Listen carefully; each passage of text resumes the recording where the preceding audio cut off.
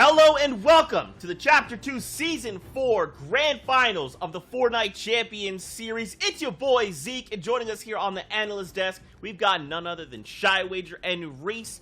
Guys, yesterday we had some incredible games, and today we are back for the exciting conclusion and will crown a brand new FNCS Trios champion. How are the hype levels, boys? I love asking this question because I love the memes it provides. Provide me with memes, please. I'm waiting for the Reese clap back, but for me, it's absolute maximum for EU and NA East today and all the other regions around the world that have already finished up. I'm so excited to watch even more grand finals. I may not clap back, but I will say, this is me currently on cloud nine. Okay. This is me. This is me over the moon. Okay. And obviously also, my hype levels are still off the charts right now. Wow. I have to applaud you, sir. Thank you for providing the memes. That's what we live for. Also, big shout out to everyone in Party Royale. If you're tuning in here, watching us live, hello. Thank you so much for taking time to hang out with us. We hope you have an incredible time. Use your favorite emotes. Use the paint. Throw the tomatoes. All of the above. Just let's have an awesome time. We've got 7 games of EU ahead of us, and it's going to be an incredible time. Now, real quick, let's talk about the broadcast and what you guys can expect as viewers as we were watching throughout the show. We're here in Grand Finals. Now, what got us here? Well, we started things off with an open round qualifier. From there, the top 15 trios pushed on through to heats. There was a 2-day competition, 6 games apiece there, where the top 8 trios then moved on to Grand Finals. However, yesterday, there was a very special wildcard match where one trio, the Victory Royale of that single game, that trio joined the 32 trios already in Grand Finals, and we kicked off 5 matches yesterday. We are here for the next 7. Shio, at the end of this, there's going to be brand new FNCS champions. And they'll have that axe of champions as well. It'll be EU, the region that we're watching first. That wildcard match team is performing so well today as well, but at the same time, day 1 was just its own separate thing. Now with day 2, the scores are combined, but there's brand new stories we'll get to watch happen at the end half of these grand finals. That's right. Now you're probably asking yourself, well, Zeke, Shio, how are these guys earning points? What are they doing to move up and down the leaderboard? Hey, don't even worry. We got you covered. Take a look here. We've got the Victory Royale. It's worth 25 points. There's 33 trios competing, so if a trio can land in 17th or higher, they'll start to earn points for placement. And finally, every single elimination is a point. Now, Reese, we always kind of go back and forth. Where on the spectrum should they fall? You know, we've seen trios like Mongrel, Mitra, and Tayson. They've got that average placement of 3.6, which is basically placing 4th every game. And they've got an average elims of 8.4. So these guys are just far and away balancing this perfectly. You know, average elims of 8.4 is already above what we see from most teams who win their region. It's usually around like that upper 5s to mid 6s range. So these guys are already slaying out way harder than the average people who are winning their region. They have better placement at an average of 3.6, and they have 2 Victory Royales out of 5 games. So they've won 2 games out of 5. So these guys are just playing out of their mind. They're managing to balance eliminations with great placement, with also managing to pick up that Victory Royale, and that's why they're so far ahead in first. The biggest question will be, can they continue that momentum, right? Can they keep this going across the next 7 games? But not only are they walking away champions, not only will they have a trophy that they can show literally anyone in their lobby, the world, they will also be walking away with a bunch of prize money coming in first place, but also just being able to make it this far, they'll walk away with something. It is going to be an absolutely incredible day for Fortnite. We're going to watch some of the very tippy-top performing trios, some of the craziest action. We're talking some of the craziest play. I'm hoping for some big wow factors, just like, hey, I'm just going to go find an RPG. I'm going to go loot a shark. That's what I want, Shy. I mean, absolutely. It's Europe, right? So we'll have to have that every single time, and it's always in a new way. No one can really predict, not even Reese, I'm going to say that, when it's in-game stuff that's going down. So I'm excited to see what happens today. It's going to be an absolute blast. I think I'll predict it. Come on. Okay. I think, you know what? Maybe we'll have an RPG rocket launcher elimination thrown in there, something in the mix that'll kind of throw things up. I do expect it. You know what? There is always stuff that comes out of the blue that's always hilarious to watch, be it, you know, vehicles picking up eliminations or anything like that. I hope we do see something good like that today, though. Bro, you know I'm right there with you. Now, of course, we do have other regions. 7 total regions are participating, and some of these regions have already concluded their games, and we actually already have some FNCS champions. Let's kick things off over in OCE. Congratulations to Jinx, Alec, and Worthy. 244 total points, a victory royale, and 71 eliminations. They will claim the Axe of Champions. Incredible performance by these 3 guys, and if anyone knows the OCE region, they should not be surprised. Jinx, Alec, and Worthy have qualified for every single FNCS that we've had so far, the grand finals of it. 6 out of 6. And Jinx has won 3 of those now, making him now a 3 times FNCS champion. Dude. And, you know, these guys, again, were balancing that average eliminations replacement. I'd already said earlier that, you know, those average eliminations for the winner was around the high 5s, and these guys had 5.92 average eliminations. So, again, very, very, very close to kind of what we were seeing and why that's kind of giving us a good indication of Metro's team today on EU performing very, very well. And over there in second, Repulse, Forbes, and Sinky Fishy, I believe they won their last game to get all the way to 207 points. So that is amazing for the second place finishers. So many top teams here as well on this page. Carry On, Eshes, and Sorif. These guys coming together in week number 2 as a brand new trio, and after that just performing so well. Even some high profile trios like the X2 twins paired with Volks getting 8th place overall, having a phenomenal day 1 and just being consistent on day 2 to lock in a top 10. Team that was phenomenal on day 1 is our 7th place team. The user name there is actually Gubos, Tyrax, and Link.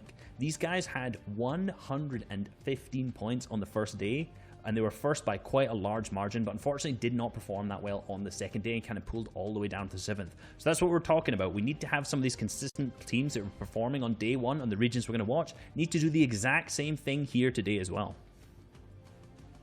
That's just OCE's story for the top 10. So many teams played overall entirely across the world. There were more FNCSs playing out in Asia as well. Their FNCS ended, and we have a winner, Reese. Yeah, we've got Ruri, Bob, and Moffin. The names may confuse you a little bit just because they're kind of a little bit off from their actual, but Drazna is Ruri, Mogrel is Moffin, and Bob, well, Bob's Bob. And these guys performed very, very well, and there's a little bit of a story behind their previous FNCS because, you know, Bob and Moffin have been playing together for a long time, and Ruri and Moffin actually won the Season X FNCS trios, so they've already been a champion in trios all the way back in Chapter 1 of Season X. So the first FNCS we ever had, these guys already won it.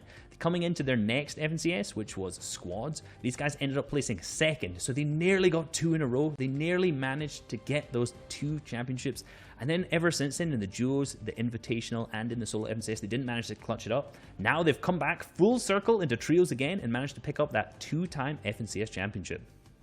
And still was absolute improvement for everyone else on that first page as well. A lot of trios who were starting off the very first portion of the FNCS at maybe 20th and 19th, hitting top 5, like Seek, Peter Pan, and Faxvox. These guys not even playing in the same trio in week number 1, getting 8th place overall once again on Asia. It's just absolutely amazing. These guys are going to be walking away with so much prize money, split obviously amongst those 3 individuals playing overall, but that was Asia in total. There are more trios all across the world who are also fighting out in FNCSs that are only really halfway through.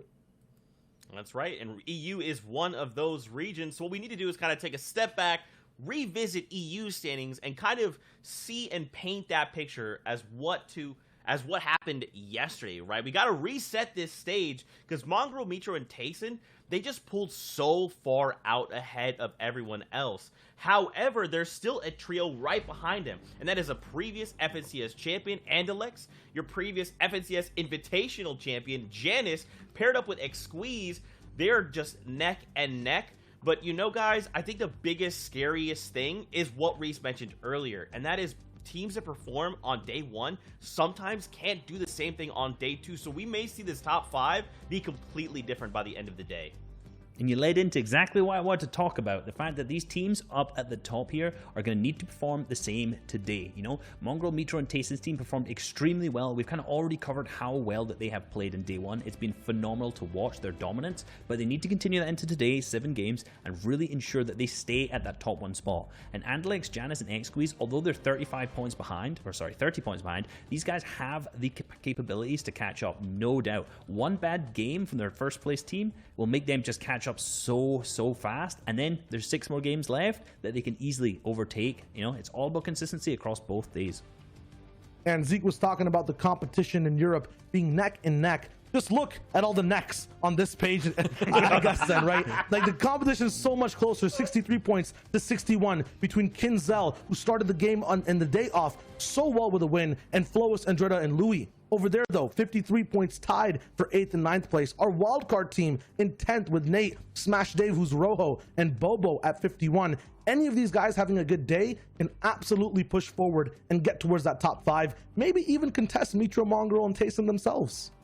Do you think that's going to happen? Because you know what? I hope that it does. I hope that we have a team that's currently from 5th all the way down to 15th, maybe even lower, that has this big pop-off day today. And looking at this leaderboard now from 11th to 15th, there are plenty of names here who stick out of teams that can. Actually, you know what? Any one of these teams can. I think the 2 that are probably favorites would be Vel, iDrop, and Stursix, who's currently in 11th, and then in 15th with Flick, Thomas, HD, and Anas. These guys have been popping off all the way through the qualifiers, all the way through the heats, and it's kind of a bit of interesting to see them in that 11th to 15th place slot. So today, hopefully they're going to figure out what kind of went wrong yesterday, bring it back, and start climbing up the leaderboards. Oh, they've reviewed, they've warmed up, and now they're hungry to have an amazing day of 7 games. We'll see how it works. It'll be a long one, but I feel like it might be the best Fortnite we've watched so far. Oh, yeah, man. 100%. You know all these trios are looking to bring it. Now, don't forget, yesterday, because we have 7 today, we had a matchmaking issue with one of our games, so we pulled that one game over to today, which leads us to looking at 7 games total. This is that added game, I feel like, is going to make a pretty big dynamic change to what we see the final standings look like. Now, we did have some VRs, 5 total yesterday, so we should probably reset those up, right? What happened? Let's talk about day number 1 in EU. It was Wolfies, CRR, and Kinzel in game number 1 that made it close and personal all the way to the very end, getting all the way to low ground, getting a win, and really showing everyone how much they've improved as teammates and as Fortnite players in this FNCS. And they actually struggled through the qualifiers a little bit, kind of only starting to catch steam at the end, and then really start to pick up. And you can see that steam carrying over into the grand finals with their current 6th place slot and picking up obviously the first victory royale of the day. And moving on to game 2 was Metro, Mongrel, and Tayson. Now these guys are not shy to eliminations or a victory royale, and this is the first of their 2 victory royales for the day. And speaking of 2 victory royales, we're just the number 2 in 2nd place. Andalex, Janus, and X-Squeeze, who is Duck on top, were the individuals to get the game 3 victory royale. They did it back to back. They did it all, basically securing the win alive, making sure everything was perfect, and wrapped it up in such seamless fashion. And that win by Andalex, Janus, and X-Squeeze was actually 15 eliminations as well, which was the highest we saw out of day 1. So huge game coming out of them. But for game 4, which Blackie, Robabs, right in that end game, and we talked about this a little bit yesterday in our package, but this end game was focused all around pressure. Just these guys consistently pressure, and a beautiful shot onto Lecce just to finish things off there. Yeah, Lecce got a little bit of an alley-oop all the way from Blackie at the end of that game. But you were talking about 2 wins. Here's Mongrel, Metro, and Tayson's 2nd one, and it felt like it got even easier for them as the day went on. It did. You know, these guys popped off. They didn't get as many eliminations this time, picking up 9, which, you know, these guys are capable of big games. We saw them in the heats pick up a 19 elimination victory royale, so 9, a little bit less than them, but given the consistency that they had throughout the day, a victory royale with 9 elims is still absolutely amazing. Yeah, so that was kind of the first day for EU. A lot of action, some sprays, some team damage too. It was amazing, Zeke. Bro, it really was. I'm telling you, I could not be more excited. I get to hang out with you guys to watch this. We get to hang out with our casters, everyone at Party Royale, everyone at home. It's going to be so much fun, and I can't wait to see the final results. Now, of course, speaking of those results, you guys actually made some predictions. Our casters and our analysts decided which teams they thought would walk away the FNCS champions. Sundown kicked us off. Floki, Clement, and Nikos. Now, right now, these guys are in 5th place, But again, we've got another 7 games on deck. They can turn this around. Yeah, they can turn this around, and Clement is known to, because he's the only player on EU who has actually managed to qualify for every single FNCS. So the only one out of the entire region. So this team has the potential to do extremely well. We know they're consistent. And obviously Floki and Nakos also both very, very consistent players themselves. Moving on to my pick, though. Andlex, Janus, and X-Squeeze. Now, I've predicted these guys a victory in Qualifier 3. And I think they're coming back for the 2-time. They're second right now, and they are performing very, very well so far. So 7 games left. I believe in my boys. Okay, I'm going to drop some fun facts about every prediction. Once again, you mentioned Clement. I was going to say maybe change the name to Cement, or, Cement in general, because this guy just sticks in every FNCS no matter what. He is so rock solid when it comes to just being able to play these games all the way out towards the end. Reese, you're also one of the best predictors overall in the FNCS, is always picking first place teams. So I feel like you have the strongest pick here. Sancho, Mongrel, Mito, Tayson has the most strength right now in first place overall. So this man and this trio are looking so powerful after day number 1. I picked Flick, Anas, and Thomas HD. These guys are having a little bit rough times in day number 1, but Anas is clutching about 43% of these guys' points throughout all the games. He's looking really good when he's playing. Maybe in day number 2, these guys learn up and then push forward, have a glorious day like we were talking about before, and end up in that top 5. Many of these trios have the possibility, the capability of turning everything around, right? Like, we've seen Thomas clutch single by himself versus other entire trio games, right, in open rounds and heats. Any of these teams can literally take these leaderboards and put them on their head. That's why they're here. They're the top 1%. They've made it to grand finals, and now it's about which team will take advantage of the day, which team will make that stamp and look to walk away the FNCS champions. Now, Fortnite fam, we're not the only ones that are here. We've got our casters that we'd like to introduce you to. So, Sundown, Sancho West, say hello to everyone at home. Thank you so much, Zeke, Shio, and Reese, and welcome, ladies and gentlemen, boys and girls, Jonesies, Bonesies, he's, she's, theys, thems, and everyone in between. My name's Sundown. And I am Sancho West, and boy, oh boy, we are going to have some awesome action. And hello, Party Royale Island. It is so hyped to be in-game, and Sundown, I am so excited to get into it. Here we go. It is Fortnite time, Grand Finals, Day 2, Game 6. Let's see how it all unfolds, and the action will only get more crazier as we get to the final Game 12. And here we go again. Don't forget, we'll have 7 matches today. And for those of you who are just tuning in, whether it's your first time, we'll be explaining a bunch of things. But what you need to know right now, that number 1 spot, they talked about it at the top of show, the best of the best, arguably one of the strongest and most talented trios in the entire world. And they've shown it so far through the first 5 games in Europe, is coming out of Stark Industries. It's E11 Tayson, FaZe Mongrel, and Liquid Mitro, and they have had this place wire to wire the entire time. Anybody who has come here basically gets forced into having to 50-50 one of those henchman chests. Otherwise, they just force you out, and they're doing it again. The only person that's literally contesting, and he has to, is Iron Man.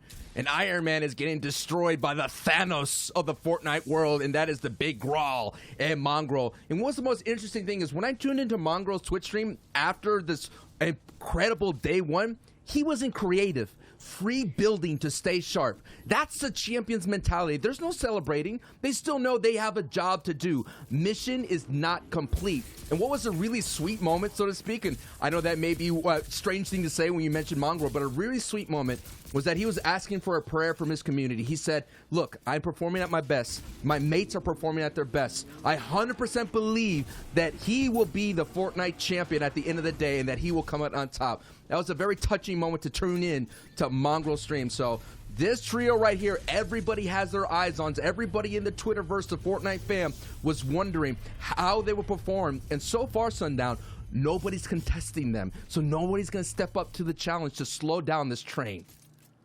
And largely we've seen this is kind of beneficial to them. Again, we've talked about the stats over and over again, how this team is almost reliant on Mongrel staying up on his feet. He is the one who makes the plays. He accounts for so many, not only of their eliminations, but also just his number of them.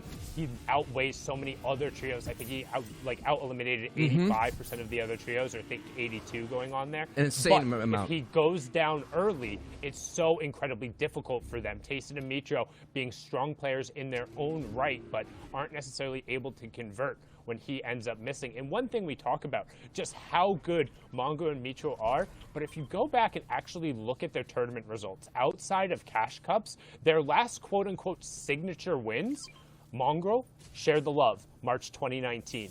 Mitro, baby, we're going all the way back to the fall of 2018. Week 3 fall skirmish, to that shockwave play that shocked the entire world. When he threw it on the ceiling, sent himself downwards, kind of the first time we've seen kind of one of those aggressive shockwaves through the builds. But other than that, Tayson is the one who's had kind of the more recent major tournament victory royale experience, and Mongrel and Mitro are kind of missing that trophy on the shelf. And today, will it be their day?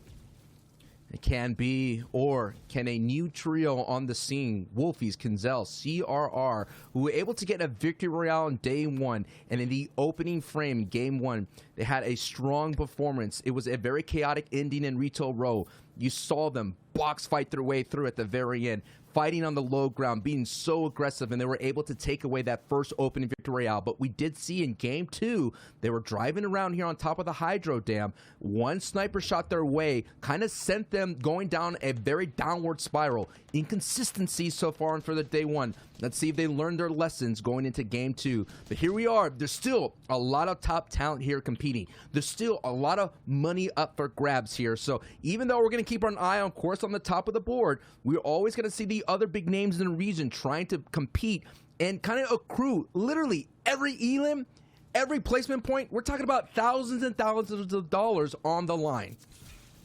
And again, too, you can see right now we've yet to have a trio drop only one player. You can see that in the top left corner of your screen. 98 out of the 99 available players still on their feet.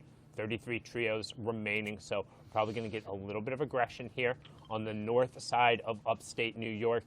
We saw plenty of this yesterday, but right now, Chapix, Queasy, and Milan, aka EP Alexa, you can see right away Shockwave coming out, and Pablo Wingu trying to create a little bit of space here, but they're not going to give him even a moment to breathe. Second Shockwave being used from the Enterprise Gaming player, and he's going to find Pablo there. Shakedown as well to try and identify where the other two teammates are, make sure they get the max damage coming through to indicate the Storm Surge, and a good pickup there.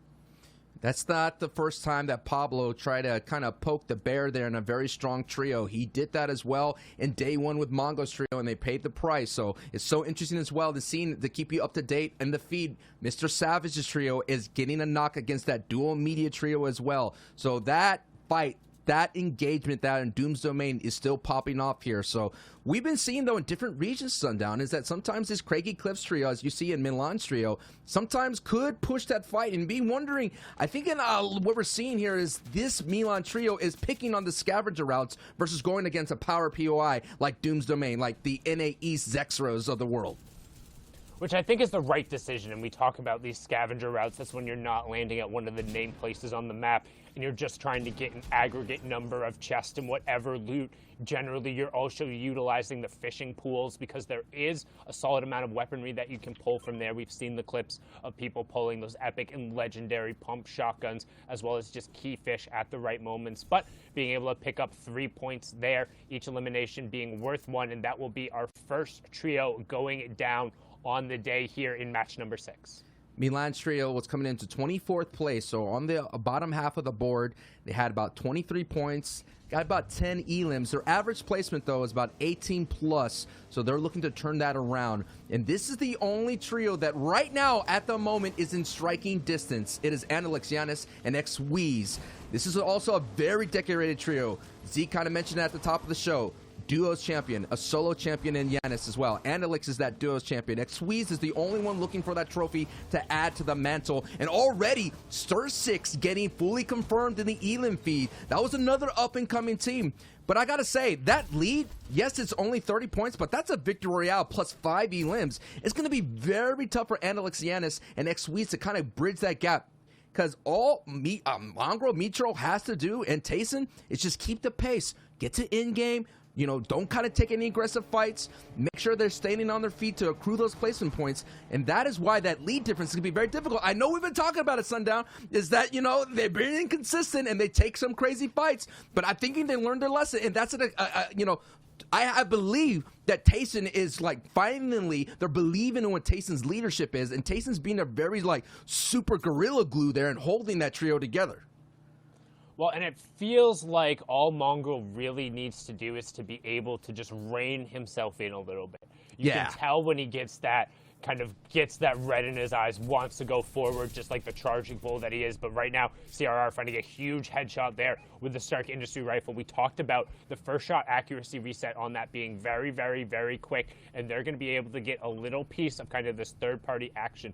We saw Stir 6 get taken down early, and they're using the palm blast there from the Sentinels to be able to send them forward. You get a nice little redeploy going off, and you can roughly control the direction because it's based off of where the hand is facing. But right now, using that to try and close the gap here. However, the revive is coming through, and it doesn't look like they're able to identify where Smudge is right away. Wolfie's trio and Co, they came right now into this match at 6th place. So they're coming in within that striking distance. They just got to string together a couple of strong games. And you're seeing here their box fighting skills as they pick up a knock on Smudge, who did get a knock on Stir 6 here. So Stir 6 trio is around this area if there's all the way up. So it's going to be interesting to see what Kenzo Wolfies, if they could get a strong start. They had a good start in day 1, getting that Victory Royale. Nice. Wolfies with the confirmation right there with 2 elims, looking really, really solid. I'm expecting this trio to start picking up elims, considering that is what they do best. Their average placements is about 12th place. The average elims is sitting at 3. No doubt this trio could do a lot more work, but it was that game 2 goose egg that really did hurt their stride, and we have to avoid those goose eggs going forward. So if you're on top of the board, you don't want any zeros. You don't want to get knocked out before that 17th place threshold. You want to keep doing what you do, and that is what Benji and Savage now they have to do. Now there's no Lechi, so that's going to be a duo moving on. So, it's going to be so much riding on the line for this to keep up the pace that they're sitting in 3rd place at the moment. Yeah, and they've had a tough time coming out of Dooms recently. We saw the dual media pressure come onto them, Lechi getting confirmed, but generally you've seen them be very good at prioritizing getting the reboot and then remaining 3 up. However, not quite able to get that over either, as they only got 2 eliminations, so seems like a little bit of a split fight out of Doom, but decent loadout right now on 100 Thieves. Mr. Savage there, you can see, also has the epic sniper rifle to help contribute kind of towards the picks. And so far today, we're seeing a little bit of a slower match. We're going to have 21 players threatened by Storm Surge. You can see the damage threshold warning there on the right-hand side. Luckily, these guys off of the contest are 890 above. Now, if you are new to competitive Fortnite, Storm Surge is actually active in every single game, even the regular squads and solo lobbies, but it only triggers when you have a certain density of players. The current threshold when the second zone closes and we go to zone number 3, the number we're looking for is 70. So the 21 players who have done the least amount of damage to their opponents will be put under that Storm Surge pressure. It does 25 damage every 10 seconds. So while you can use utility to out-heal it, generally it makes you go aggressive. And there you see the dual media trio in the background there. But just to give you an idea how important Lechi has been in these grad finals, he is currently leading the way if elims. So now they're missing that. They are kind of spreading that workload almost evenly, 7, 8 respectively for Benji's and Savage. But they've been the only trio that's been fully all the way up. Like, they spend the most time as a trio. So this is going to be one of the rare times in these grand finals that Benji and Savage got to go as a duo. So they're truly putting in that team effort, and the results are speaking for themselves considering that they're in 3rd place. But you can see that the injury that's been caused by that dual media trio out in that distance here, they're basically 2v2. You're just seeing that, a contested Doom's domain could just leave you, yes, you get that opportunity to get that power weapons, opportunity to get those loots, but at the end of the day, man, you're going into these dangerous zones injured. And you can see Squeeze picking up eye drop there. He's going to get the confirmation there. Matzo's getting busy on top of these guys as Savage actually eats a bunch of bullets in the back. I think that was either the dual media or one of the other teams who's kind of posted up on the side there. They're going to work along this bottom side tunnel here, but they need to be conscious of the fact that they don't have a ton of white heals outside of the chug splashes, and largely they want to save those for endgame scenarios or when both of them need them, if possible, because now it's just going to be effectively wasted as they're thrown against Benji there. And you can see Savage has a player at his back as well, hopped into the box, but they're not paying attention to what Benji is brilliantly done there to get the first conversion. That's largely going to be Storm Surge pressure, but above them, raining down shots on the eccentric ADN and the train hard duo Matzo and Amplify, but Benji going to be able to clean up one. Savage gets the other, and a nice pickup for them there. 4 points so far, but Savage, man, very little white HP. And if Savage gets tagged here a bit, that's going to be the green light for any trio to kind of jump on down. And just looking at it right here is like, once you kind of leave your main power POI, the question is, where are we going to find a replenishment? And considering right now, there's literally zero or minimal opportunities to kind of farm up, you're going to have to get it from another trio. And when you're in shambles like Benji and Savage are, that's going to be so difficult. Yes, they get a little brief refresher. They find their little moment of oasis, but that could be soon a mirage going forward for the rest of the ride here in this opening game in day 2. This is the grand finals. This is the FNCS Trios.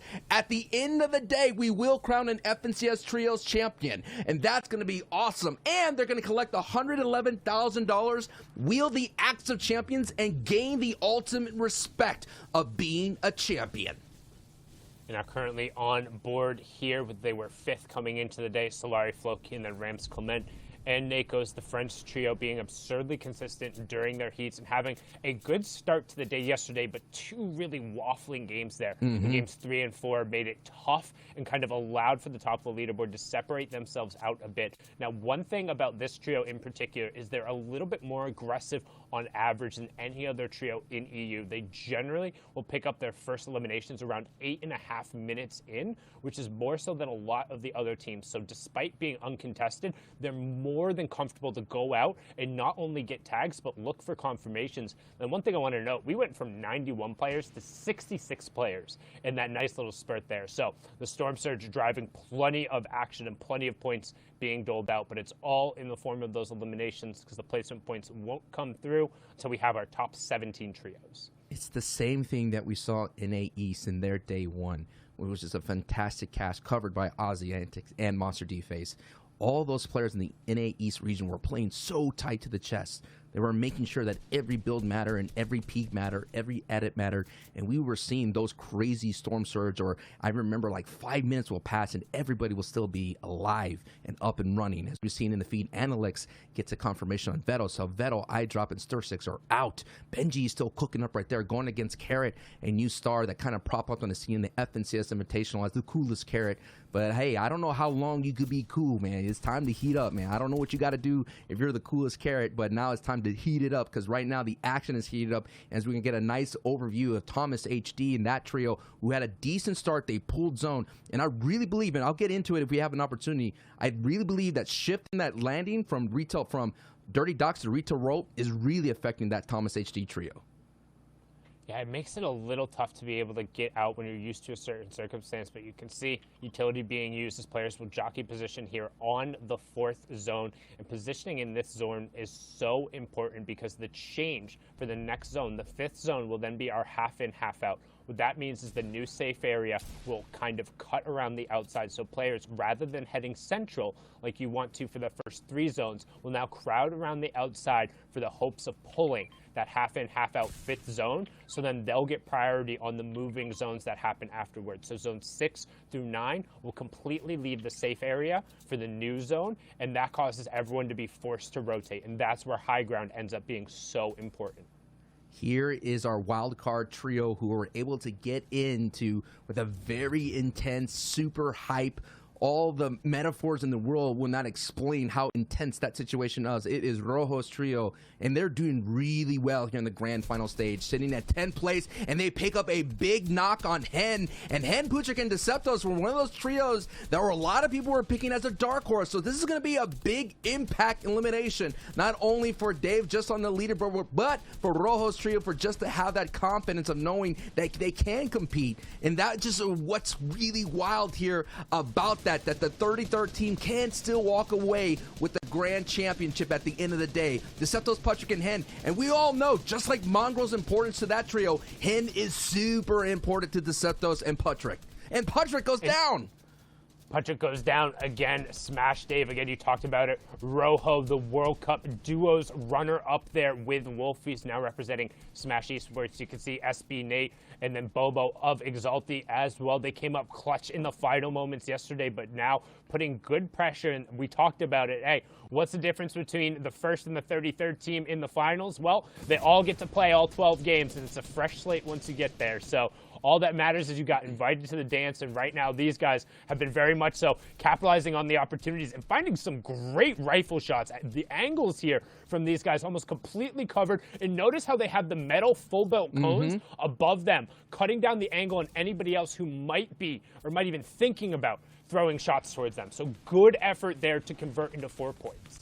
It's all about the acute angles right there.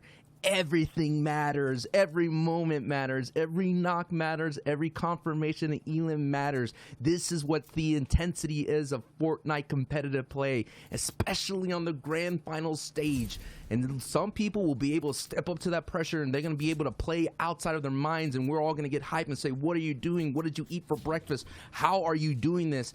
Or some of them are just going to be able to fold. But that doesn't matter. I mean, you made it this far. You have an opportunity to build off of this, to build that confidence.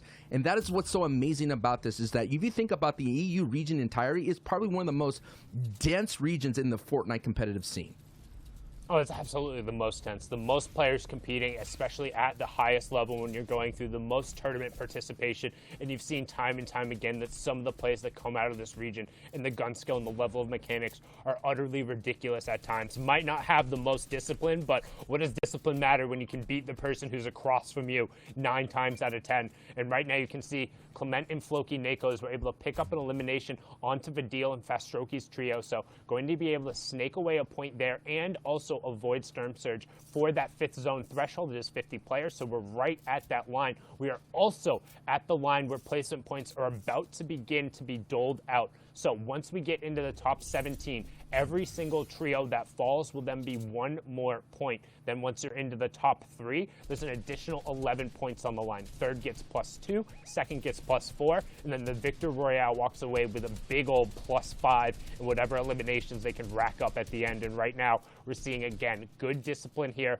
from the French trio, finding an angle, being able to put pressure. And they pulled priority on this zone here. You can see their bottom right-hand corner. They have the white line, and everyone else is going to have to pass them if they want to head to safety. And they're going to begin to try and head upwards a little bit. Nope, they open that up, and they see, never mind, somebody's directly above us. We're going to stay on this low ground. And here we are going into full storm rotations now. 6, 7, 8 are going to be outside of the storm every time this trio gets into the safe zone. And then 9 is the ultimate closing zone. We'll go all the way down to the entire screen is filled purple. But Nakos gets a big knock on Yanis on the same layers there as they're going to make their full rotation. And that is the power of having priority. You could kind of look back and they get X-Squeeze as well. So they're going to trade out when Nakos is going to go down, pick up the quick heal. That's a great benefit as well, being on the front side of the storm. You have the time to res, and they're going to barely get that res off. And now we're going to take a look at the chaos. You're going to have the low ground form up. You're going to have the mid ground form up. And of course, who is at height is always the question that everybody wants to know, because they're going to have the power position here to walk away with the Victor Royale. Savage goes down and gets fully confirmed in the feed. All the names are going to start lighting up here for the moment here, Sundown. Yeah, now we have our placement points beginning to get doled out, and they're going to come in very quickly. 2 already ticking over as we're into our top 15. 35 players remaining, but a good execution there. coming through from Nakos and Co to get back to a strong 3. Now they're going to about face and start spraying shots. Andalix will also get confirmed by Blackie, so that's our second place team being taken down. We talked about Rojo and Co, but they will be no mo there as he gets taken out. However, Mongro, Tayson, Mitro, if the number 1 team doesn't fall and gets high ground every game, this is going to be a race for second as they open up match number 6, just like they closed the rest of the day yesterday, controlling high ground and raining down the AR shots with nary a contestant in sight. So we're going to hop on board here with the French trio, who's continuing to work on the low ground. 4 eliminations so far. Nakos has the legendary pump as well as the bandage cannon, so good opportunity to potentially execute here in the late game and make some plays. CRR stealth Wolfies does get knocked, but it is an opportunity though for at least Clement, Floki, and Nakos to kind of close the gap as much as possible. Yes, already metaphorically as well. On top of the leaderboard is Mongrel, and on height is this game as Nakos does pick up an Elan right then and there. It's so important though. We've been seeing the playstyle in the EU region to overcome height at a moment's notice. We've been seeing a lot of low ground victory royales. The question is can Mongrels hold on? And Kenzo is actually going for height, and it's Cammy. 2 teams are competing from height, and it's going to be Tayson that's going to be left on alone. And you mentioned Mongrel going down. That is the ultimate closer for that trio. Mitro and Tayson are going to have to do it as Cammy and Raxo take control of height, as you're seeing on your bottom right. On the top right is going to be the low ground. And Clement, and man, look at them. They're getting so many elims right now. Already with 7 Sundown. And there's plenty more on the board. They're also getting the placement points, taking over top 4 with 9 players remaining. But all of a sudden, Clement is all alone. He's going to turn around and pick up CRR. It's going to be a 1v3. He finds a second right away. That was Mitro for the full confirm, but he goes down in third. Raxo up on the high ground, running it out now, and the challenge comes up from Kinzo, and he gets swatted down. Raxo and Gamma Gaming Cammy will close that one out. 9 eliminations and 34 points from the Victory Royale. Match 6 closes out there.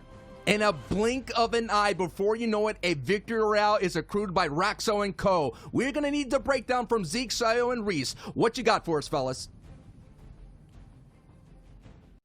Well, we got Sancho is day 2, and we have even more day 2 teams. This is what we were talking about at the very beginning of this show. Cammy, Artur, I cannot believe they find themselves the Victory Royale. Just for clarity, they came in and ended day 1 in 14th place. And now they're going to start day number 2 with the Victory Royale and eliminations. I mean, this is exactly what we've been talking about. I'm so surprised, and gentlemen, we're going to break down kind of what went down a little bit more in just a little bit. But remember, we've got the standings. We have these cumulative leaderboards. You've still got Mongrel, Mitro, and Tayson. They're far and away, even after that game, I mean, 40 points ahead? I don't know how they're doing this. It's like they didn't win that last game, but they did not lose it either. They got to survive all the way till the very end, and now they have an even bigger lead, Reese. 17-point match for them. Really, really nice. And like obviously, like we said, we need to keep this consistency up. They're already coming in strong on the first game of day 2, consistent as they were yesterday. We can see kind of Andalix not managed to get that many points, only 4. So they're still holding on to that second place spot. But, you know, they really want to be trying to bridge that gap between first and second. And so far, it's only gone a little bit further. Yeah, so our top 3 also switched up with Benji going down to 5th, and then we see another trio, Kinzel, Wolfies, and CRR get 3rd overall. This is what Zeke was talking about, though. Raxo, Cammy, and Artur of Victory Royale, 14th place all the way now to 6th with 76 points.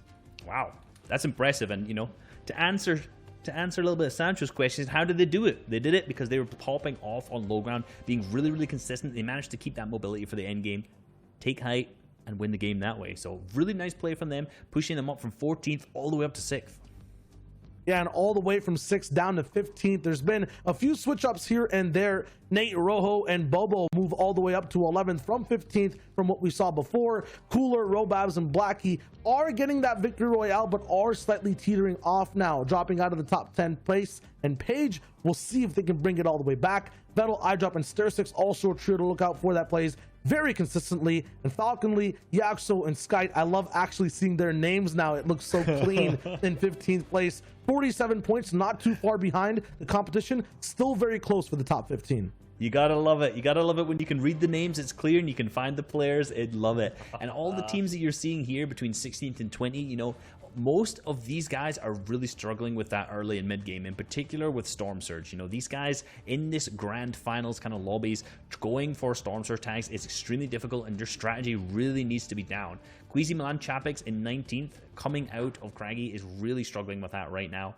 So hopefully they can figure out their strategy, get their points, and keep moving. I think we could chalk some of this up to just first game jitters, right? Like, we watched the top three, except Mongrel, Mitchell, and Tayson, kind of fall a little earlier on than expected. But again, we've got 7 total games. We've got 6 more. It's okay, just first game jitters. Let's just test the waters. Okay, game 2. It's time to bring it. Let's go ahead and talk about what kind of transpired in this last game, as well as walk back through the Victory Royale. There's a couple key things that happened there that if you blinked, you missed it. Absolutely. Throughout the entire FNCS, we've been focusing on the top 8, the top 15. Now it's about the top 3, especially from day number 1 and how they looked. Mongrel, Micho, and Tayson landing over at Stark Industries, one of the best POIs, and they had a very good game in day number 2. Some would say the best POI, but the second best POI, in my opinion. Over at Doom's Domain, we're checking in with what was our 3rd place team, which was Benji, Savage, and Lecce. They are contested similarly to the end few games of day 1 by the dual media trio, fighting off spawn every game now. Yep, and Reese, this is your pick over at Sweaty Sands. They're looking pretty strong as well. They're looking strong, and you know, the Twitter was going wild about Sweaty Sands last night. They were talking about it heavily because it is a fantastic drop spot, but unfortunately they didn't seem to manage to perform out of it that day. Yeah, over here, we'll tune in with Tayson, Micho, and Mongrel. The reason they find themselves in this low ground chaos is because Cammy, Artur, and Raxo saved all their shockwaves, saved their actual crash pads, took height in the 8th zone. Ooh. These guys only had enough mats to sustain, not retake height, and they ended up falling. Here's Lecce, Benji, and Savage continuing that fight with a dual media trio over at Doom's Domain. Lecce goes down. It's just Savage and Benji left in the end game. Yeah, it's just Savage and Benji left. They did what they could, but that fight took them way too long. They ended up being in the zone with 2 other trios in the 2nd zone, still in Doom's Domain, made them rotate late, and that left them with horrible materials because they ended up getting focused in that endgame. And we have Andalex, X-Squeeze, and Janice in the endgame as well. Also a little bit shambles. It looks like all these day 2 trios have improved. These day 1 type of top performers, the top 3, are looking to repeat things, but they will have to adapt to how these teams, such as Raxo, Artur, and Cammy, are closing out these games. Yeah, and like I kind of alluded to earlier, these guys took height with those shockwave plays in that last moving zone, and because Mitro, Mongrel, and Tayson did not have enough materials to maintain that high ground, they could not take it back at that point. It was secured for Cammy, Raxo, and Artur. They just continually pressured down from there on, and that was the Victory Royale. Man, I mean, again, first game jitters. We'll see. We got to see for the data from game number 2. The question is, though, is there going to be a new day 2 trio that will pop up like this one that we just watched? Or will our first day trios show up? Well, let's find out as we jump back into game with our casters. Take it away. So much, Zeke. I am Sancho West alongside Sundown, and it is a new day. Yes, it is. We are seeing some new trios who are trying to meet the performance of our day 1 trios. And hey, that number 2, sometimes a sequel, it can be better than the original. We all talk about movies here. Sundown, you've seen it before. And here's take a look at our game 2 of 7 here in the grand finals. And we're going to see a finish here up in the Northwest region, which is going to really favor that Doom's Domain and, more importantly, that Sweaty Sands trio. Yeah, what is going on just slightly west there of the ruins? There's like 3 different teams and 3 different triangles all fighting over kind of the one henchman chest that's guaranteed in that area and a couple others. So a couple scavenger routes that are directly on top of each other. We're going to hop on board here with somebody else executing on one of those scavenger routes. This was our match number 6 winner as we turn over to now the official backside. We're on the back half of the games here.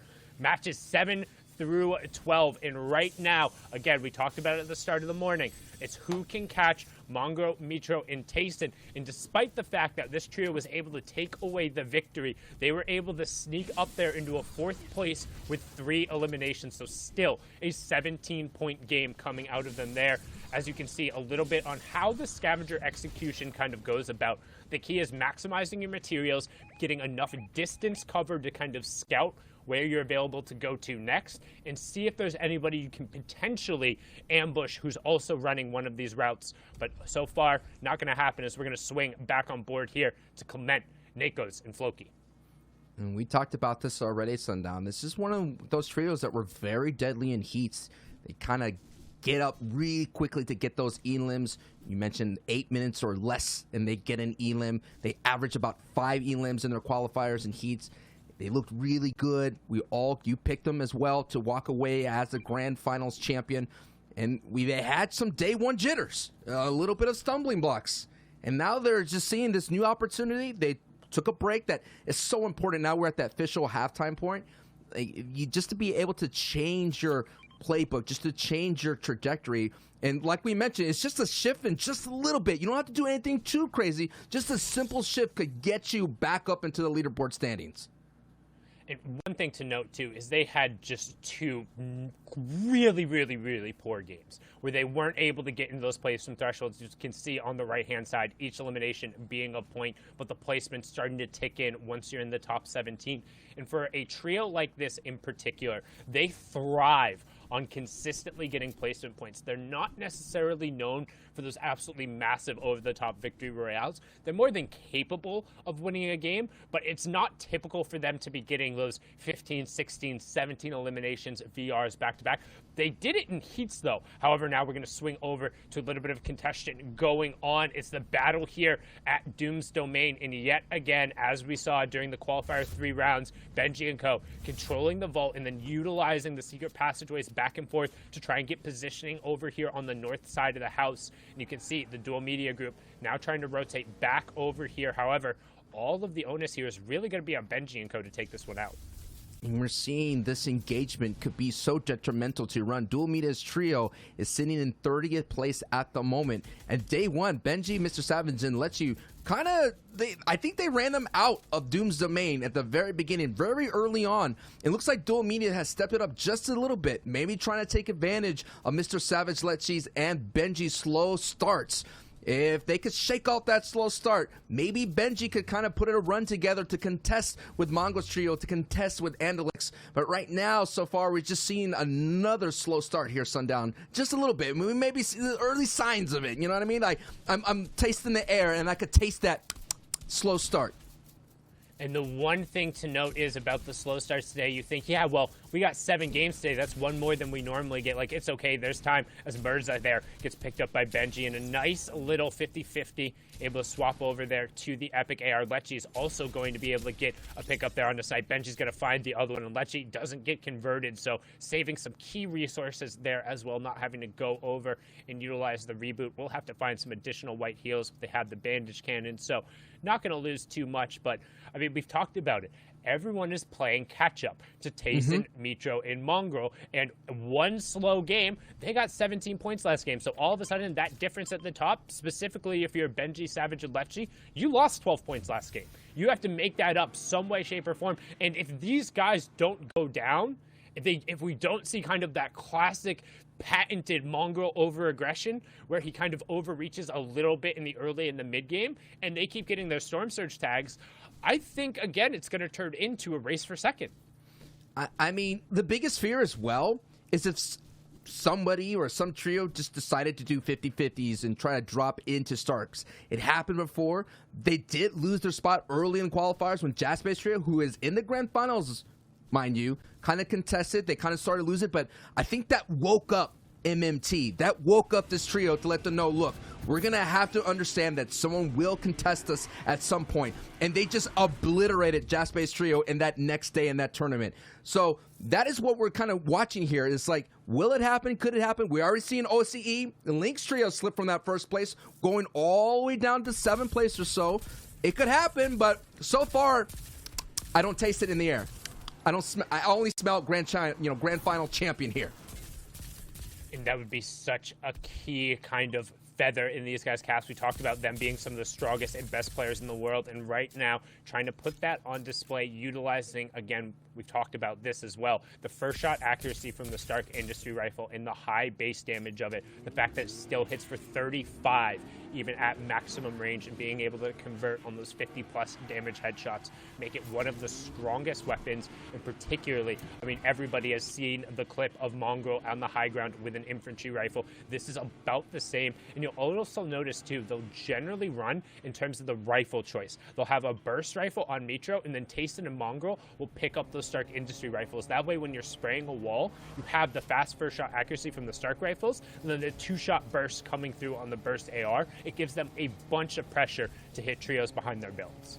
We saw that stat of Indretta, Safik, and Mongrel having 15 plus elims, so they are slaying out. But what a metaphor. You see Mongrel's trio all decked out, swagged out, and whiplashes, and then you see everybody else in the back of the pack trying to catch up in the coop. That's the kind of race that we're talking about. Can the turtle catch the hare? And this hare has an extreme crazy start, and they're not going to be lazy like that story hare. They're not going to take a break. They're not going to eat. They're going to keep running at full speed. They're going to take their whiplashes and cross the finish line. The question is, can the people in the coops and the trucks, any kind of Fortnite vehicle, man, I'm going to take it all the way back to the board days and maybe the shopping cart days, who's going to catch up to that whiplash trio? I don't know who that's going to be. Yeah, you can see those Mark 51s being so fast on rotation, but I will say the one thing that could end up potentially being a little bit of a stumbling block for the trio would be if they end up struggling with Storm Surge today. We've already seen in the first 2 games, that first Storm Surge has been massive in a completely uncontested drop spot. If they aren't able to kind of get enough tags to get over the top, that could force them into kind of one of those classic Mongrel over-aggressive situations. Right. As long as they avoid that, I think they'll be okay. Right? I think that if they've done enough so far where they have the playmaking ability over the course of these 6 games, that they're going to have at least 1 or 2 more solid games in that instance. As long as they don't have 1 or 2 absolutely ruinous games by Storm Surge, this should be good enough for them. But right now, we're going to hop on board with the pressure coming from iDrop straight into the box. Downs gets picked up there. No problem from iDrop 7. However, Sturstinks is going to eat a little bit of a problem there. He gets caught in a separate box, and all of a sudden, the 2v2 on the mark, you can see iDrop trying to push forward. They're going to try and get a little bit of a disengage, make sure they can get shields up, but a little bit of a slip up there from what is normally a very strong box-to-box trio. That was like an extreme push. I've never seen the 1, 2, 3 go, and everybody just box dive in with the AR spray and getting right inside as a trio. And then what ended up happening is they ran into that edit with the triangle edit, and one got caught, got hit right in the shins. You mentioned this in the EU side of things. You got to wear your shin guards, man. You got to pop them, or if not, someone's going to crack you, give you that slide tackle, and there's not going to be a referee to come out of nowhere and give you a red card to kick you out. You're going to have to do this on your own. Yeah, worst case scenario, you'll get a warning there in the form of one of your players dropping down, but the retaliation not going to result in anybody else being sent off. You can see Nems and Wave Doko rotating through the river, using that downstream current to try and get a little bit of speed, but iDrop being aware of that as well, getting good pressure onto him here, and actually looks like they're trying to kind of pick this fight 2v3. You see Storm Surge is ticking on. 20 players going to be impacted by that here in 1 minute and 45 seconds. iDrop trying to force his way into the box, but plenty of angles and pressure coming out from the other side. Super limited amount of materials here, down to only 17 builds. You can see that under his 1 elimination here as we wait for it to catch up, and you can see good pressure coming out from Nems. He is down the shield advantage, but he has his teammate providing some rifle support on both the angles that you can see. Jaganza and Joko just laying down shots for him. A little bit of spread out, though, if they are able to force in and get Nems situated. And they're going to use the harpoon gun straight in, and Nems is going to get picked off. A huge pickup there from iDrop and Vettel, but can they get out of the water? You're just seeing how great this trio is, but I think what's really affecting them as we're seeing them to try to capitalize and close out this trio is that essentially that change in drop spot is really hurting them. Look at their power weapons. It's not there. They're really doing this with green weapons and not having that firepower. Yes, you could be the most extreme trio that's going to fight hip to hip, but when you're not as strong as Monster was like to say, a 1.5 player that's walking around with an epic shotgun or legendary shotgun, it's just going to be so difficult for you to close close out these fights. It's a matter of stamina, and you don't have the necessary stamina considering that you're basically going into these engagements in shambles, and already iDrop7 goes down. Surstix is already out, and Vettel is literally on the green HP as Storm is going to overwatch them, and there it is. They get cleaned up, Sundown, and this is the same interesting that I was talking about Thomas HD, the change in drop spot. This trio of Vettel landed in Misty Meadows during their heats. Thomas HD landed in Dirty Docks. They made the switches, and they have yet to kind of find the right rotations out of those changes. We can see all the action going down as everyone trying to get above the Storm Surge special. But most important to the leaderboard there, we saw Andalex and Co. ended up having at least 2 of their players fall. So going to be forced into a 1v3 situation unless they can stick a revive. We're going to hop on board here. Nako's Clement and Floki sitting on 1 Elim, courtesy of Nako's vertical shockwave coming out. Pops him up into the air, but not going to really find anything. Going to be able to utilize his hard mats, just kind of drop back down. You can see the Elim feed lighting up, and the only thing that matters is we're not seeing Mitro, Mongo, and Tayson on the right side of that feed. In fact, we saw them on the left side of that feed getting a knock, and right now, Vadil, Kylie, and Frostroki under pressure here from our top 4 French trio of Nako's, Floki, and Clement. And Vidil was one of those trios that was so hot coming into the grand finals, and they just literally, just like a hot iron heading cold water, boom, just get cooled down instantly, just like that chug splash. No doubt must be feeling right now because it's so sweaty. The competition is going to get so stiff, and you're looking at here, things are going to get ratcheted up a notch. Considering, Sundown, we have a Coral Castle finish in our midst, in the distance. But let's just focus in on this trio fight right now. Floki, Clement, Nakos, who's been heating up, had a great game previously. These are the fights that they had lose, because we saw them in day 1 where they had those bad game 2 and game 3. This cannot go. They have to go their way here. Yes, it's a nice knock on Vadil. Yeah, Floki actually just put Vadil in a blender there for a second. Getting over to the side there, Kylie also going to end up dropping from a couple boxes away, getting a key siphon too over onto Nakos, who desperately needed the extra shield. They wanted that pickup. They know that Frostroki is still around here somewhere. They have the additional flopper, but keep an eye on the bottom right-hand corner. See all of those triangles who are already rotating the zone ahead of them, and with only 1 shockwave, it's going to be very dangerous for this trio to approach the outside. Still 66 players remaining, 25 trios, so continuing the trend of having a little bit of a denser lobby. However, thanks to those 3 eliminations, they're not going to have to worry about this tier 2 Storm Surge when it rears its head. Yeah, it feels great. They got the elims, but they're not yet in the placement threshold. We are about 8 trios going down before we can start doling out those points. And this is the things they're already overcoming these engagement obstacles, but they're not out of the water yet. There's still some stormy skies ahead of them. Nakos, Floki, and Clemento are making their way up the board slowly and surely, but they're going to need like a big victory royale to catch the monstrous lead that Mongro's trio has. And yes, look at the mini-map. So much aquatic terrain to kind of navigate here, and that's going to be so interesting to see how it all goes down, as Nakos though does get a little bit of lobby focus, but that's what you got to do. You're going to have to shoot back and let the people know that are doing those window edits stop shooting at me. And one of the key things about this trio is their ability to get eliminations gives them the opportunity to climb up the leaderboard just a little bit more effectively. Again, we've talked about it in the games where they don't drop right away. They're one of the more aggressive trios, so their averages are brought down a little bit by those complete and utter goose egg games. When you take those out of consideration, they have a really good time, but forget what I'm saying right now, as the matter of importance is in the bottom right-hand corner. You see that white circle? That's the 4th safe zone. There's only 3 trios currently inside of it, so everyone else is going to begin a mad dash to just pack in on the southern side of that circle. The entirety of the lobby will be trying to squeeze into that area because everyone else is going to be coming from that side. Nobody wants to put themselves as the first ones out over water. It makes it so easy. You can see everyone going at once, just desperately swimming, hoping to avoid the fire at the top. And just look at the charge up the beach. Storming the beachhead comes EU.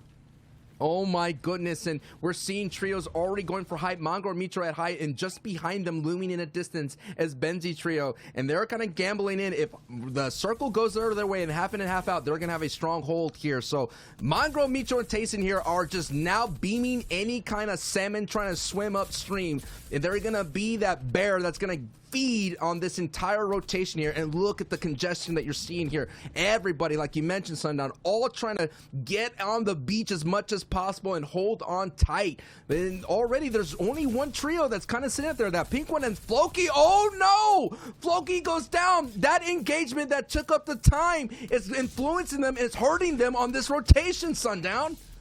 And they're completely out there. Clement got picked up earlier. Nako's going down right afterward in the long rotation. The top 14, we talked about their ability to get eliminations, but at what cost? Apparently everything, as our #1 trio sits high atop their perch, high atop the throne. They're first in the leaderboard. They're first right now in positioning here. Nakos gets a little bit of a gimme there as Dave, aka Rojo, will tick over, but one more player will drop and our Storm Surge will turn off. We have 19 trios left, so almost into the placement points, but yet again, up on the high ground, Mitro, Mongrel, and Tayson priority positioning. Our second place team still in the lobby, but they're going to have to be toppled at some point.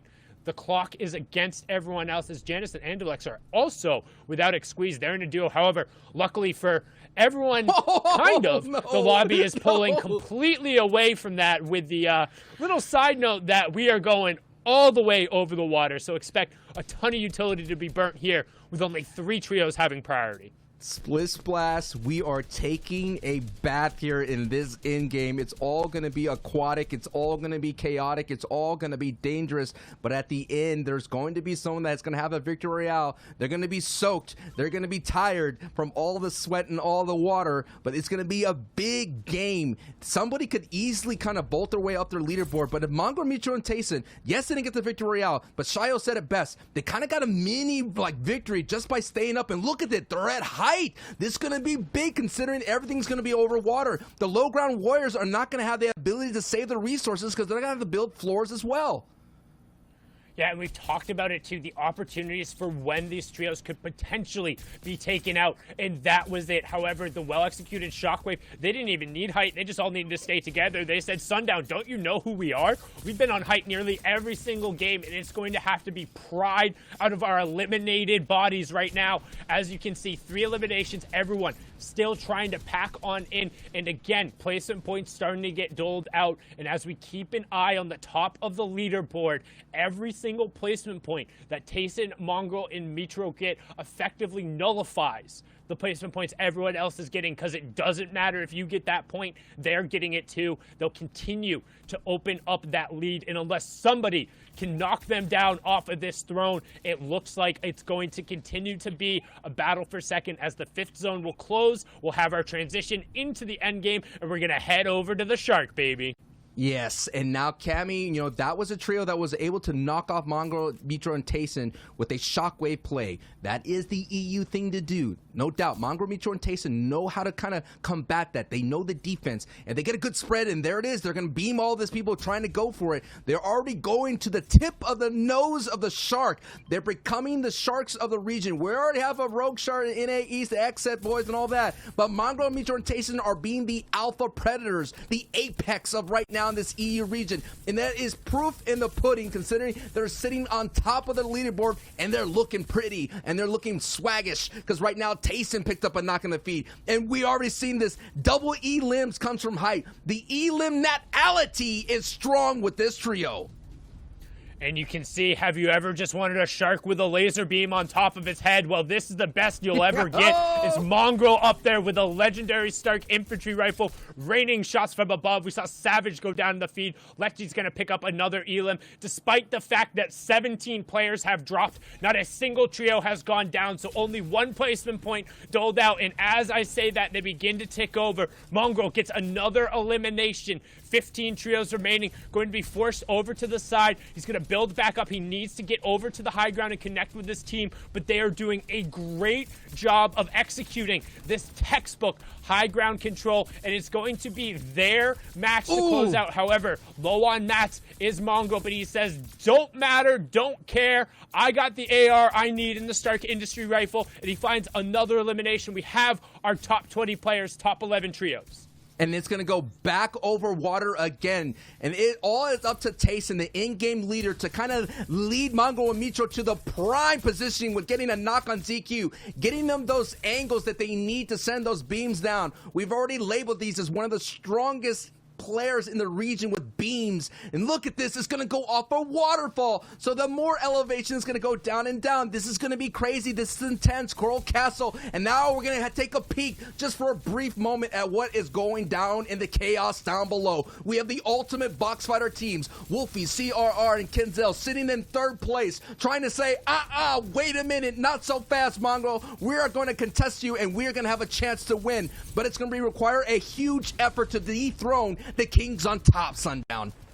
And we still need to see them go down. However, Jen is on his feet despite Andelix being up. So the second place team at least still getting up to fifth. That's what the top trios do the best in the game. They manage to find a way to eke out these placement points. We've talked about it, that Europe has kind of been the run of the Lone Ranger of the final moments. And if there isn't a trio hip to hip, then there's an opportunity for the clutches to come through. But right now on the low ground, you have one of the most dangerous trios who is hip to hip, as Hen will go down there. Deceptos following in his feet right away will signal the end of that trio, but Wolfies is at the back of the storm. But at the end of the day, the story of EU, time and time again, E11 Tayson, the Chapter 2 Season 3 solo winner, Liquid Mitro and Mongrel on the high ground running it out. It's a 3v2. They have 11 eliminations, and at this point, it is a battle for second. There is no way, unless there is a monumental ruin, that with the way this trio is playing so far, anybody will be able to catch them or repeat this performance. And this is why Mitro drops down. Tayson and Mongrel shooting fish in a literal barrel of the zone. 13 eliminations, 38 points. You know they're feeling it when Tayson edit downs Mitro to be the ultimate swanton bomb off the top rope, getting the big time elims and the victory royale. Sundown. Wow, man. We all question, will Mongrel, Mitro, and Tayson have a successful hot start in day 2? And that right there, with the great consistency in that opening games, proves that they have a great chance of walking away to being that FNCS Trios champion. 55 points through the first 2 games. This trio is averaging now just over 25 points a game. That's a victory royale with nothing else. This run is nuts, but we're going to send it on over to Zeke, Shio, and Reese to show us how good it really is. First game jitters, no. Thank you, Reese. Thank you. Number 1. Listen, first game jitters are gone. The trio cracks back. I can't believe it. And these guys did a perfect job of calling this out for us, right? Tayson being your solos invitational FNCS champion from Chapter 2 Season 3. Coming in, you've got the veterans, the pioneers, Mongrel and Mitro. You slam them all together, and we may very well be looking at the next FNCS Trios champions. Let's take a look at these leaderboards. Look at this lead, gentlemen. It is monstrous. 186 points to 122, and these guys have 3 victory royales. That's incredible, actually. 64 points in the lead. And you know, Mongrel and Mitro have been known as this really aggressive 2 players. Solo, duo, trio, squads, it doesn't matter. These guys are very, very aggressive. And, you know, when they started teaming up with Tayson, I felt like it was a personal, fantastic choice, because Tayson is very calm, collected, very keeps his own head, and he can IGL these guys into victory. And throughout the start of the FNCS, there was a lot of memes on social media about Tayson, you know, struggling to keep these 2 on their leash. But it seems like at this point, he's wrapped it all up, and these guys are just playing incredibly consistently. And we'll have much more to break down as to what they did in that last game. Pay attention to the 2nd and 3rd place, Kinzel and Exquisite's trio. These guys are now just 1 point beside each other. We'll see how their story kind of unfolds in these next few games and who gets to have that 2nd place slot. Over here from 6th all the way to 10th place, Benji, Savage, and Letchi finding some success with elims in a few games, not making those end games completely. 85 points right now. Past that, from 7th to 10th, it is just a 4-point game from Floris's trio all the way down to Teeks. Yeah, very, very close between the 6th and 10th. And, you know, we just talked about Benji's team there. They kind of have been struggling being contested off spawn, kind of similar to what we've seen during the qualifiers. You know, they'll win that fight, but it'll drag out way too long, and the rotations just aren't good because of that. So I don't know what the next plan is for the next few games today, but hopefully they can kind of figure that out. But moving on to our next page, 11th down to 15th, kind of the similar names that we've seen over the last 2 days on this page. Yeah, I was going to say that the top 15 is really kind of looking standard now. These guys have found their pacing. It's about improving even more now, taking every game as an individual moment, analyzing it, making the best decisions, and winning, just like we saw Mitro, Mongrel, and Tayson do in that last game. From 16th to 20th overall, we also have a few new names coming in and out, but at the same time, the same teams still on the page. We see Lanuf, Marine, and Jaspe on this page right now, 47 points, contesting that top team in first place. Hen, Deciptos, and Putric finding some success here on day 2, but these guys will have to have great games to catch up to that top 5. Guys, this last game felt like a superhero movie, right? We had the shot of the waterfall. We had players trying to go up and down, and then finally the heroes find themselves basking in the sun at the end, being victorious. I mean, we very well could be looking at our next FNCS champions, but there's more that kind of happened here in the game. So I'm going to kick it over to you guys. Walk us through what you guys are seeing. That we'll have some big perspectives here earlier on in that end game from Mongrel, and how these guys kind of learned from their last game, game number 1 of today, fixed their mistakes, and in game number 2 really played the zone very well to get that victory royale. You can see they're already on height at this point, but they claimed that during the 50-50 zone because they got the zone right on them from 4th. But these guys are good. They've already claimed a high ground position earlier on, so when they got that 5th zone, they could completely utilize that and keep height from there on out. Yeah, in game 1, the mistake was kind of putting all the eggs in one basket, but not really knowing exactly where that basket stood. In this zone, there was water completely in the low ground. They were very comfortable on staying on height the whole time. Tayson here as well, staying at the front. Mongrel staying in the back, so he could keep tabs on any trios trying to shockwave up like we saw Artours do before. There's that water dive bomb play, as Sancho called out. CRR, Kinzel, and Wolfies tried their best to play this water zone, but being on height is the best choice when you're in this type of zone, this aquatic kind of formation of what ends up happening for everyone on low. It's so hard to find your footing, and because of that, Mitro, Mongrel, and Tayson stayed high, stayed dry, and ended up winning that game with beautiful decision making. And Mitro actually, if you saw there, edited down by Tayson, which didn't seem like an accident. You know, initially when you watched that back, it seemed like Mitro was going to make the aggressive play to go pick up those eliminations. But, you know, even the top teams make a mistake at the end, accidentally editing Mitro down into the water. But because they were over that water, he was safe from fall damage, and they all managed to frag out and pick up that big victory royale. Hey, look, you just got to fake it till you make it, right? It's not a mistake if you don't call it out. It's a calculated risk, a calculated plan of attack. And when you're as far ahead as these guys, when you're as skilled as these guys, when you've been on the scene as long as these guys, they turn these L's into W's. That's just what they do. I want to see them continue with this momentum. Remember, we've got another 5 games on the day. Anything can happen, but will it? We have to kick it back over to our casters to continue the storylines, and we'll be back after this with more breakdowns. Take it away, boys. Thank you so much, Zeke, Shio, and Reese. And here we are into the match number 8. And so far, it's been all Tayson, Mongrel, and Mitro with nothing less than a 7th place finish over their first 7 matches, so incredibly well done. But already looking at the mini-map, for the first time in what feels like a long time, there's some other triangles at Stark Industries. So somebody has decided to pony up, somebody has decided to rise to the challenge and be the David to their Goliath over at Stark Industries. We'll be keeping an eye on that elimination feed, but with the Southern Zone 2 right on the edge of that, it'll be interesting to see what happens there. Hey, I don't know, man. I've been watching Ghostbusters, getting me in the Halloween spirit. You guys released some awesome outfits. And that is a biblical proportion type feat. That is one giant marshmallow, man, to overcome there. I don't know if anyone's going to be able to bust the bubble of Mongrel, Mitro, and Tayson. They are on an unbelievable ride. But one hero that may stand tall, one trio that can get that job done is Kenzel, Wolfies, and CRR. They can make things interesting. And the reason why I say that is because they could pop off with elims as well. And they've been putting it all together. We're getting some placement points, Sundown.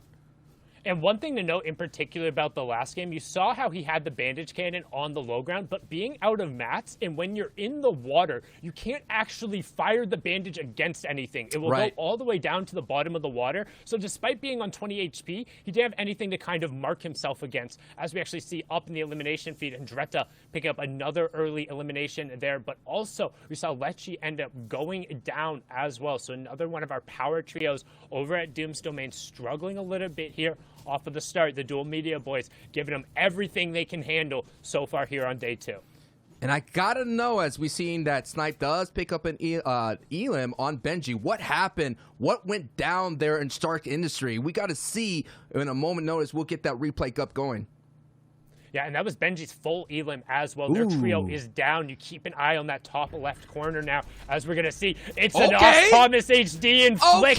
If there's anybody to rise to the challenge and go after these guys, it will be them. You can see Anas already holding on to the elimination. Flick finds Mitro off of the start, and not only that, but the power weapons in their hands. You can see Tayson tries to make a little bit of an escape here, but you know they're going to ride that one down right away. Big white tags coming out there, and Flick, who accounts for 75% of this trio's eliminations pre-round or pre-zone 5, is going to find his second one here, and they're going to wrap up for the first time in this tournament. Tayson, Mitro, and Mongrel go down with 0 points. They had never finished lower than 7th place before this, and that was all the way back in the first game. So now, all of a sudden, that battle for 2nd place, everyone else gets that one opportunity to kind of, I believe the technical term is, whoop, shrink that leaderboard gap just a little bit. Oh man, and that is the story that we have now developing. I took a look at Twitter, okay? I took a look, and Flick, all he tweeted out was a demon emote. That's all, emoji. That's all he tweeted out. Anas, he said, we should have never left. I'm telling you, the problems of switching from their drop spot. They switched from that dirty docks where they were being so strong and so prominent, and they had strong finishes. When they switched to retail row, I just think they noticed that it wasn't enough. They weren't getting their power weapons. They weren't getting all the resources that they need for their playstyle. And now they realize that, hey, man, you know, yeah, you never know. They could pop off. You never know, Sundown. And we've talked about it before as well with this trio coming through. One, they're incredible in terms of their playmaking ability, whether it's early or late game. We've seen Flick just kind of let running. They also get a nice little Llama 210 pick up there, some extra maps, extra utility. Not that the Stark Industries team will need it after that fact, but I mean, the playmaking capability. But on the flip side of that, let's talk about kind of the mental check that's now going to put on Mitro, Mongrel, and Tayson. Huge. Because for this entire competition, they haven't had to worry about sitting there in queues. They haven't had to worry about thinking who's going to come there. They haven't had to game plan something else. They haven't had to prep for somebody to come challenge them. Now, all of a sudden, not only are you eliminated in 30 seconds with 0 points, you have to sit there for a half hour, watch everyone else play outside while you're stuck there in jail. No more games for you back in the lobby. And they're out of that rhythm a little bit. They're a trio who very much kind of rides on that momentum. They're very, very emotional players. When they made the World Cup announcement back in the day, people joked about Mitro and Mongrel being the loudest duo, both for the keyboard clacks and just the way they celebrate when they make their plays. But now that they've been silenced for a second, how do they react? Tayson will have the biggest challenge of them all. Will Mongrel and Mitro put up that brick wall and not listen to his calls? It's going to be up to Tayson to kind of hold that ship from going capsizing completely. Giannis, Analex, and Xweez, they have an opportunity now to gain some grounds here. They are about 60-plus points away. They're certainly sitting in 2nd place. Another trio that we took a peek in down in Slurpy Swamps was Kinzel, Wolfie, and CR. That opens up the door to gain some ground, but we're talking about a difference of about 2 victory royales and some like close to double-digit elims. That's what's going to be required, and the difference is as well is we still have plenty of games to go, Sundown. We're just barely into the second half here of the grand finals here of the FNCS trios. And it was starting to feel like it couldn't be overcome because of how consistent they were. There was no hope. There was nobody who wanted to rise up and be the ones to challenge there. However, we've kind of talked about it before. Like Jasper and Co., yes, they 50-50'd the chess, but they were relatively successful, and they turned a couple of those late games around. So especially if a top trio comes in with a game plan on how to take those fights, and they come in not necessarily fearing those three off of the bat, which they're one of the three players who can really genuinely say, like, yeah, let's go fight these guys and maybe come out better than 50-50.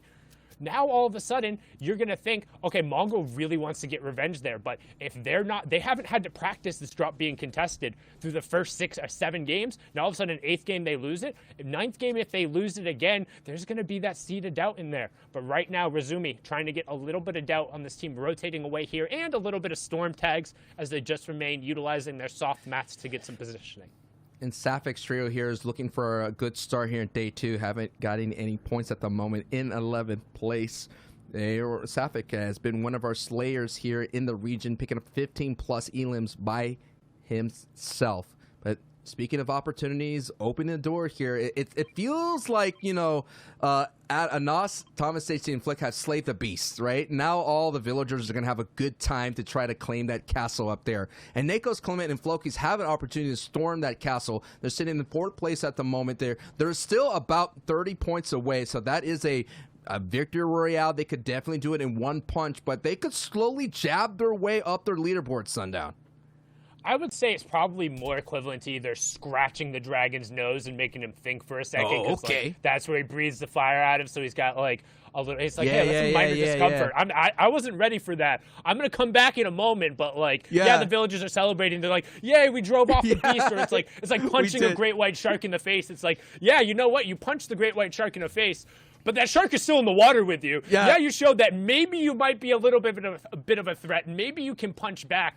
But he's still there. They still exist. And while they're going to be forced out for just a little second, one, who takes advantage of that opportunity? And 2, what happens when that angry shark, that angry dragon, the poked bear decides to come back in the next match? But right now, we're going to keep on board here with the teams who will have an opportunity to close the gap, because realistically, going into the back 5 of these games, only really the teams in the top 4 or maybe the top 5 can statistically still kind of overtake this route, and it's going to take a large effort. As you see Clement going and doing every little thing right, making sure they maximize on the utility here, going all the way out and picking up that second big pot, and then going to rotate back up the zone. You know, I know the Halloween party is over and all that spooky scariness, but I've always learned to double tap. You always got to double tap and make sure that monster is down. And that's what Flick, Thomas, and Nos, they're going to have to double tap that down if they're going to keep Mongrel's trio at bay. So, Mongrel trio is out. Now let's just focus in on who is in and who has the opportunity to go up the leaderboard. And if you're questioning anybody out there, like, why would Thomas and Nas and Flick do that? Because they're slipping down the leaderboard. They start off the day with 15th. They're going down to 17th. Having Stark, that strong POI in their back pocket now, could enable them to get up their leaderboard and secure themselves thousands of dollars. All of it is on the line. And people are going to say, oh, why would they go and grief the top trio like that? And to my response to that, are you crazy? Are you crazy? They're competing to try and be the absolute top mark. Yes. And if this is a trio who is more than capable of winning games, especially when you see Thomas and Anas enabled with shockwaves. That's kind of what you really need to take away. They have to have a reliable way of getting the late game utility. That's how they've won their games. And if you can go Stark and guarantee that, yes, you have to fight one of the best teams in the entire game to get them. But if you want to win, you have to beat those guys anyway. And they finally said enough is enough. And if you're going to post your spot on Twitter, if you're going to talk about how you're so good at defending this spot, you better have a game plan and you better back it up. Because anybody has the opportunity to land anywhere. This is Fortnite Battle Royale. And if a team gives you a hard enough time, you need to game plan better and find a way to deal with it. And that is what we call preach right then and there, Sundown. Now we're on board here with the BDS Robots. They got a victory royale here. They were able to have a very nice aggressive play. They kind of took the textbook of fighting on the low ground, doing really well. and they got a victory royale. So one of the few teams that have a victory royale, because Mongo, Mitro, and Tayson have 3 victory royales. Giannis trio has 1 victory royale. Kenzel's trio has 1, and as well, Gamma's Cammy's trio has 1 as well. Cammy and Co. So those are the stories that are unfolding here. And the great thing is, we can speculate all you want, but it is the competitors themselves that answers the questions. And that is what we're watching here as the drama unfolds. And the drama will pick up for Wolfies and CRR, considering Kenzel, the back-to-back DreamHack champion, goes down. And Kenzel is just like just like Tayson for this trio. He kind of holds it all together, considering that in DreamHack, it's a very placement-heavy format. And having that ability to kind of slow pace, passively, aggressively at times whenever you needed to get your way further into in-game, that's going to help off people like CRR Wolfies, who are known to be great opens box fighter players. But right now, we're keeping an eye on that Storm Surge threshold on the right-hand side, just above the map. We talked about them being below it. Well, the key snipe there coming from that World Cup runner-up there, the young controller player from England, Wolfies, finding a great tag and a sneaky little bullet in there onto Kira through the window, just like a true sniper would.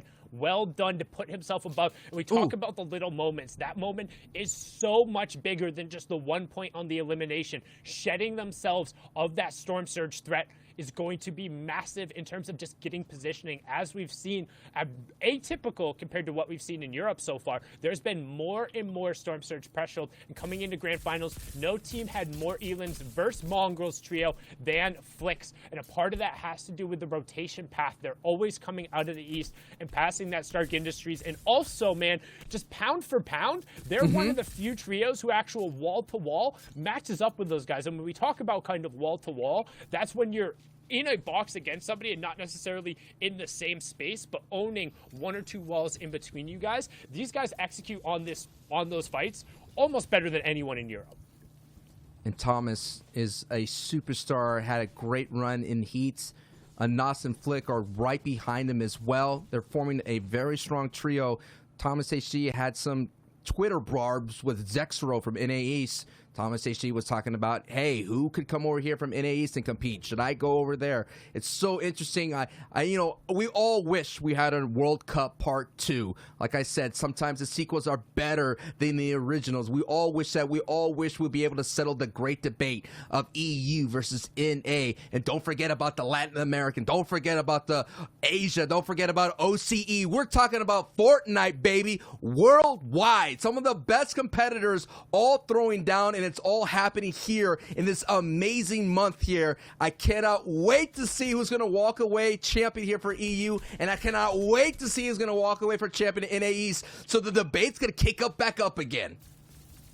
You can see right now we're hopping on board here with that second place team on the leaderboard, who's going to try and take advantage of that opportunity to shrink that leaderboard and shrink the lead of that top trio. But I'm glad you mentioned something about Latin America, because if there's an international land, we've seen just how good King can be in those circumstances. But right now, all the focus is on Europe, as Xqueeze, aka MCES, duck on top there, finds a nice little knock and some key shots on players trying to rotate in. Now, this positioning, we've talked about it time and time before, it's called the gatekeeping position. When you're in the safe zone and pressuring players who have the zone at their back, or either already into it and need to make it into the new safe zone. And it's where a lot of teams who had the foresight to rotate earlier are able to get key opportunities to pick up eliminations. And you can see right now, Duck on top doing a great job spraying down shots there, having control of the pieces in the area, and now trying to locate where that weak member is. And we're seeing already the rest of the lobby, seems to heating up at the right moment. Hen picks up a knock right there in the Elam feed, so that's going to be huge for them. Now that we know that the big monsters are out of the game, that's just going to make everyone play a little bit more loose. It's like all of a sudden the parents are not watching anymore. The kids are going to run rambunctious. The Rugrats are going to do what they do best, and that's going to be an opportunity that they have to capitalize. You're going to have a big pop-up game here if you're Analex, Xqueeze, and Giannis, if you want an opportunity to get that first place. And I mean, we're all going to have to keep an eye on. We talked about moments leading to bigger moments, and that moment of the opening engagement from Thomas, Flick, and Anas getting out Mongrel is causing so much waves throughout the entire time. And look at that. Analyx, Giannis have someone on the ropes in that back half. Let's take a look at the overall picture here and see who's going to have a strong position going forward. This is going to be a very interesting in-game considering we have a lot of water and Lazy Lake POI in the distance. And right now, you can see Wolfie's CRR not having to move, just still perched up on top of the building. Lanouf, Moraine, Jaspe, the other team who had originally contested over at Stark Industries, but not brave enough to go over there in the grand finals, posted up. Getting a nice 360 view here. Shout out to the observers, by the way. They've done a great job catching all of the action and giving us some of these beautiful shots. So you see a nice little double ramp rush coming out from our second place team. That to me indicates that that fourth zone was revealed, and they're going to try and get priority over that entire western side, and a good push from them there. As we see Floki also pick up an elimination onto Swag. So the French trio continuing their tradition of picking up more elims than normal in the mid game, as Andalex in another one of those gatekeeping positions here, priority high zone. And I mean, the reason they're packed around the outside is that fourth circle. So we have half in, half out right after this.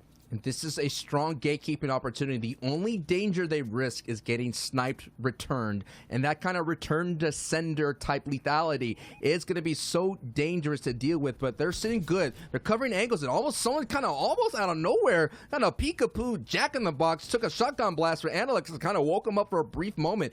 You got to be careful here. You have those edits open. The greed sets in. And we've been seeing time again, Benji gets sniped in the back various times. We saw a highlight where Thomas HT was able to sneak up on him and they had a harpoon snipe play.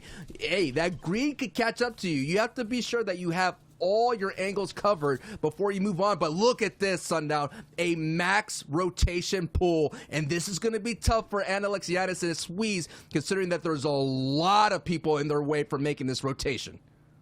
Yeah, and I'm not sure. Okay, I was just about to say, trying to see who has shockwaves on that side, because they're going to be using it right away. Because if you go too late, everyone else on that side will have already built up on the high ground and be turning around. So you need to kind of time it with other teams. So there's a plethora of targets going through the air, and you don't end up just getting swatted down like a clay pigeon. But right now, Exqueeze and Andalex instead opting to stay up on their high ground, and they're going to pick up Patrick and Deceptos, leaving Hen all by himself there. We're also now rotating into the first round of placement points. 18 trios remaining, so one more will need to fall. Then every single trio that drops will be a singular point. Wolfies picks up a huge knock there onto Clement, indicating they're also making a rotation towards kind of that central zone. Everybody already posted up in Lazy Lake is more than happy and keeping an eye on the Elim feed. Janice gets knocked there as well. So our top four trios facing a little bit of adversity, but who's capitalizing on the opportunity right now? It's the team who took the situations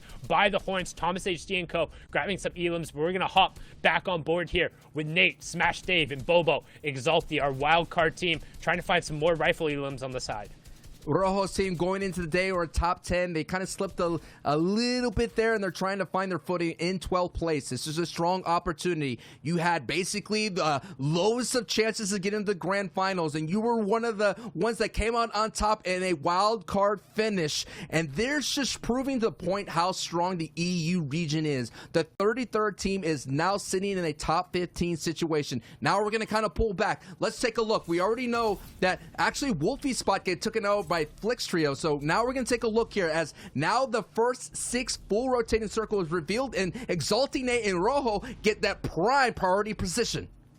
And that's the benefit of going early with the utility. They're going to be able to go before anybody else identifies the opportunity to.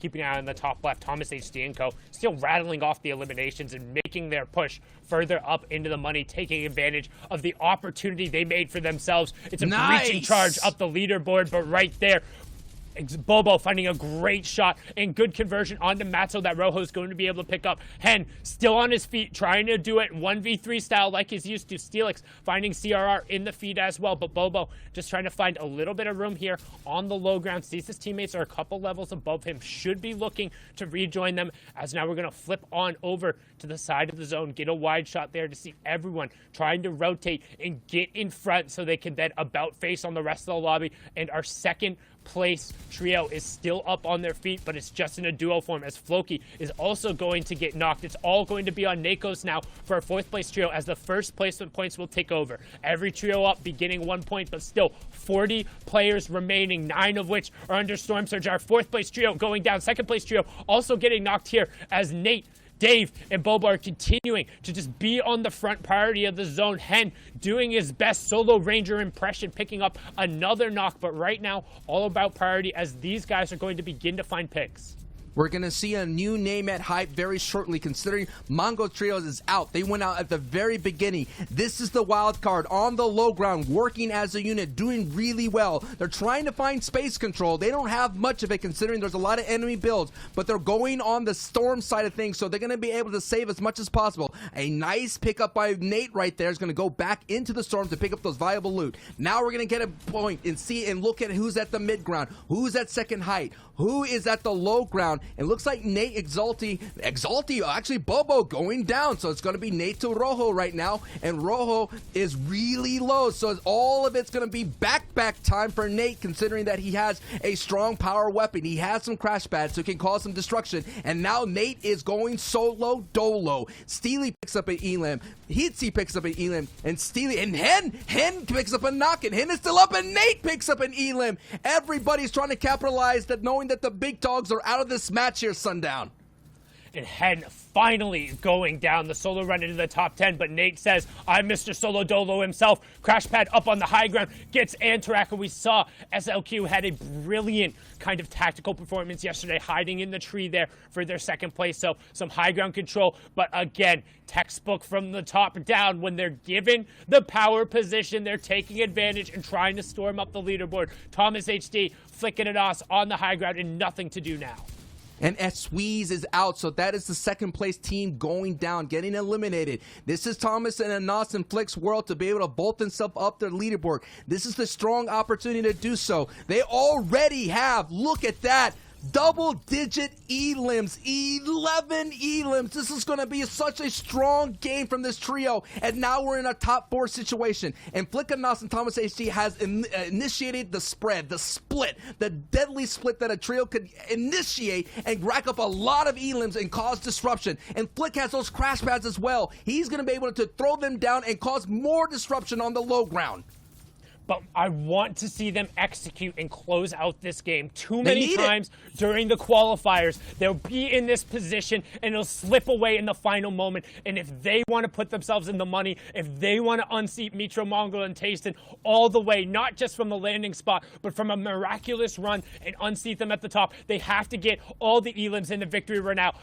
Nos finding Flois in the side. Thomas making sure he's all the way up on height, and he has a shockwave to also throw down on the low ground. Gonna continue with the crash pads, sends up Anas, but Flick goes down. They're gonna put the heals onto Thomas, and then Anas is gonna go down and try and close out the match. Challenge comes up, but a big 75 tag coming through. Here's the thing, Anas is down 1v3, but the tick is gonna end up coming over. Centric is in the zone, he has the healing pads, and Thomas HD clutches it up there. Well done, Louis, going down in 15 eliminations. That was awesome. Unbelievable. It is grand finals. It is hype. We are going to need a leaderboard check. Zeke, Shio, and Reese, what you got for us? I'm sorry. Did Thomas just full send it with no build in that final moment? The confidence to say, look, I'm going over the edge here, and I'm walking away with the victory royale. Thomas, listen, okay?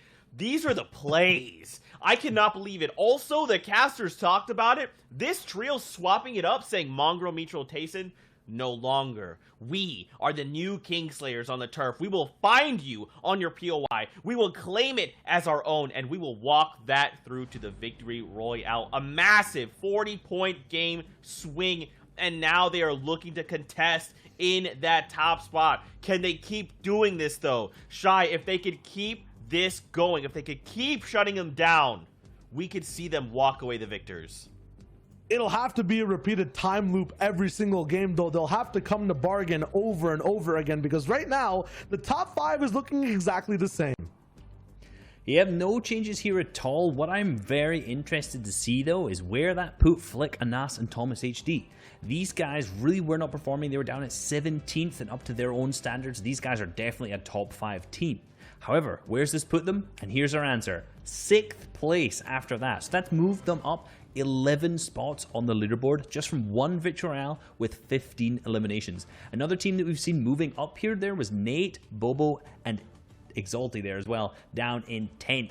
These guys have moved up from 12th. I meant Rojo instead of Exalty. I said his name twice, but these guys are fantastic. They've moved up there from 5 eliminations 5th, and we saw Nate going into a little bit of a solo endgame. He came 14th in the solo FNCS, so he's capable of that clutching, and that was really showing there in his gameplay.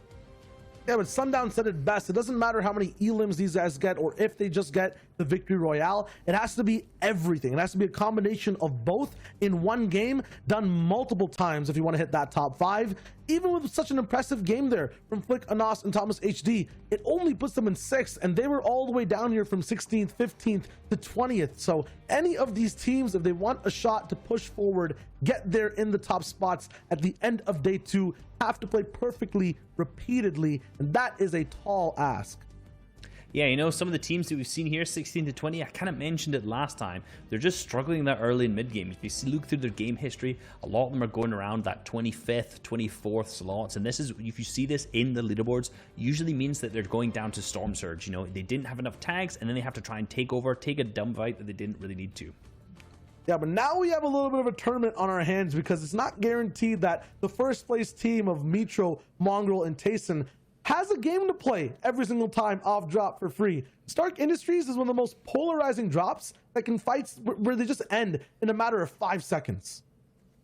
Guys, this is very scary because you got to think about it. This time, it went Thomas and Trio's way. But this next game, especially if they're looking to contest them game after game, if they are the ones that fall and then Mongrel, Mitro, and Tayson turn around and get a Victory Royale, this could really stunt their overall placement and like lessen the amount of prize money they could walk away on the day. We have a tournament on our hands. You said it the best. Now let's talk about what we have watched in this game, the change up of the drop spots. Break it all down for us. It was Thomas, the hype tank train engine we were looking at in that last game.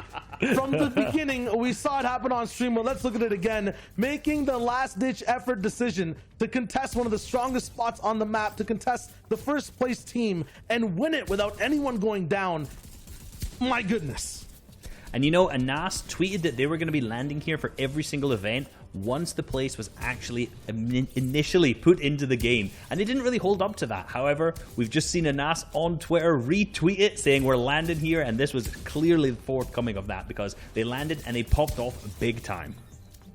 Yep, and they continued it all the way to endgame, a dominant showing of just staying on height, a clutch crash bat to make sure Thomas HD got that bandage cannon. Then he had position. He goes for a super shockwave. He gets mid-air shots down. That Stark energy rifle you can only really get at those drop ships, but at the same time also at Stark Industries. That's where they landed. They got the win. Flick went down. It's all good. They had complete trust in their last man who was clutching all the way towards the top. It was Thomas's show at the very end of the game, but it was this trio just playing so well and making the best decisions to keep their tournament dream alive. It looked like there was some baby oil on the low ground there because so many teams all just fell at the exact same time going down. But Thomas HD, you can see the huge shockwave up there, and using the Stark rifle, kind of like Shio mentioned there, has really good accuracy from the hip fire. So while he's shockwaving, he's going to be able to hit those shots like that and pick up that big Victory Royale easily. I just can't believe it. Just watching it back, it's like, dude, the confidence that Thomas has. And we were kind of talking right before we came back. It's like, Thomas, you've been in this situation before. You know what you need to do. And he's just so comfortable. For him, it looks so effortless because in these times, he knows he can clutch. There's no fear. It's just, we're going. We're going to walk forward. We're going to find the Victory Royale, and we're going to push ourselves closer and closer up to the top.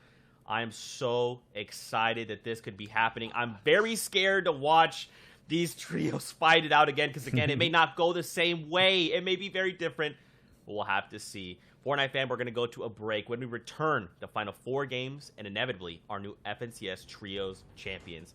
We'll see you guys in 5 minutes. Come back. You won't want to miss it.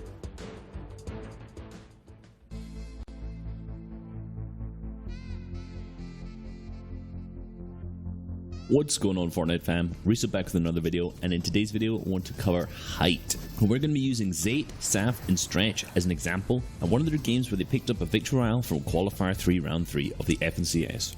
Across the 12 games, these guys picked up 4 victory royales, and they hold height in an absolutely textbook way, so let's dive into that. Firstly, just for super basic, height is when you're on the very highest layer of the moving zones in endgame, and this is powerful for many reasons. Firstly, because you use the least amount of materials to traverse the moving zones, you have a ton of angles on players to shoot down on, you have the best opportunities for healing, and you only need to worry about players below you, so you don't have to cover your left, right and above, which you'll have to on low and mid ground layers.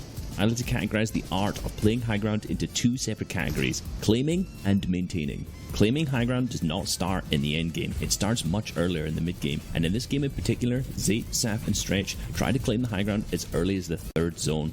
You can see them take up a large amount of space horizontally here, with Zate and Saf building over onto another area, so they have 2 separate points of high ground. Later on in the game, when the 4th zone appears, they're not actually inside of this zone, so they wait late until other players have already built up there, and then they all shockwave over and claim the high ground there. The only reason that these guys get to the highest layer in 4th is because they'd already set themselves up on a higher layer in the 3rd zone. This allows them simply to just shockwave over and claim it. From here on out, our team's goals switch up from claiming high ground to maintaining it. Really, they're not looking for a huge amount of eliminations here. Their main goal is just to ensure they are the only ones on height. They do this by shooting at other players who have built up in other areas of the zone to around equal levels of them, and also by looking down, looking at players who are 1 or 2 layers below them, and pressuring these guys to make it seem like there's no chance that they're going to claim height over Zate, Saf and Stretch. You can see that the 5th zone is almost max distance from where they are now, so this is where Zate, Saf and Stretch are going to need to start claiming the high ground again. Zate hits a beautiful snipe on one of the opposing players at the opposite height, so this is an immediate flag that our team should now just go and grab that height, because these guys are going to be on the defensive, trying to pick up the res on this teammate, and aren't going to be focusing on maintaining that high ground.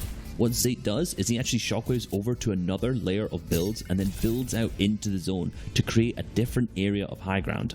Then, once this is solidified, Saf and Stretch both then come over onto this high ground, and then Zate actually goes over to the other layer of high ground where he sniped the player and builds up here. This is exactly the same thing we saw in the 3rd zone, where they've claimed 2 separate layers of high ground. They do this because they give absolutely no opportunities for any other team to take high ground at this point. So in the 5th zone, these guys have this completely locked down. At this point, because these guys have claimed 2 separate layers of high ground, it doesn't matter which way the zone pulls, as these guys already have claimed all of the high ground layers. In all honesty, this is the hardest part done. These guys have good materials still left, and now they just need to ensure that they maintain height all the way through the moving zones. The main threat that they have is players using their shockwave grenades to fly up and take height from them. So the way that they defend against this is by having one player on what we call ultimate high ground. In this game, in the first few moving zones, this is Zate. He stays up 3 or 4 layers above to ensure if anyone shockwaves up, he doesn't get knocked out. This allows him to spray any players that are contesting and really take control of that high ground.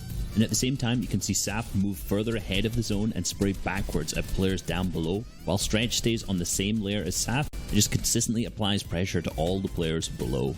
You continue this form up until the 9th zone, the final moving, because this is when the heal off is going to need to happen. And you can see that Saf throws his white heals, which is medkits, up towards Stretch so that Stretch can stay on the ultimate high ground where Zate was instead. And then if this game goes down to a heal off, he can stay on the ultimate high ground, heal with the medkits, while Zate and Saf are on the low ground, completely trying to frag out and distract the other players who are alive. Zate ends up completely popping off on low ground and picking up the victory royale, meaning they didn't end up needing to use those medkits for the heal off. However, if Zate didn't manage to pop off here and the 9th zone ended up closing, they would have won this either way. Hope you guys enjoyed and learned a lot. I've been Resub. See you in the Battle Boss. Beep beep.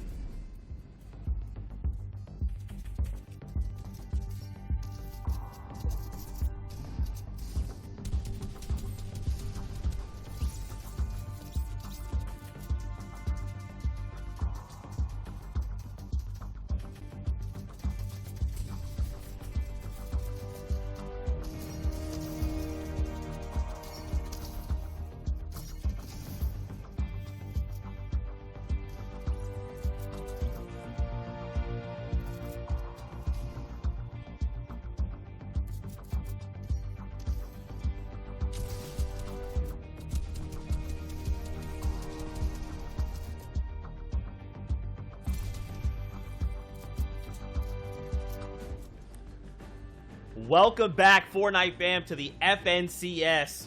If you did not see it, there is more things unfolding before us. Thomas, HD, Flick, and Anas are contesting Mongrel, Mitral, and Tayson. They flipped this entire region on its head, and Retail, where they left, now has 4 trios there. There's a lot going on. We're jumping back in the game. We'll see you in a little bit. We're kicking it over to our casters. Take it away, boys. Thank you so much, gentlemen, and welcome back, everyone. We're hopping on board here. Thomas, HD, Anas, and Flick, already 2 elims to their name. You can see right now we are a little bit into the match. We've already had 4 trios end up going down, 19 players total here as we're coming back from the break. 1 elimination in Thomas's hands, 1 in Flick's, and all of the spoils apparently as well. And also, it looks like we have more people landing in Stark's Industry trying to go for those home run plays. And his Moraine, Jaspe showing up here. Milan, Chapix, and Queasy showing up here. I think what's happening right now is we're getting to closer and closer. This is game 9. We have a total of 4 left, including this one. We're seeing a lot of teams now going for those home run dingers. They're going for those, I guess, mid-pitch shots towards goal at the moment, going all for nothing, because that is what we have here. Everything has to be put on the line. So that's why you're seeing this. Now the question is Mongrel, Mitro, Tayson alive? Are they still up? Can they still build on their lead? Because already that gap is closing. And one thing here in particular as well, if you do get eliminated early, I guarantee you need to have somebody going back, doing your homework, and finding a secondary spot, because there's only so many games where you're going to be comfortable taking this type of pressure. It happens every single time up on the leaderboard, and now swinging over. We see Mitro and Tayson on their feet, 2 elims in Tayson's hand, but time and time again, we have talked about it. This trio struggles without Mongrel. They have yet to find any amount of success when he goes down early. He is their playmaker, and despite just how strong the other 2 in their own right, it seems like they really struggle to find ground as a duo. It's so interesting to see this change of drop spots. I mean, the biggest areas of drop spots fights has been Retail, Misty, Steamy, Lazy, and Dooms. And so essentially throughout this entire grand finals, I mean, Stark's Industry has been chill. Chill vibes all around as Hen picks up a confirmation in the elim feed. So Hen is now finding his footing. Hen, another rising star in the EU side from Become Legends. Now, Tayson and Mitro, their main objective, you may say, is, of course, get Mongrel back, reboot him back from the reboot van, but it goes beyond just having him back. He is their ultimate closer. He has the most elims in this grand final. He is such a dangerous player, and together as a trio, you've been seeing the results, and that is why they're on top of the board here with 186 points going into this match. And one of the key things they're doing right now, knowing they already have the 2 eliminations, and also compared to every other game, this is so much of a sparser game. 78 players, 77 players remaining, when before in these situations we've seen upwards of 91. They're hanging out in the side of the zone. They know there's more than enough bandages, more than enough med kits. They have a bandage bazooka as well. They're just trying to hang out and wait for this reboot van, knowing that the priority is, if they have the card, getting Mongrel back on his feet. It is the only thing that matters, because their potential for picking up points goes up so incredibly high. And here comes the play. And notice how they waited until the zone was pulling 2, so everyone else left. They have excess white heals. They're going to try and get as much through. This is an incredibly intelligent play, because if they had gone and done the reboot beforehand, the other teams who are still there, who are still hanging out, or waiting for this top trio to leave, would have heard that sound and effectively would have been a dinner bell. This is the ultimate mental check. Every champion goes through adversity. That's what makes you a champion. Like Dwayne Wade said, that 3-time NBA champion. Fall 7 times, get up 8. So it's now in time for Mongrel, Mitro, and Tayson to stand back up and let the EU region know, yeah, you could send out your tweets, you could come and contest, but the ultimate tweet that's going to echo in eternity is that screenshot of you being on top of the leaderboard, saying that you are the FNCS Trios champion. And that is what's on the line for this trio. and a good job. We talked about it. Hey, they might not be getting out of here with all the spoils, but they got 2 points. They're not going to be under threat of the initial storm surge, and Mongrel is on his feet. That's all that matters. Yes, the white HP is going to be a little wanting. Yes, they're going to be lacking on shields, but because of the bandage cannon and because they're doing such a late rotation, there's going to be a minimal amount of pressure on them here. So this is realistically going to allow them coast to at least a little bit of a safer endgame. And if you don't completely wipe them out, it's not good enough. It kind of reminds me of the World Series here in the 2020 over here in the States. I know this is an EU region broadcast.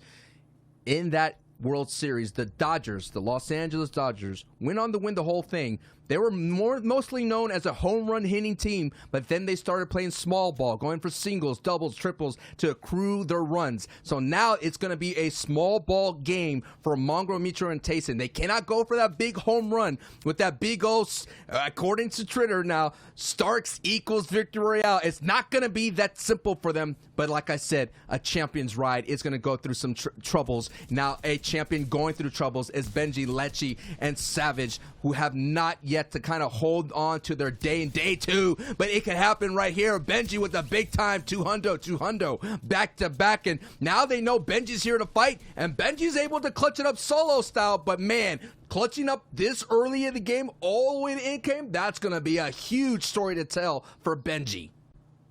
That is a huge ask, but if anybody can step up to that plate, it's him, and he's going to get the pick, know he's clear of Storm Surge, and then just get out of dodge, knowing that rotating past him would have taken him past Andelix, Squeeze, and Janice there. So instead, going to move towards the north side, try and find the little bit of a more sparse, a little bit of a safer rotation, finds a big pot in there as well. So his loadout not looking awful, and he's got plenty of excess utility. So, I mean, he's set up for, and that was it just 2 slurpfish hanging around there? Hey, I mean, sometimes you just walk around and you vulture your way and you get some nice loot. Sometimes, you know, Lady Luck is on your side.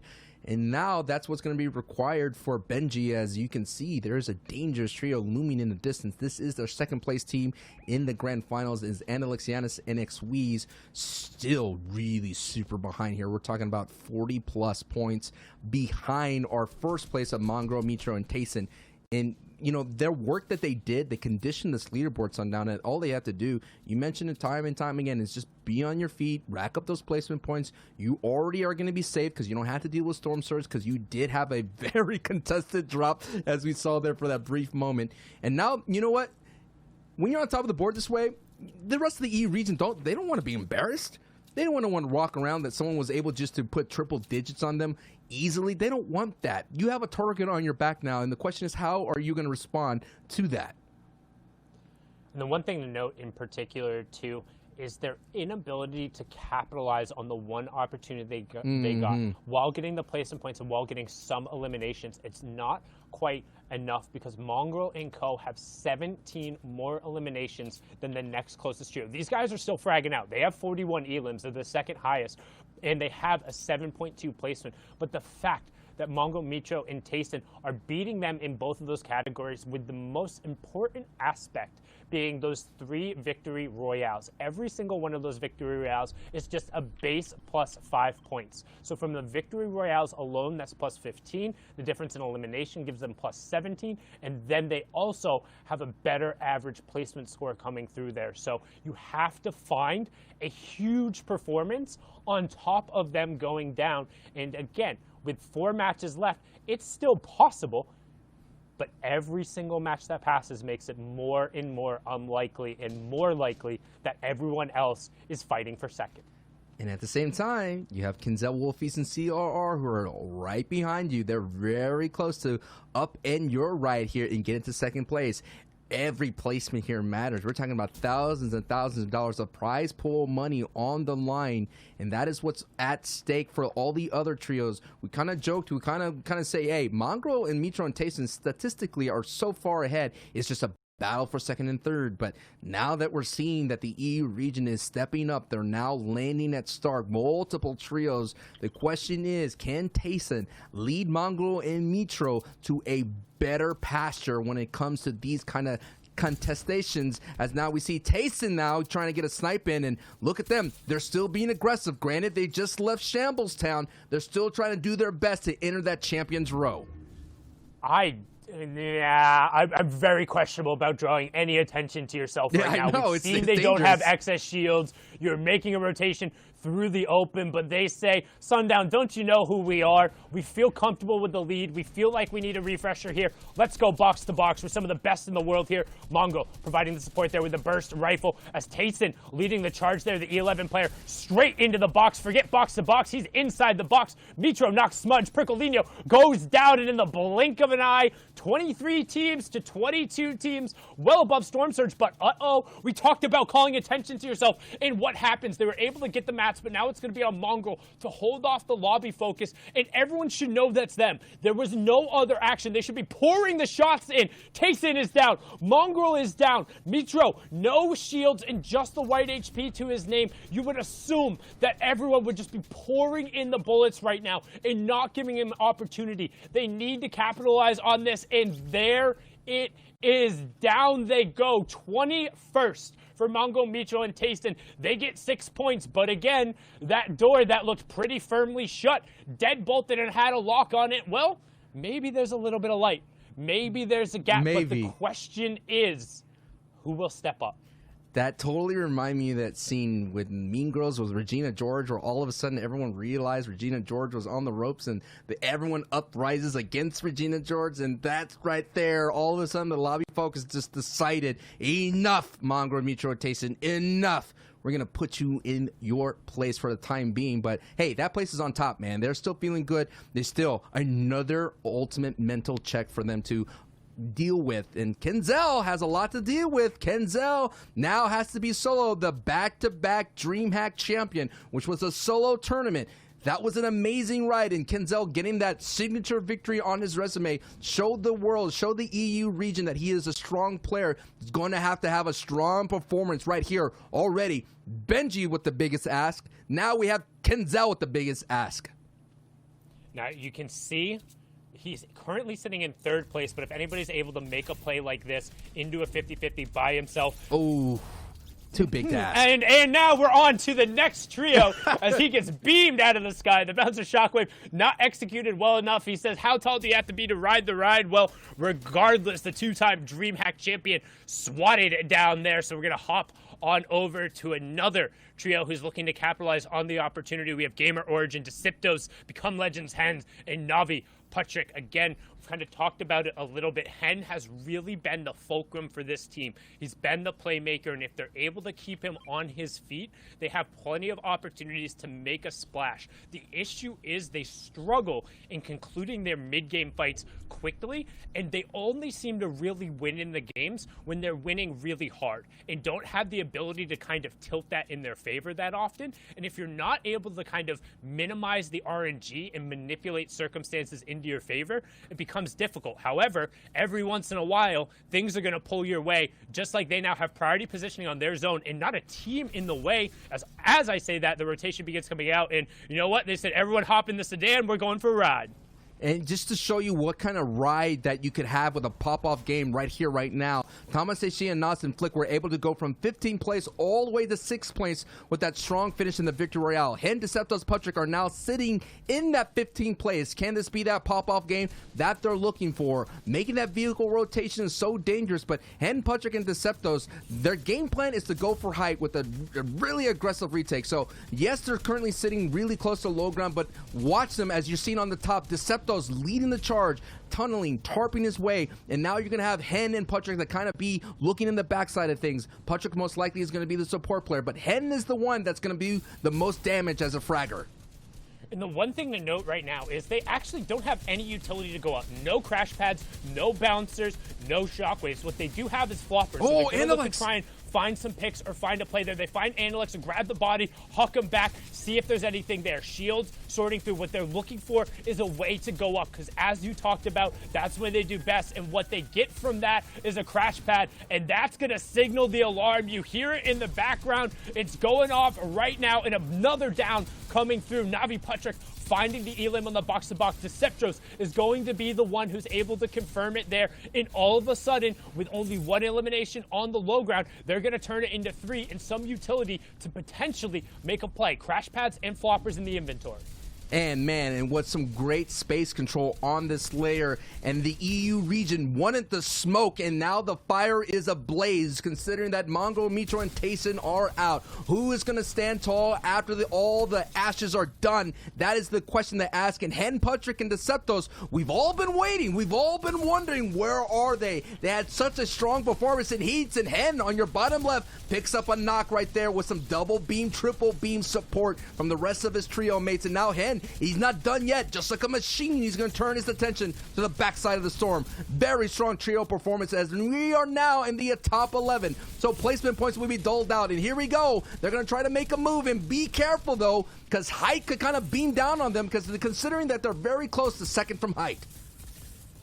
And this is what it's all about. Players taking opportunity and rocketing themselves up the leaderboard. A huge pump there in the bottom left-hand screen. That's the one you want to keep your eye on. That's Hen with the floppers, with the shockwaves. He found another one. He found another one. The backside of the zone plays. The young Englishman who's been on fire since the Cash Cup win on his birthday is trying to catch a dub here on the largest stage possible and take themselves from 15th back into contention, just like Thomas HD and co. But Deceptos goes down. That's generally his partner in crime, so Patrick is going to have to do. But look who's still in the lobby. Thomas HD's name in that elimination feed. They're capitalizing on the opportunity and making plays for themselves. We're going to hop back on board here with Hen. 11 players remaining, 9 players remaining, 4 trios left as Thomas gets a nice double there to continue their push towards the top. High ground, though. Munch just raining down shots. We have Hen in the bottom right, Thomas in the top right. These are 2 of the best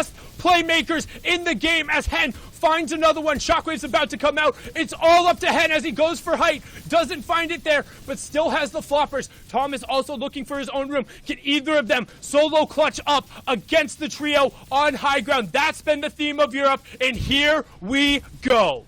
And Thomas gets another elim. Thomas has the ability to do it. With 9 elims, it is a possibility. 2 solo players. Oh my goodness, Hen's on height. The trio is now between the sandwich right now of Thomas HD and Hen. Hen is raining down some fire, and they're going to go down into the arms of Thomas HD. Hen and Thomas pick up elims. No build for Hen.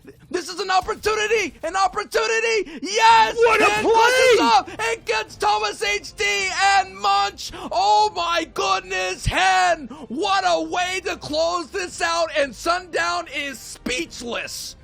And that was sick. We've talked about how good he is, how him and Thomas are the fulcrum. Well, the 2 of the best individual clutchers in the final moments there, going back to back, punch for punch, shot for shot, elimination for elimination. But in the end, Hen walks away, and that's now twice in a row. We've seen the 15th place team rocket themselves up the leaderboard with a victory royale. And that's all you want, man. That's all you want is a chance, is an opportunity to represent your trio. We are getting close to the end, and we are going to need a monster breakdown and a leaderboard check from Zeke, Shao, and Reese. Analyst S, what you got for us?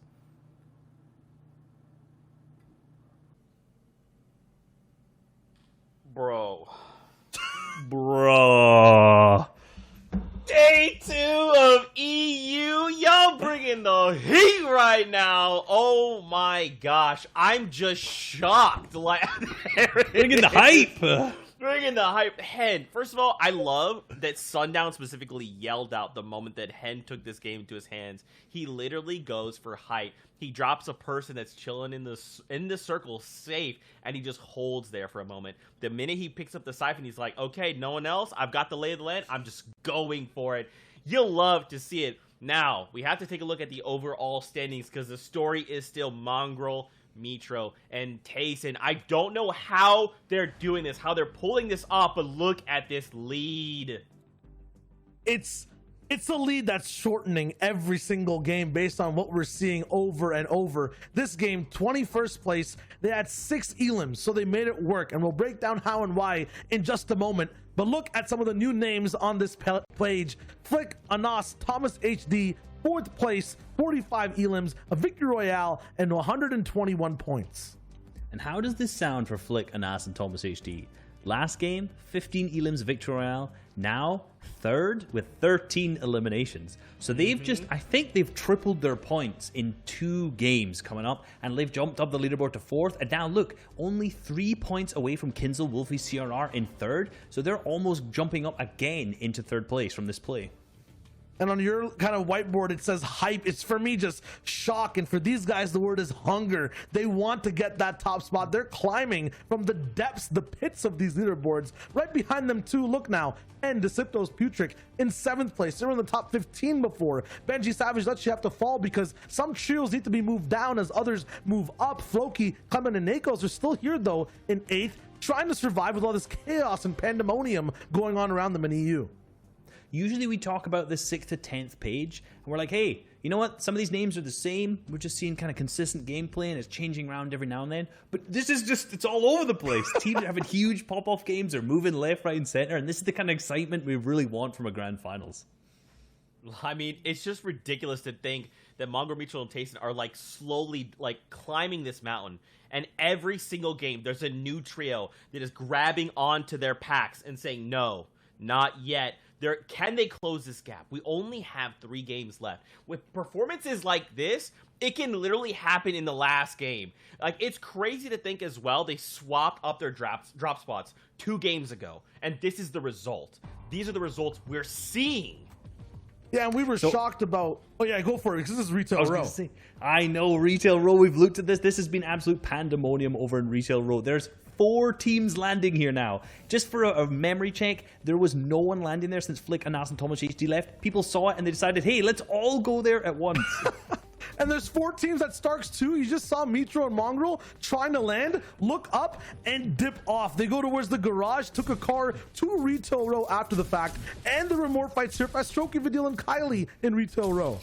So if you notice, this team for Strokey, Kylie, and Vidil were not one of the teams who landed here originally. So he had 4 teams that landed here, and then this is the team that landed in Lazy Lake. They said, hey, we need Storm Surge tags. Where is everyone? And apparently every single team has landed in Retail Row, so that's where they went to fight and get some Storm Surge tags.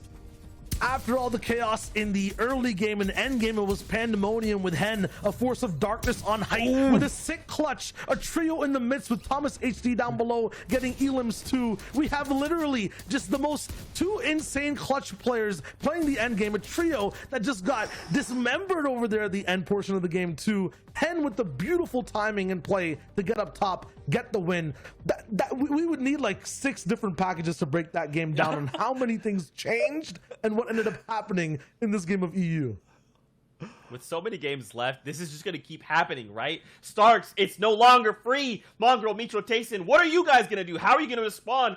Thomas HD, are you guys going to keep the ball rolling? Is there going to be some other trio that shows up and says, look, we're putting our name in the ring. We want some of this action. Guys, this is everything I could have asked for and more out of the Heats. My biggest question is, can Mongrel, Mitra, and Tayson hold on? Can they keep the ball rolling? I think they can, but it all started with Flick, Anas, and Thomas HD inspiring the whole region to just take a risk, take a chance, and go for different drops. I'm wondering what else is affected around the map. In all honesty, I just want to see 8 teams land there now. That's what's the like. Surely that's the natural next step. We've seen 3, and then we've seen teams in Retail Row landed there. Let's just all go start for this next game. Let's give us a good package to something to talk about, something crazy. The story is like insane, you know? It's like, okay, Thomas rallies the entire lobby. If Mongrel, Mitchell, and Tayson win, then they defeated the entire lobby trying to contest it. Otherwise, you're looking at Thomas HD's trio, and it's like they pulled off the unthinkable. It could go either way, Fortnite fam. And we're coming down here to the last handful of games. We gotta kick it back over to our casters. We gotta keep the action going, the momentum going forward. We hope you're enjoying all the action. For now, though, let's dip back onto the battle bus. We got Sundown and Sancho to take us in.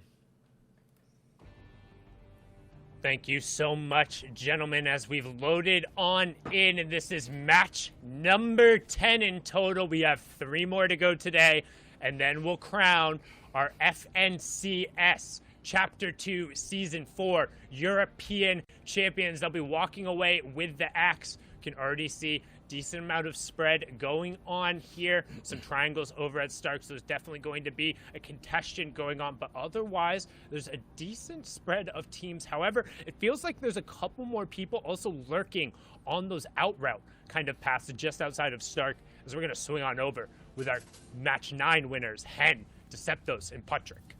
And what a great performance from Hen, the clutch factor that he has, coming 15th place going into that match, getting the clutch victory royale as a solo, got them to 7th place. That is going to be huge, and that is thousands of dollars of pop-off game potential right then and there.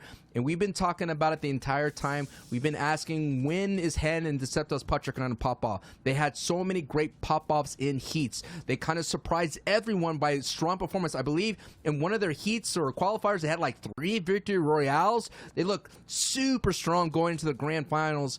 And unfortunately, it took them a while to get their footing here. And finally, what a big way to get that foot through the door here. And having an opportunity to at least get into the top 3 now, considering that if they get another pop-off game, Sundown, it's possible that they could get it right up in there really easy. Yes, so far, the story of day 2 has been the fact Mongrel, Mitro, and Tayson opened up big, and then all of a sudden, everyone had enough. They're like, why are we so scared of them? They haven't had fights this whole time. Let's go see what's going on. As actually, we're going to swing way away from Stark here. Mongrel and Tayson out in the middle of nowhere. So this is something I kind of wanted to talk about a little bit. Having a secondary drop spot, having somewhere to go when you are contested, whether it's a scavenger route or being able to go game plan somewhere else. It looks like a call was made. However, that call might come to bite them in the heel as Tayson gets picked up by himself. Mongrel forced to rift away without a shotgun, no excess heals, just a shockwave, attack SMG, an AR, and a prayer that he doesn't draw any attention, as him and Mitro are going to be forced out and into a really rough scavenger route. This kind of reminds me of that Pikachu meme. It's like you post that you have the power of POI, and they're like, we have this uncontested, come and take it. And all of a sudden, when Trio starts showing up and contesting you, you got that Pikachu surprise play. It's like, whoa, wait a minute. I wasn't expecting this. You gotta expect this. It is kind of what happens in most FNCS competitive play. When someone builds a big lead, the only way to slow them down is to contest, and it's to fight. As you're seeing in the feed, the Dual Media and Co. picking up a knock on Benji. So that is another contestant spot that we're seeing, that we're watching here. But the story is, can Mongrel and Mitro survive this mental test? We all know mechanically in game they know how to rock it, they know how to slay, they know how to box fight. But a big important factor in FNCS competitive is their mental. The mental is what matters so incredibly much, but we've seen before that as long as Mongrel is on his feet, he's going to be capable. However, they were forced to rift out, and you saw the shakedown come through as well, so there's going to be absolutely no opportunity to get Tayson back here. He's going to be forced into a backseat coaching role, and now, again, Mongrel is desperately looking for any form of shockwave before he gets caught into a fight, but Blaster Alpha and Nikov, the ones who got the elimination, are Tayson. They see red in their eyes. They see that first place. And if you're not ready to defend yourself, you're going to go down quick. Mongrel gets picked up. Shakedown onto him. It's the one time he's been bullied so far. The last 3 games feel like they're getting to him a little bit now, as Mitro shaking down, and he's going to be running away, trying to avoid going down here in 31st, but AR shots from both sides. Matzo Amplify and ADN on top of Ruins doing what they do best, looking for those AR tags, and it seems like 3 games in a row, Mitro, Mongrel, and Tayson, and you know what? He gave it up. He said, if I'm going down, I'm going down to the Train H boys over there in the Ruins. You took my other 2 teammates. We'll give 1 point over there, but that is tough. And again, hey, I'll say it one time. If you're in first place there, if you have the only spot with a vote, and then a team is able to win, or not win, but at least push into the top 3 twice in a row with double-digit eliminations, you better have a backup plan. All you need at this point from that top trio is one good game, and nobody else will be able to catch you. You need to keep a little bit of pressure. You cannot crumble in the final moments. And it seems like that might be that horror story from Season X, the MMB trio, where they dominated from wire to wire and then came up short in the final moments. Oh, man, you just gave me goosebumps, man. It's like you're telling a spooky tale. We're all sitting around a campfire, and you're like, let me tell you the tale of what went down in Season X. So it just shows you that the outer POI teams are very strong teams. It's a very dense talent pool out there, and you kind of test those waters out there. And I think at this point, Mongrel, Mitro, and Taste, you talked about having a secondary backup plan. I think they still have to give it a chance. They have a couple of games to deal with. We've already seen Mitro, we've seen Yanis, Xweez, and Andalex. Kinzel, Wolfies, and CRR are the ones that are in striking distance. A new member now is Flick, Anas, and Thomas HD. Haven't really capitalized them not being around, so maybe why not take a dip into that? Take a stab back into it and stake your claim back in the Shark industry. It's possible to be able to do it. They've won that fight a number of times. It's very practiced. The issue is when there's more than just one trio there, it turns into a clown fiesta. You can cue the circus music that everyone loves in the Fortnite community because it is quite literally people trying to 50-50 guaranteed chess, desperately trying to get a vault key, maybe get the vault key and then dip for a second for an opportunity to come back in, deny the people those resources, and then get the late rotation as the storm has come through. We've seen people do that before, but now, with 3 matches on the table, Mongrel, Mitro, Tayson, off. Andalex Janis currently in second. They both came from behind to get their wins in the FNCS Duos and the Invitational. They've read this book before. The question is, can they write a sequel, and will it be that bestseller? Because coming into the match, they are the ones in striking distance. There's a number of other teams who are about 70-plus points out who could potentially do it. This team, 40 points out. That's a solid victory royale to then be nose-to-nose with that top trio again. And if anybody is capable of doing it, it's Jonas, Duck on top, aka Xweez, and Andalex. You're taking a look here as well in 5th spot. Flois and Dreda and Louis. They're another trio that have been having a very quiet day. And Dreda is one of the top slayers in the region and in the grand finals, doing really well, picking up double-digit elims so far. So that is another trio that we haven't seen a lot on the desk here on the broadcast, but no doubt they are actually making waves and baby steps their way up the leaderboard.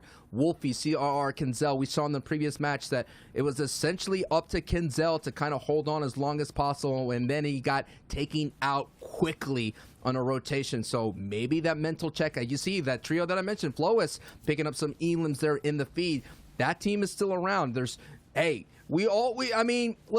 it was looking like the Mongrel Mitro Tayson show. It looked like we were just all watching Mongrel stream from a secondary POV, but not so fast. The EU region has stepped up. They've taken the challenge. They hit the Giant in the jaw. Question is, does the Giant have enough time to get back up? And if the Giant does, I think one big game from Mongrel, Mitro, and Tayson will put it all out of reach.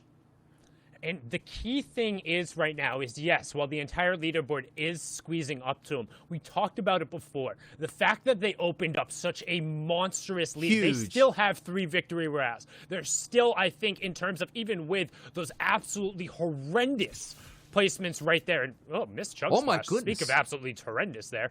And again, sorry, don't mean to continue the train, but saw in the Elim feed, Hen actually ended up getting a knock on Janice. Here we go. Absolutely horrendous is turning into horrific. As we said, while they built up such a huge lead, the top teams, the top 3, and the one team who mattered, the French trio coming out of Sweaty Sands, hasn't been able to capitalize on that opportunity. They've stumbled. So that Hare, despite him dawdling, despite him going and grabbing some tea and maybe stopping over to help a neighbor with a fence or something, they're unable to close that gap right now, and again getting a little bit of harassment put onto them. Taking a look here, the record for day 2 points in all regions was set, then matched in the last 2 games. It's just showing you when push comes to shove, when you only have a very limited opportunities, people would just play out of their minds, play out of their bodies, have what are you looking at? An extraterrestrial type performance, out of this world performance, and that is what we're watching unfold right in front of us in Hen and Deceptos and Patre. Hen, you know, he's one of those players that could heat up and microwave himself, and I think that confidence, those two major performances, and especially that clutch that Hen had in the previous, getting that Victory Royale, could be the thing that kind of catapults him, and that is another dangerous up-and-coming trio that is knocking on the front door of that top 5. And Deceptos has been around forever as well, somebody who is very, very, very consistent, the player for Gamers Origin. And Patrick, as of late, has had some very incredible results as well for the solos. So it's been largely them getting their chemistry. But I'm going to put myself a little bit on blast here. They were my prediction during the Week 2 qualifier. But kind of when we talk about them, like with the analysts, I always call them a bargain Thomas HD trio. They have the same kind of clutch potential in the clutch duo between Hen and Deceptos. That's my analog for Thomas and Anas on their side. They're still a Become Legends player on either opportunity there, and they have some of the big moments and some of the huge solo results, but not quite necessarily there in the team modes. And there seems like right now they're pushing that level up a little bit more, but their issue has never been their ceiling, it's been their floor. You have to bring that skill floor and your placement floor up if you want to be able to contend seriously for a top 3. And while kind of right now, that amazing performance of last game is pushing them up into contention, they need to ride the momentum, which is something we've seen they're capable of doing. Seeing in the feed that the trios, Floki, Clement, and Akos, are having their momentum slowed down a bit, considering that they were in the top 3 and they're sliding down to 8. There's people moving up, and now we have trios moving down as Flois as well. That is our top 5. I already saw Indreda getting confirmed in the feed, so we've gotten some multiple volatile action happening in the top 10, and it's not over yet until the final bell has been rung, and we're still, this is game, essentially the last of the 3 here. We still have 2 more going in. This is the last moments, the last frames, and Cami, Rexo, and Altor are doing really well. They got a Victory Royale here today, and that's going to be a strong opportunity to at least stop the slide for the moment, because Hen and Anas and Thomas HD, that they just came out of nowhere, man. They just out of nowhere just heated up, and wow, man, that was just a crazy ride those past 2 games to see these trios that we've been hyping up the entire heats kind of perform here in grand finals to make us feel like, hey, at least we know what we're talking about. Yeah, and another trio who I ended up predicting and has been unable to take advantage of the opportunity so far today with only 35 points here is Floki, Clement, and Nakos. And I'm actually a little confused because I saw one of them get knocked and I thought confirmed early, but I guess not coming through there. Is Clement going to pick up another Elam on his side? This is something we see this trio do very often. They are not afraid to fight wall-to-wall and box-to-box in the mid-game situation. They do so more often than any other trio in the region, and they're able to convert on that there, finding 2 eliminations in what feels like getting a footing in the game for the first time in a while. And we are going to get a scary in-game again. We saw a scary one up in the northwest area, all aquatic, but now we have a mountainous terrain, Old Man Mountain. There's 2 of them, a crazy valley to go through with the river, and at the same time, a bridge that cannot be broken. That's going to be interesting to see how the in-game leaders navigate this treacherous in-game. And we talk about the tale of Old Man Mountain. For those of you unfamiliar with competitive Fortnite, when you get into those endgame zones, the safe zones move completely outside of where the current one. It's called the moving circles, and it happens between zones 6 and 9. But the tale as old as time is Old Man Mountain will always claim his toll, and the change in verticality forces players to either burn utility, build up quickly, or just fall. And I reclaim always go back to the epic Mr. Savage Shadow Bomb clip that qualified him for the World Cup as the epitome of Old Man Mountain taking it. But right now, we're just going to see who's able to get some space, as yet again, we talk about it, our second place trio unable to capitalize on the opportunity that is given, handed to them, literally handed to them on a golden platter, but they're not finding the placements and eliminations to make up for the fact that Mitro and Mongrel are getting stonewalled right now. I can tell you who's taking advantage, so that's Hen, Deceptos, and Patrick. Hen getting on the left side of that Elam feed on Wolfies. So we'll see if Kenzel, Wolfies, and CRR, if they are in shambles. Right now, Andalex and Xweez are in shambles. It's just a matter of look at it. Yeah, I mean, the builds are not there, and you were taking a look at the zone. It's going to be all between all that terrain. It's going to have the river in it. There's going to be multiple layers to navigate. It's just not looking good. They're going to desperately need looking for a refresh. Sundown. This is one of the worst areas in the entire game for players to have these moving zones. The rapid change in verticality and how quickly every single direction, if you're looking down there, you can see the river on either side. That's a mountain, but it's a steep drop off no matter which way you go. So there's going to be no reprieve regardless of which direction those moving zones pull. And the half in, half out reveal, that's zone number 5, is going to play a big factor in determining who is able to dictate the pace of the end game. As you can see there, despite the knock coming through on Hen, that was another snipe. We've seen him putting in work with that weapon as well. So we kind of talk about the quote-unquote bargain Thomas HD. He says, hey, I can do it with a sniper as well. We saw him converting on Janice earlier. The knock on the Wolfie's not getting ticked over, but we get a lay of the land, and we kind of get an idea of where that 4th zone is going to be as everyone is pulling towards the mountain there on that east side. And I'm going to tell you what my wife told me. Off-brand is just as good as the big brand, and the off-brand is rocking it at the moment, solidifying themselves with an opportunity to kind of sneak on away in a top 5 finish. And we are watching this action unfold as Florix gets taken down by Analyx. The number 2 trio doing their best as they do to hold on, and that could be that refresh, that frag that they need to desperately, if they can find any kind of mobility just beyond this crash pad, they're looking good. Taking a look at their builds, not looking solid right now, but they're going to kind of hold on tight together, and there's the rest of that trio down below. They're kind of squeezed in between the two as Florix does get picked up, so they're not going to be able to take advantage or find any of that reprieval loot that they were looking for there, Sundown.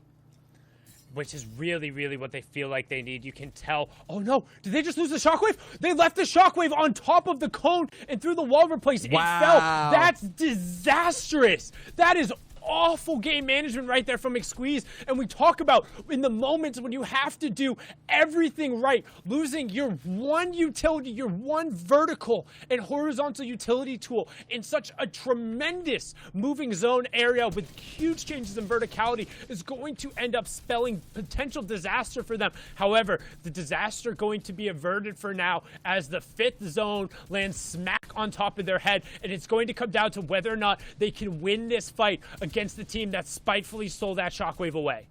They have 6 splashes. They have peppermints to kind of make a crazy rotation. This is our 2nd place team who have yet to capitalize on Mongrel sitting in 1st place. They're getting a nice tag there. Yes, the Swedes go says confirmed that, so it's going to slowly surely there. Look how close. Look at this right-hand peak. Look at it. They're just holding on for dear life, and another knock. Wow, Norwood. So that's big. That's huge. They were in shambles, and that might be all that they needed, Sundown.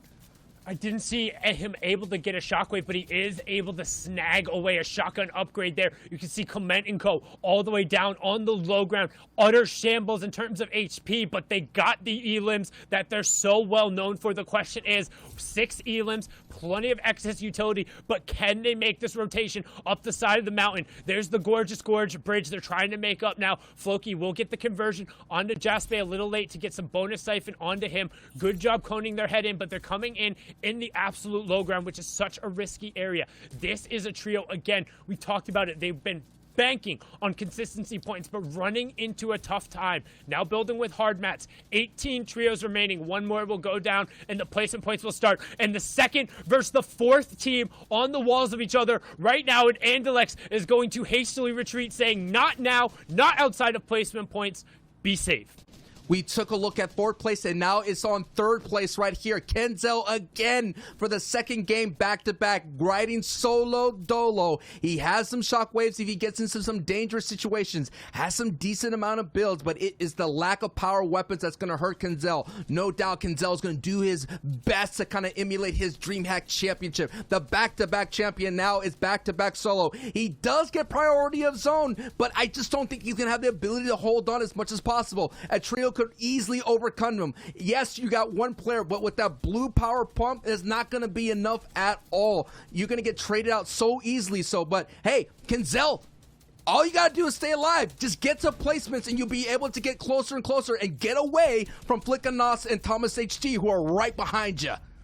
And he was trying to bait somebody dropping down into that box, knowing he had priority position on the zone. But it's gotta feel bad if you're CR and Wolfies. That's 2 games in a row. They pulled that priority there in that first moving zone, but everyone has been down and they're not able to capitalize. It would have been a great opportunity to climb up the board, but the story so far has been the inability to get the key points you need. Get to pick there, but that's only one more, as still 18 trios are on their feet. We're gonna wait for the replay to catch up here in a second as Kinzo gets dropped all the way down, but let's take a look at Height, and an unfamiliar name up there for the first time as Skype, Yaxu, and Falconly are going to force Anas, Flick, and Thomas HD down. We're going to go down all the way to the water to Kinzo, doing his best Dolphin impression right now, trying to find some shots on the side as placement points begin to tick over. 16 trios remain. Nikov getting a knock onto Robabs there. Kinzo eats a huge shot with his teeth there, 35 HP. Will he result to the shockwave? Will he use it and position himself correctly? You hear the chug splashes go out on the wall, out of dodge, and gets goodness, right away.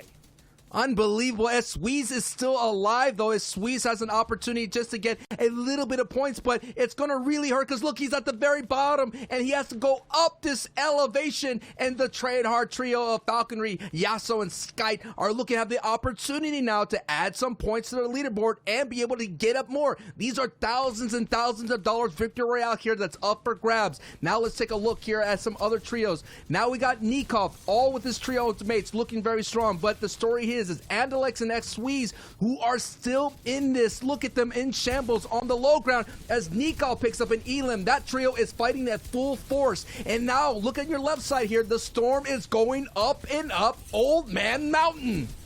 Old Man Mountain claiming his toll, first in utility, then in builds, then in your tournament, potentially ending right there. You can see still 2 games after this, but a huge pickoff from Nikov in the storm. This is what we talked about. You got to get the pickups, and then you got to find a way around the mountain. The bandage cannon will bind him sometime, but right now, Duck on top goes down, and if you have to capitalize, if you're Andalex, and into the box of Deceptos he goes, gets a much-needed siphon, has some minis as well, but needs some space. Plenty of builds in a second pickup right away there by Andalex. That was massive, and Nikov finds some room as well. The individual plays continuing here, Sancho.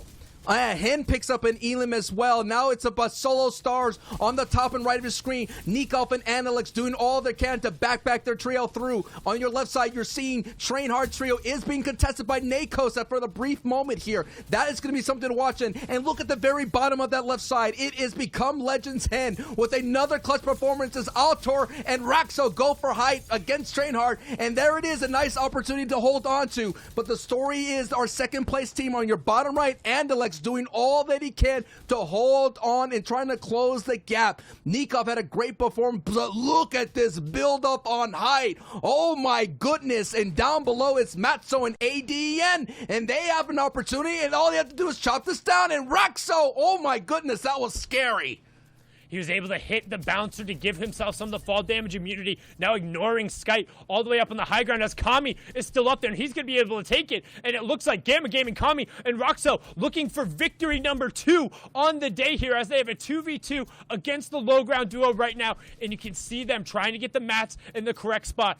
Roscoe is the one who's going to stay up on the high ground. No, as I say that, he drops the flopper, which indicates he's going to go down. Kami's going to stay up. Nope, they swap it again as Roscoe is the one with the HP lead. So Kami's going to go hunting. Roscoe's going to play for the heal off, hoping that he can get an angle. He has small fries found there as well. So ADN and Matzo are going to try to off. Cammy! Excuse me, Kami, you okay there? But he's going to be more than fine knowing that Roscoe is going to pop a flop in the zone. As long as there's no bandage cannon in play, he'll be the one to walk away with the victory. And as Matzo ticks over to the 9th zone there, Roscoe, Artur, and Gamma Kami pick up their second victory royale.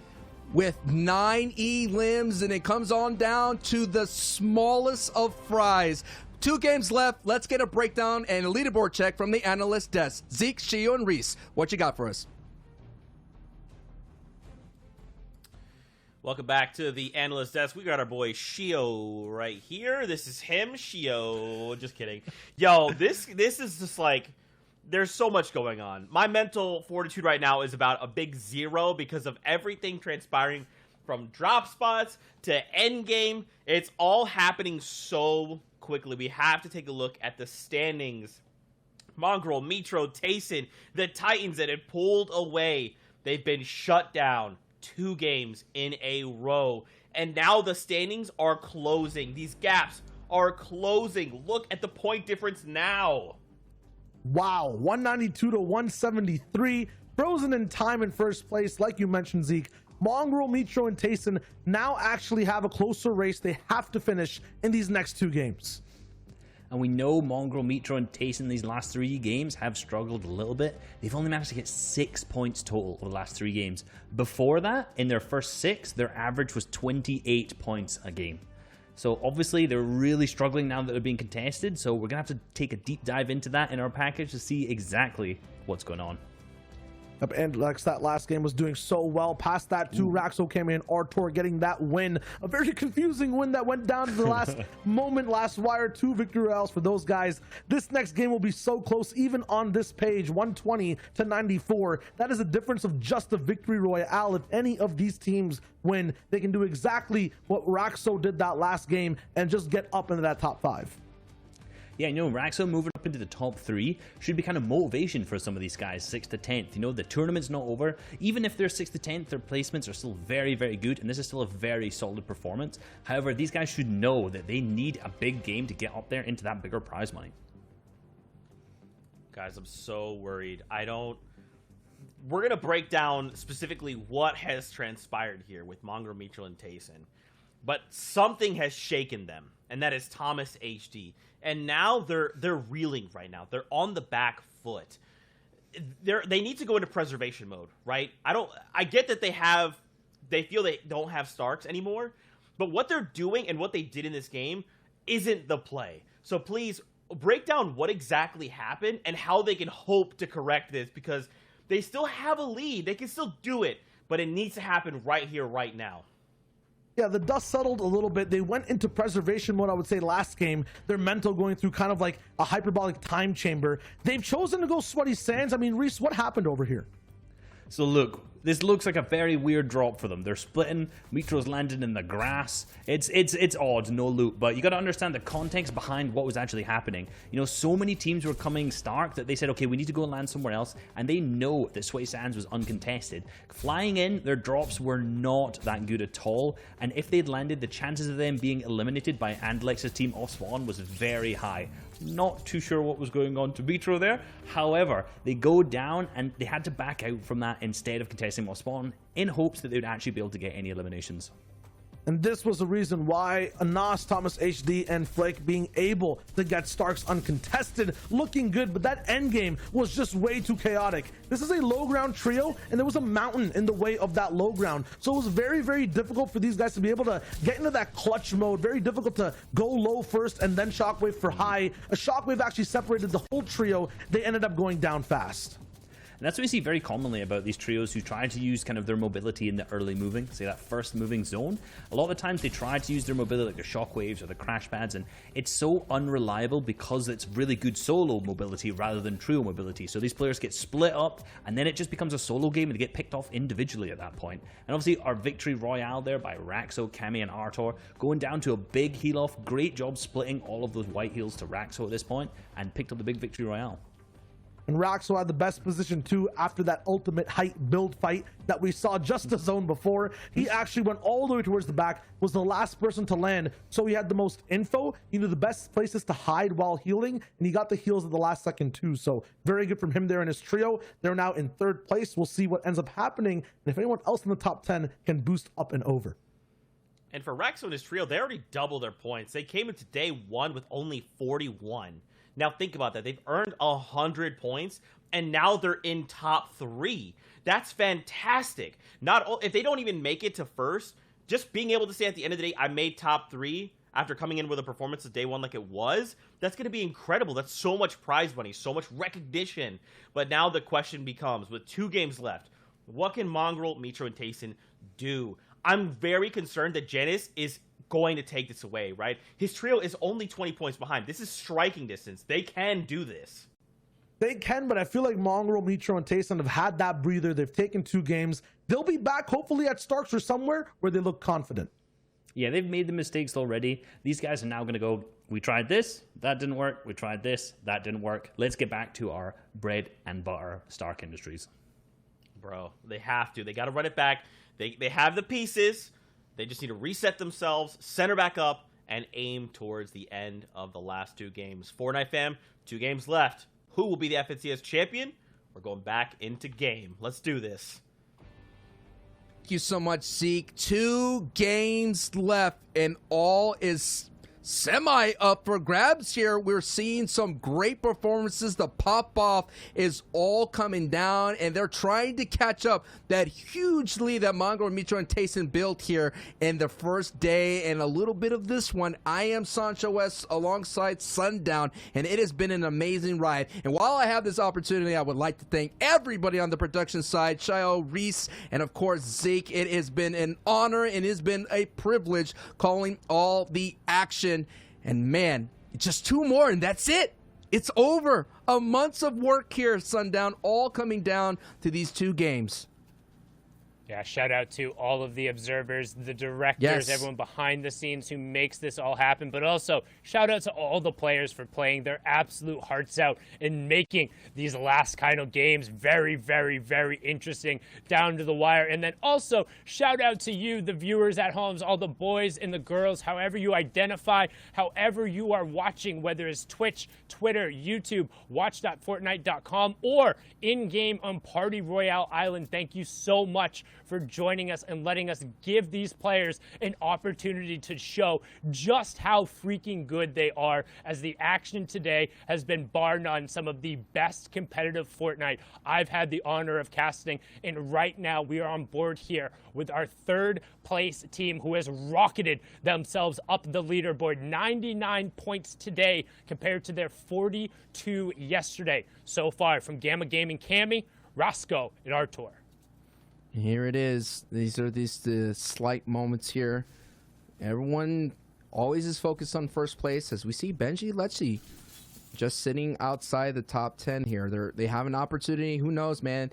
They could pop off 2 games coming back to back. We've been seeing the pop-offs. We've all been waiting for Benji Lecce and Savage. These are the times that they tend to pop off, considering that they have slow starts. But could all those slow starts kind of catch up to them? I mean, it looks like it's appearing so.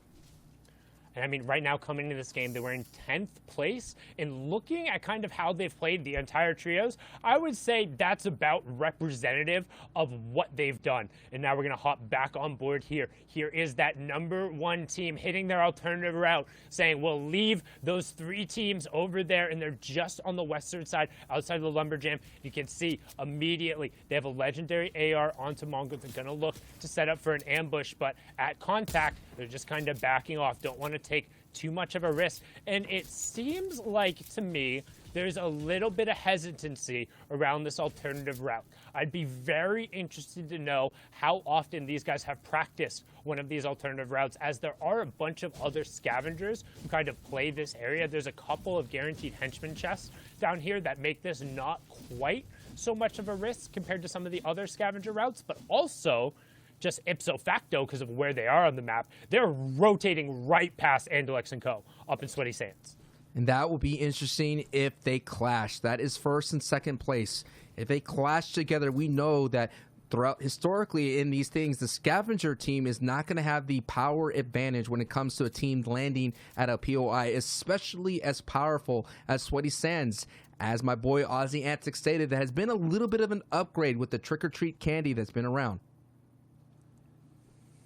Yeah, but the trick or treat, all done for today. The candy's still there, but it's all serious business, as we've seen. Tayson, Mitro, and Mongo ran away with it. They were the freight train on day 1. Then matches 1 and 2 today, 5 and 6 overall, 17 points and then 38 points. They're averaging 25 plus points a game. Since then, they've only been able to scrounge up 6 total points, and those were all from the eliminations in another shambles game. So the second somebody stepped up to the table and said, hey, what do you got? Well, they got forced away, and now can they continue to just hold off the horde that is EU? And here is their #1 challenger, the one looking for the belt, to deny Mitro and Mongrel that signature victory, the trophy on the shelf, and its players who already have one.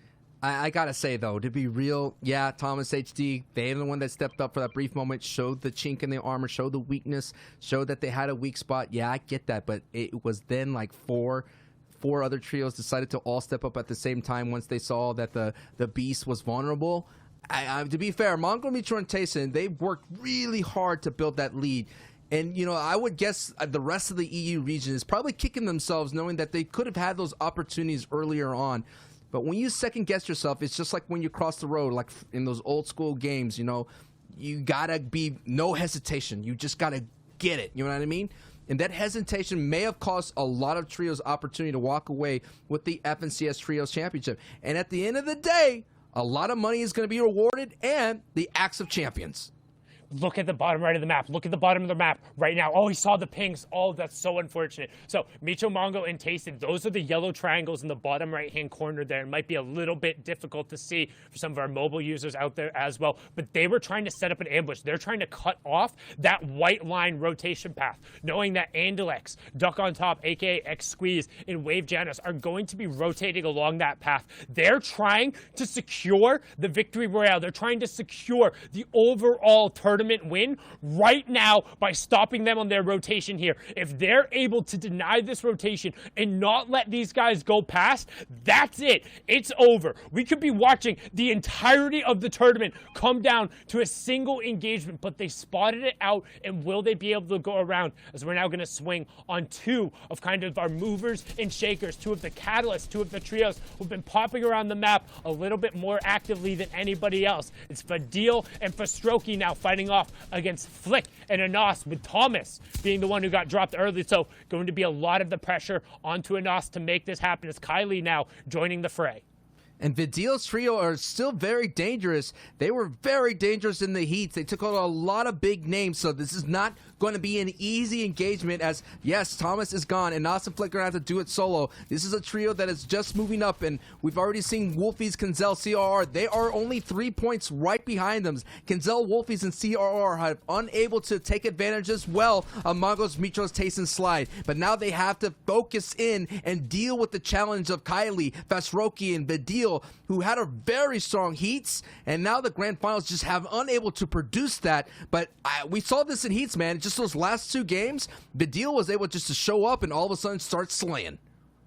Yeah, and Vidil is somebody, we've talked about it time and time again. We talked about it during the qualifiers, able to go toe-to-toe with the best in the region during the solos competition, just absolutely waxing Mongrel 65% of the time. We saw him put him in a blender as well during the heat competition, but Mongrel's been the one blending everyone else, as Anas is able to find a good shot there, but it's only enough of a reprieve to pop his big shield, which to me shows how nervous he is. He's not confident enough to get the siphon. He doesn't want to go down here knowing that Flick has no excess shields. He's going to be the one to make the play. He's the one with that epic pump shotgun. He has the ability to hit those big 200 damage pumps, and he needs to make something happen, especially with only the 4 builds. You can see that under the 1 there on the Elam counter. So it's going to be a quick little ambush shot. However, each one of these players, minus Vidil, is in a relatively healthy range. Now you can see we're going to rotate back over to another team in contention. It's Wolfie, CRR, and Kinzel.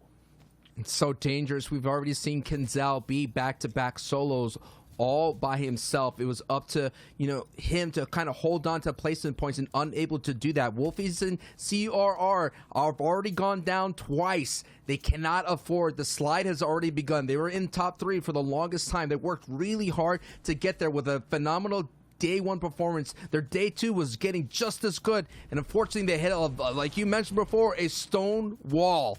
But Kenzel, the back-to-back DreamHack champion, I just like to say that because that is an unbelievable feat in itself. Wrangle in the other solo stars, the CRR Wolfies. They've been cementing themselves as a strong trio, and now we're just seeing the inconsistencies kind of show its ugly head at the most inopportune time, considering there's only 2 games left, including this one. We're getting closer and closer to the end game. I think, actually, to quote that famous doctor, it's the end game now, Sundown. We're in the end game now.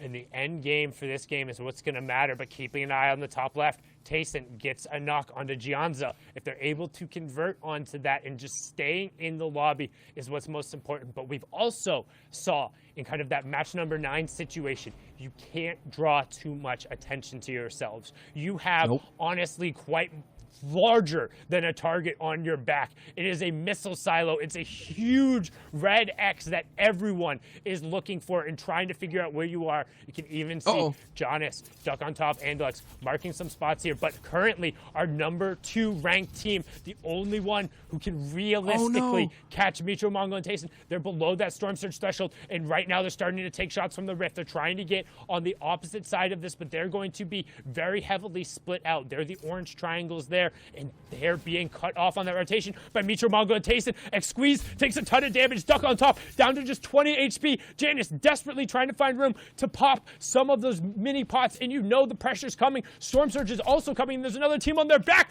but Nems gets picked off. Sometimes all it takes is a couple bullets thrown in the right direction, and Nems going down there might have been that pivotal moment. The key thing, you're throwing a lifeline into the tournament, and it was Nems to push them above the Storm Surge. The 2 tags coming through. Andelix trying to snipe his teammates out with the bandage cannon, chucking slurp fishes. This is desperation defined from our second place team right now. Mongrel and Co. finally getting the conversion onto their first elimination, but they cannot go down here. They have to make this rotation, and it seems like it's almost too early in the game for this pivotal of an opportunity. But looking back in the storm, it's Mongrel and Mitro. They're the ones who got bogged down in the storm. They recognize that and got out of dodge. What a great rotation from Andelix, Janice, and X-Squeeze to get out of there. And now Tayson, Mitro, and Mongrel are in the same situation we talked about, desperately having to avoid. They're in the zone, and they're stuck. You can't all go down here. They have to find these elims and the siphons. There's no white heals. There's no campfires. They don't have a fishing rod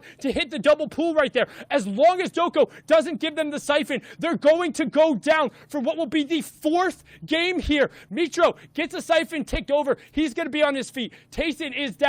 The Elam will finally come through, but they have such a long run, and the 2 points isn't going to be enough, as we already saw the second place team rotate ahead of them. This is the intensity that we're witnessing right here. The tournament is at stake on this rotation.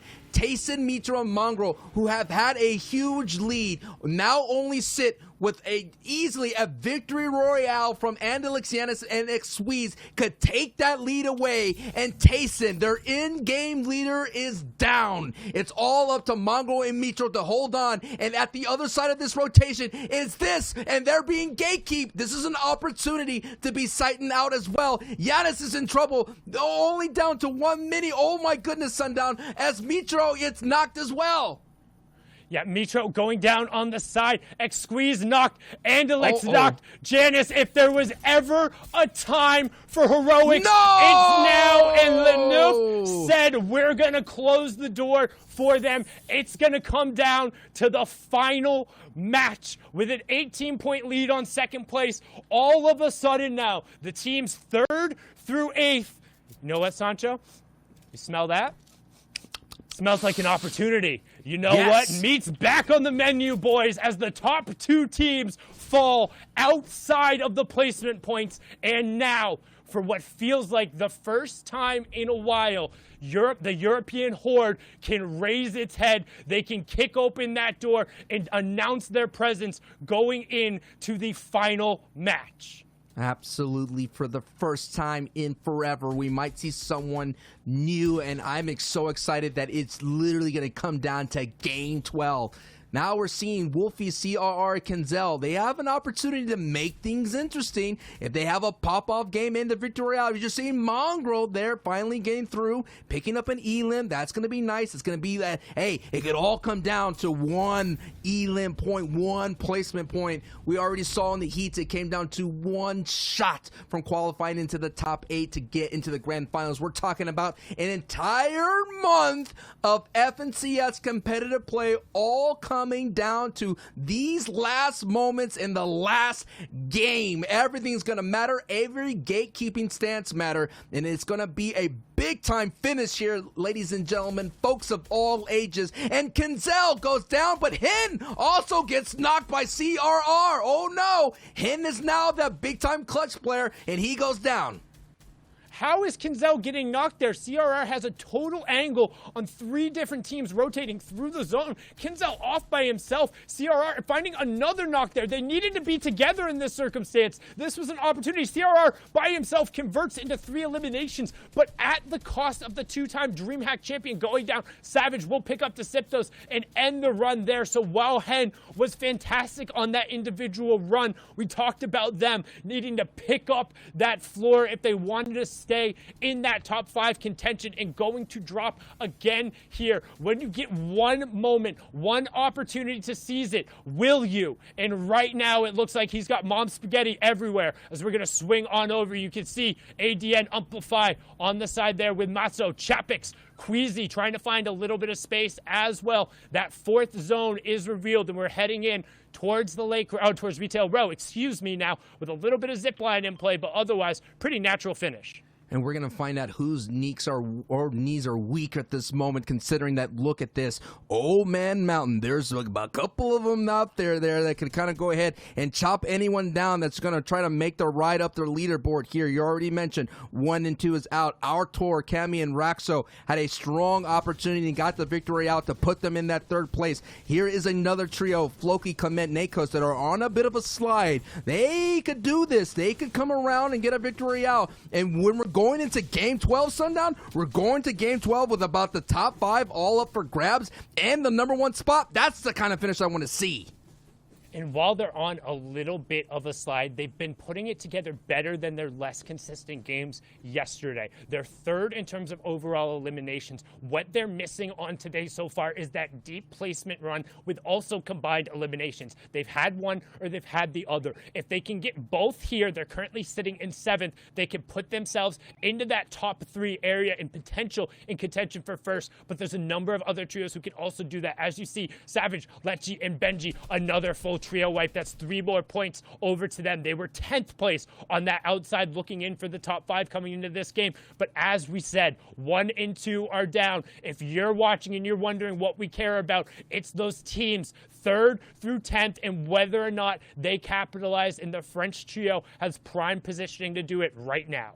And 4th place just fell. Wolfies and CRR eliminated out. So more shakeups are going to happen. The analyst desks are going to have a lot of work going forward here to take a look at their leaderboard, because so many teams are going to be able to slip and so many teams are going to be able to overcome them. And this is a trio right here, now down to a duo. Raxo, Kami, they get a nice one on Squeezy right then and there. Another big name going forward too. So Raxo, this is a prime opportunity for this Cohen company to kind of all of a sudden heat up, and they're trying to go on this rotation here on the other side here, but they're being greeted and met with some bullets. Now the retreat is on. They're going to go back into their old builds. This is what's so important about space control. The ability to have the retreat and not get lobby focus is going to keep this trio alive, and the opportunity to move up their leaderboard to kind of close the gap between 2nd and 3rd. Yeah, EP Alexa, aka Enterprise Queasy there, going down in a good pickup. But you've seen that this trio was able to get their victory royales when they had everyone on their feet, and they had a decent amount of utility as well. So the fact that Artur has gone down is going to make this execution a little bit more difficult. But one thing I want to call out for Kami, he's got those fireflies going on. It's one of the few things in the game that can apply that fire effect to builds. If there's somebody who is building out towards wood or ends up getting too vulnerable there. They end up running out of mats that can be a surprisingly effective tool in the late game. But right now, we see Lenouf getting a confirmation there onto Flick. Eyedrop also going to down Floki. Nako's going down, so all going to be on the back of Clement. Otherwise, the top French trio going to fall short of placement points again. And Cammy finds the angle with a brilliant crash pad, floor replace, finds Thomas HD sticking his head out there. The 190 tag, enough to tip him over the top. And that's some top of the leaderboard crime right there. First, second, fourth, and fifth are now most likely out completely, including that knock and Elam from on against Thomas HD. Now Clement here all by himself in the 7th place trio, now going to ride in the backpack phase now. And we've seen the clutches, we've seen the Lone Rangers, we've seen the Heroics come out through the EU region, and Lunef gets knocked by a Nas. I was about to say, enough and Jasper are getting some big knocks at the same time as the big names of Benji. The old guard is trying to hold on tight and not let the new guard kind of come out of nowhere and take the titles. And now we're into placement points as well. 17 trios remaining. The full moving zones are out. This is match number 11 in total. We'll have one more after this, but can any of these trios, missing members, clutch up as first on board here with Clement? He's got a pepper pop, but can it turn into plentiful points? That's Rojo, aka Smash Dave, the wildcard victor, going down there. Some key mats going over to Clement, and that's one more point, but no additional placements coming through as Lecce gonna pick up AD, and Clement checks his 6, but no bogeys there. Gonna continue, try to get his HP up and riding right on the edge of the storm. The backside of the zone is where you're gonna find excess utility and the most opportunity for these solo plays, trying to find people just stuck and ratting in the corner. And Clement now tracking through these old builds, looking for his next target, as we're going to get a pad and see what the control looks like, as I believe it's Vadil and Frostroki up on the high ground. We're going to swing back on board here with Clement, and he's going to go down 16th place. One extra placement point coming through, but they're beginning to drop like flies as Anas gets Nate as well. That was Karma who's able to pick up Clement, and the trios are beginning to tick over as we have a new name up on hype. New names in the zone is going to go back into old builds. So that's going to be a little bit of opportunity, more box fighting, more chaos down below. And of course, height is going to have the ability to maintain a little bit longer. They're not going to be able to get the E-limbs because it's going to go through these old builds, but still, holding on to height is so strong because now we are in the placement points. Top 11 trios here alive, and Andretta, Lewis, and Flois are one of those top teams sitting at the top 5. They could totally make a move right here. They've been quietly doing it throughout the entire time, and this is a strong opportunity to do it with a loud statement going into the last game here. This is game 11. We still got one more, folks, and Anas picks up an Elam on pink. Yeah, Anas and Savage still on their feet, but right now, Flois, Louis, and Andrata running the low ground. No eliminations, but plenty of control in 6 chug splashes as well. They're going to find Karma there. That's M10 Sniper God getting taken down. You can see Remix still raining down shots from the high ground. They're going to be more than fine up there. No contestant necessarily coming out, but a late shockwave could be in play. We're going to hop on board the 2-time and last match winner, Roscoe, looking for a little bit of space. He finds a huge shot. He needs the siphon, though. He has to get the siphon, and he doesn't get it. He goes down too late as the crash pad blocked his way out, and we talk about it. Sometimes it's the matter of moments, but pure seconds there denies Roscoe the opportunity to clutch up, as now we're going to hop on board with the World Cup Week 10 qualifier himself, or Week 9 qualifier, Andretta, who's doing it all himself on the low ground. First a 90 tag, finds a good replacement, then a 100 tag, second good replacement there, snagged, gonna fall to the storm. 13 players remaining as we head in towards our Tar 6. Steelix also gonna fall to the storm there. Once those conversions over, he should have top 5 and a little bit more room to work with. Here it is, Andretta being the ultimate maverick right now. Ooh, with the big time hit. Let's go, Andretta, one of the top slayers in the grand finals for the EU, showing why he has been racking up, but now this is an opportunity to actually put in some big time points here in placement. It's a top 3 situation. We have the full trio. We have Benji and Savage here. It's a 2v3 now for these last moments here, going into game 11. Can Benji Savage, this will be big. This will give him the big opportunity. But they have to go up the mountain, and down goes Lecce here. The Remix and Co are holding on. They get down Benji as well. Sean Squint here. It's going to be a strong opportunity. A game 11 finish. There it is. Remix and Co with the victory royale. 35 points coming across there, and that's their majority on the day, but it's gonna push them closer in contention to the money there. But going into the last match, we got to take a look at what the leaderboard looks like and what's up for grabs. Zeke and Co., take it away.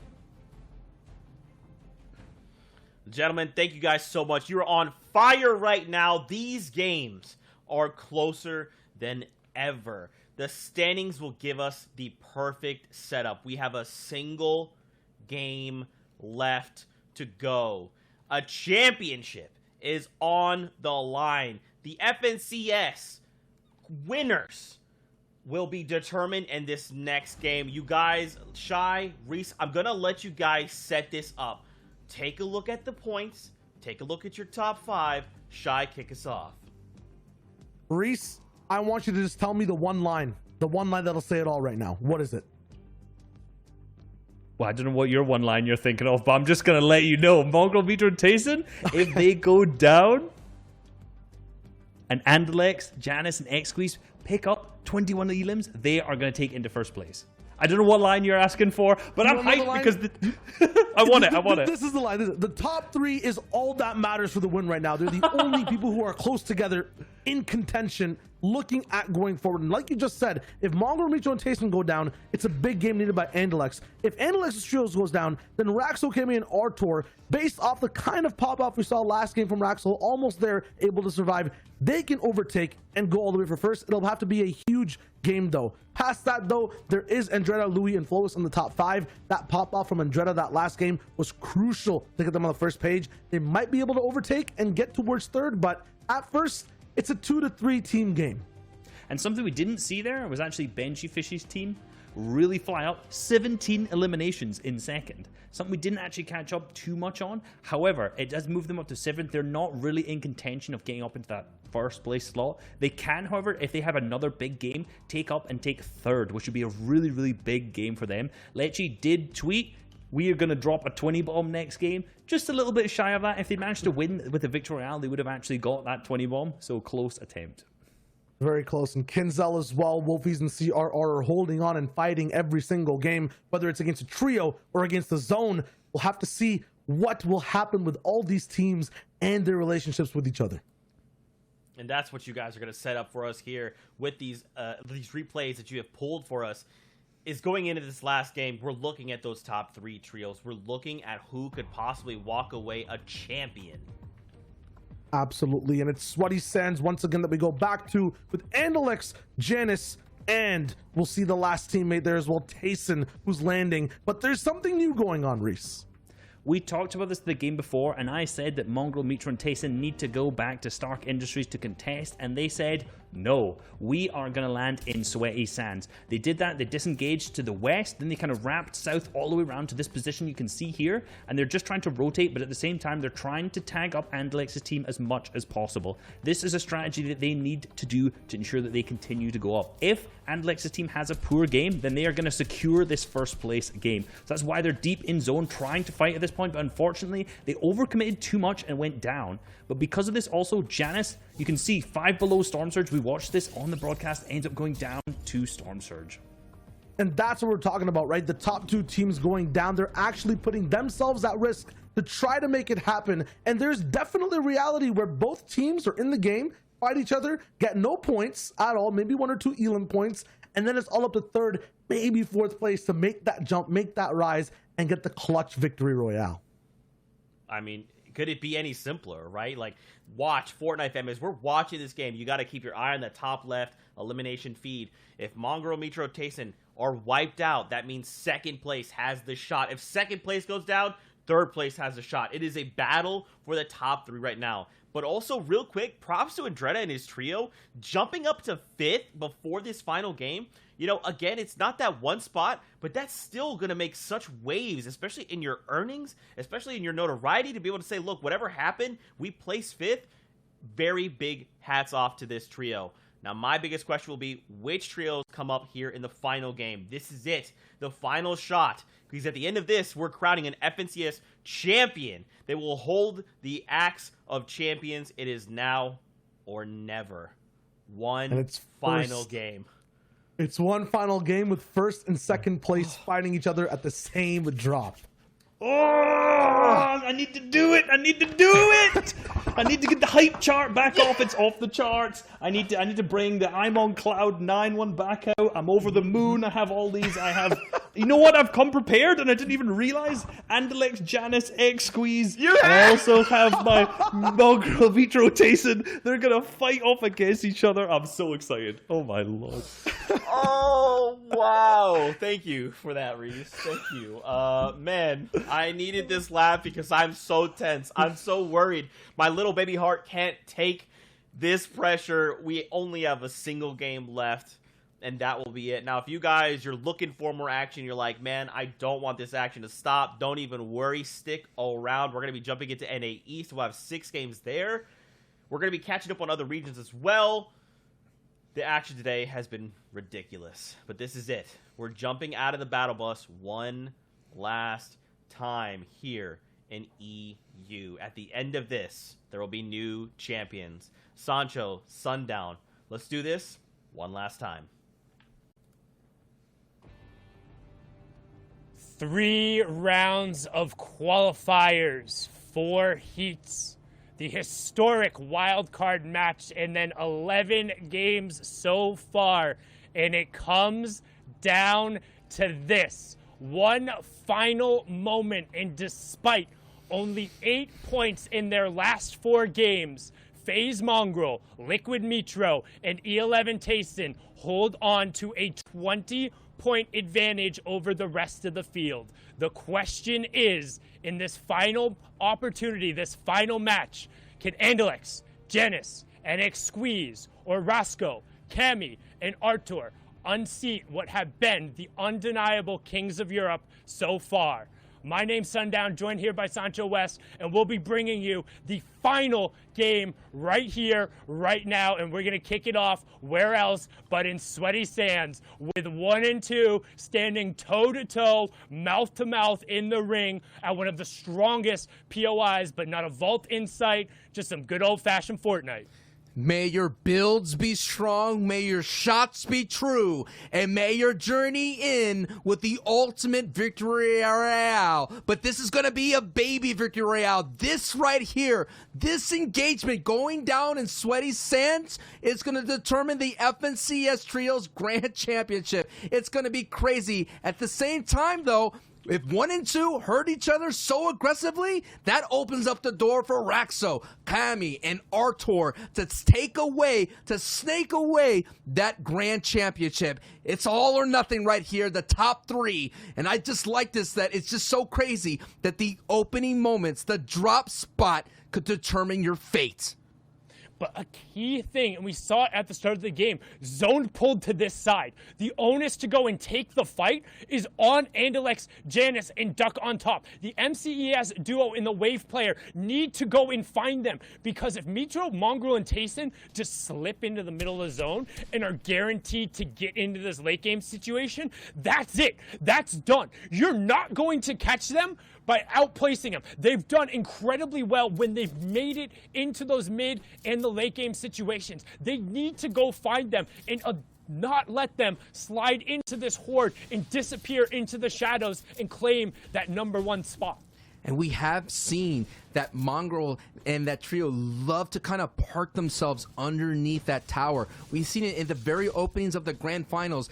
Andalex, Giannis, and Xweez being right on top of Mongo, Mitro, and Tayson. They kind of neighbors in this fact. And you're right. That is why Giannis is so far out there. He's in the pond. He's going to be as if like he's a scout, making sure that he's going to be the first person to be like, yo, Mongrel is coming. Mongrel is coming. Tayson and Mitro are coming. He's going to ring that bell for Andalex and Xweez to stop looting. But look at this. The flopper plays. I like it.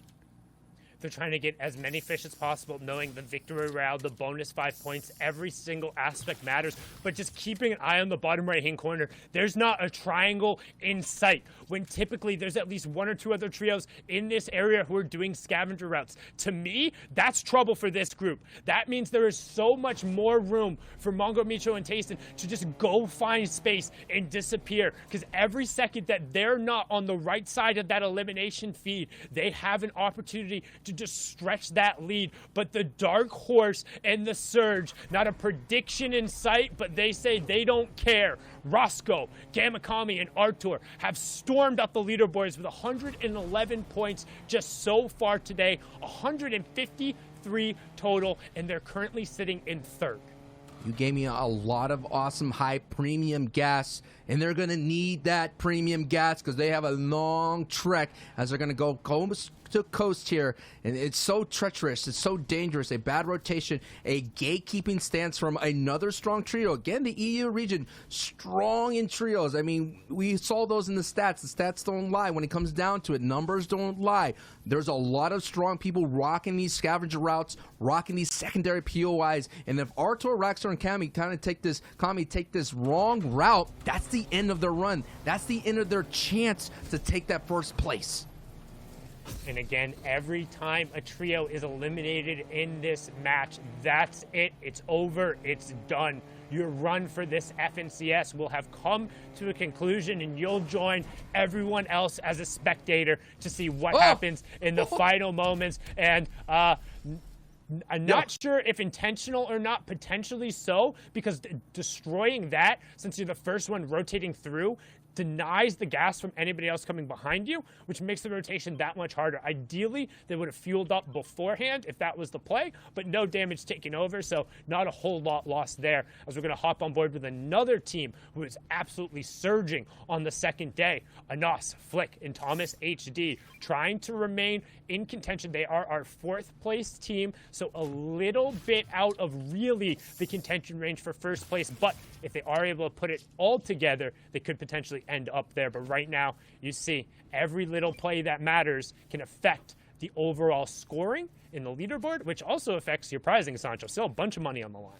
Absolutely, thousands and thousands. And Nas, Flick, and Thomas HG going back to their old stomping grounds, already getting 3 elims total. And Verox's trio was landing here. They kind of claimed Dirty Dogs. Verox was known to be the staple of Dirty Dogs for the EU region. He always landed here at the very beginning of the Chapter 2. And that's what pushed Thomas HD out until Retail Row. Eventually, after time and time again, after Mongols getting in his trio, getting victory royales, Thomas HD said enough, and we're going to go ahead and push Stark's Industry. And now, because they made that aggressive push, they made a huge jump on their leaderboard. Now, they having that confidence, they went down to Dirty Dogs here in this final game 12 and pushed out and eliminated fully Verox's trio. So that is the kind of ride that Thomas HG and Knots and Flick are having right now. And you're right, a victory royale, and if Artur's and Co trio goes down, that means they will slide into that third spot. And just behind him in 5th place, we already saw it's Indretta, Flois, and Louis. They had a strong finish in game 11 as well. And there's going to be a little bit of a different pacing for this game. You can anticipate there not to be a storm surge right off of the bat, with already going down to 77 players even before that second zone has closed. That's because the aggression coming out from those with not really necessarily a horse in the race at this point. However, there's still plenty of people to be able to capitalize on those points, and this is one of those teams. You can see Louis Indretta and Fury Flois trying to find a little bit of room here. However, eyes on the bottom right-hand corner. There's 4 different colored triangles all getting together right now, and Andretta going to opt to box on over there. And I think one of those names, if I'm not mistaken, might have been Mongrel & Co. I'm going to need to see when we check back out on the wide, but the question is always going to be, where did they go? Because they did. They disappeared in the center of the zone. They said, as long as we hold on, we're good. And now, for them, rather than being in that elim feed the entire time, they want to be silent. They want to get tags. They want to avoid that second storm surge, because that's going to be the best way to close out the game and get that staple trophy for Mitro in Mongrel. Seeing Wolfie, CRR, and Kenzel, who have had a very bad slide recently in these back halves of the finals here, that is going to be interesting to see if they could kind of stabilize. A lot of fans, a lot of people in the Fortnite fam have become big-time supporters here of Kenzel, Wolfies, and CRR, just a little bit more, considering that they all have really strong solo performances, and to see them combine almost late in the FNCS Trio season, combine together and do really well. But now it's interesting. That's usually Mitro, Mongrel, and Datco right there, and Tayson in those whiplashes. There is a new people with that ultimate swag there, Sundown.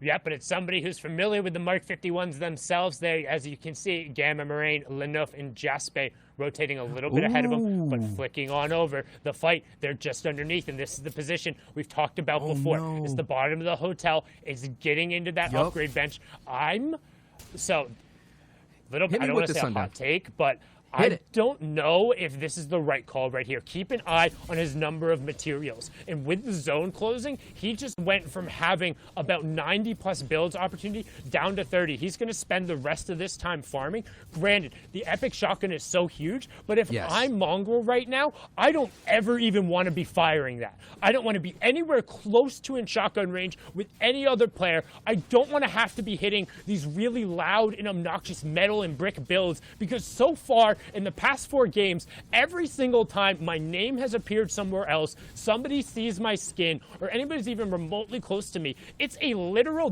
dinner bell where everyone is yelling, it's buffet time, and the shots end up come ringing in. When all you have to do is hold on. 20 points is a huge lead. Those builds are so valuable, but right now, still finding enough room. He's recouped about 50% of them, but still, it's tough, man. That's a tough decision, and we'll see if it ends up coming back to bite them.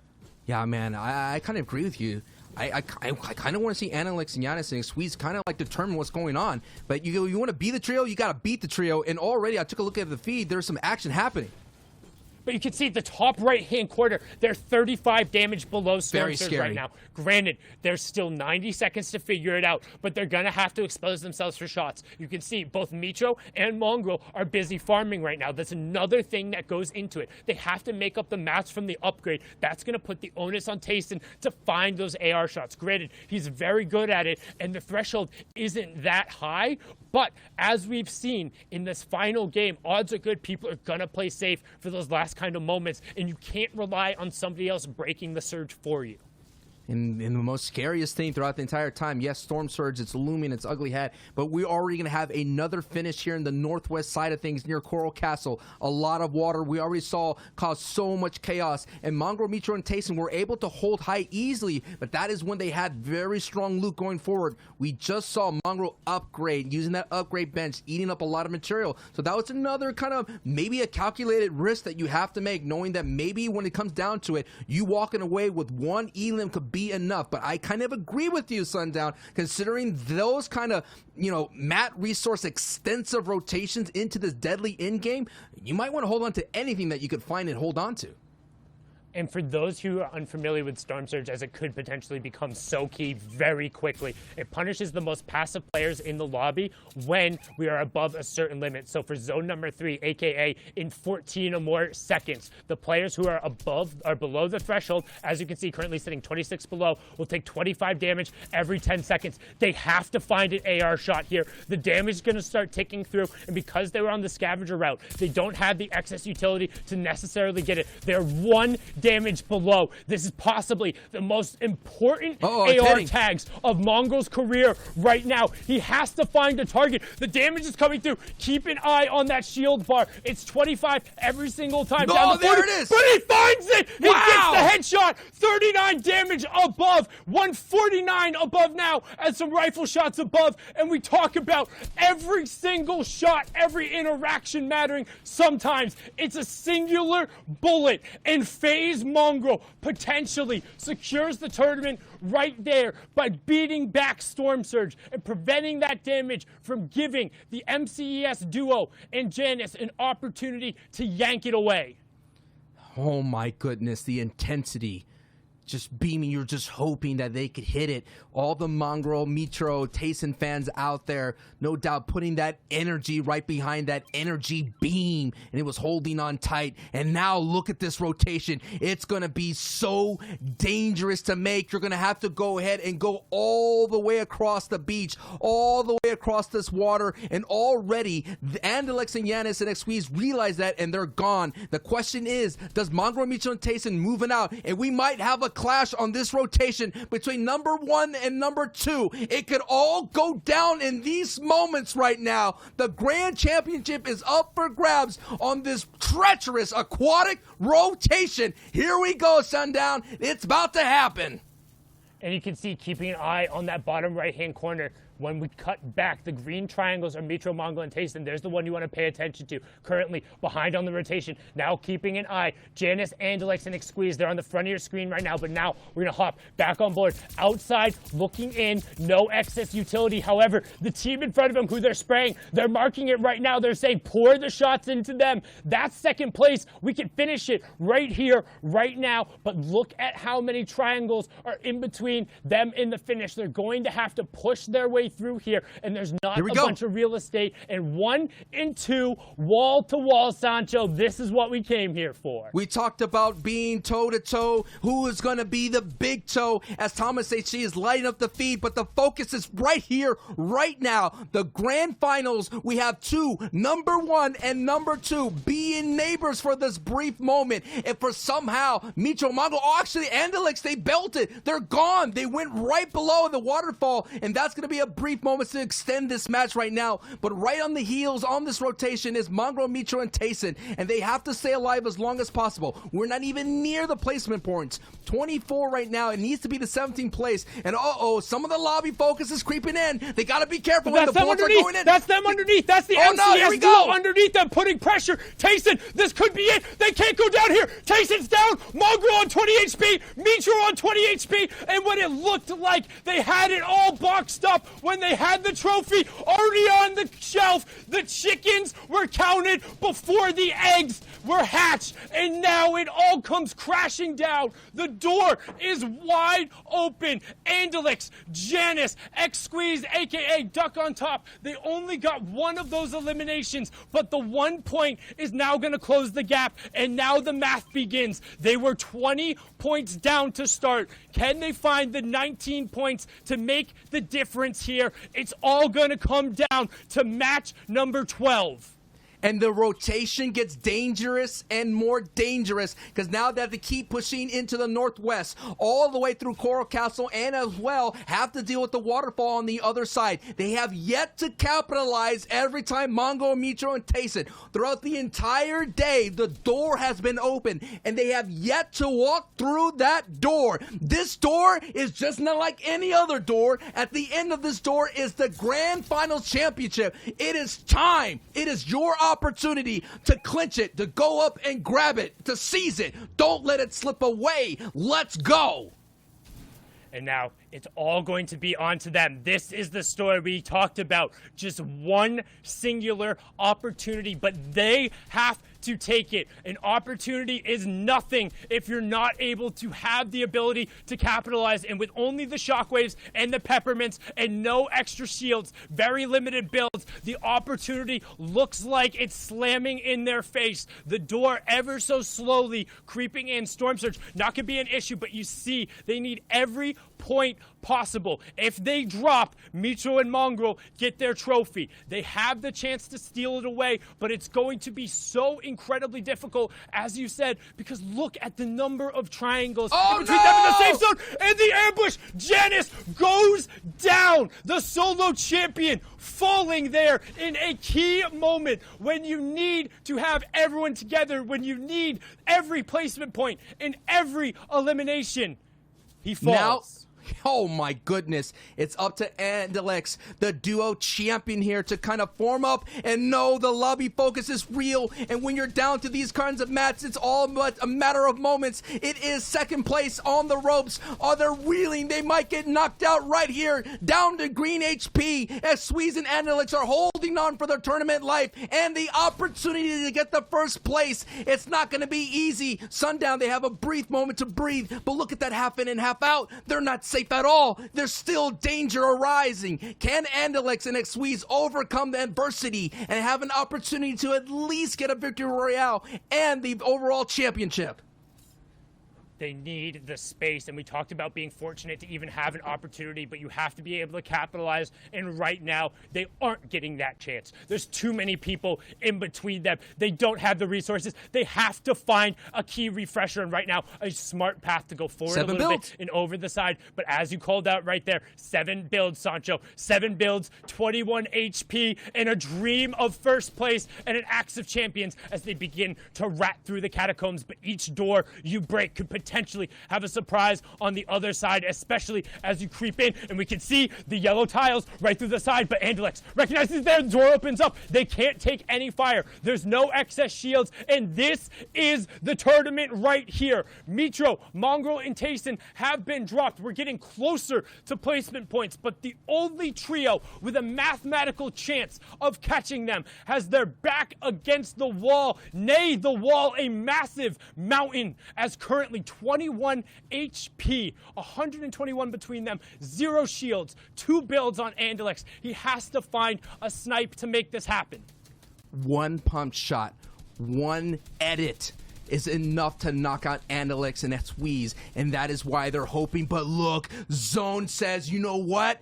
No way. You're going to have to go up the waterfall. Now, all of a sudden, we're at an all-time high in danger. The tournament right here is at stake. No doubt Mongo, Mitro, and Tayson are happy, and this could be big. This could be big. This could be that refresher that they need. Let's see what that Squeeze finds. A brief moment just to relax and just breathe a sigh of relief here, but they're not done yet. They got a lot of work to do as they're unable to clean up that knock.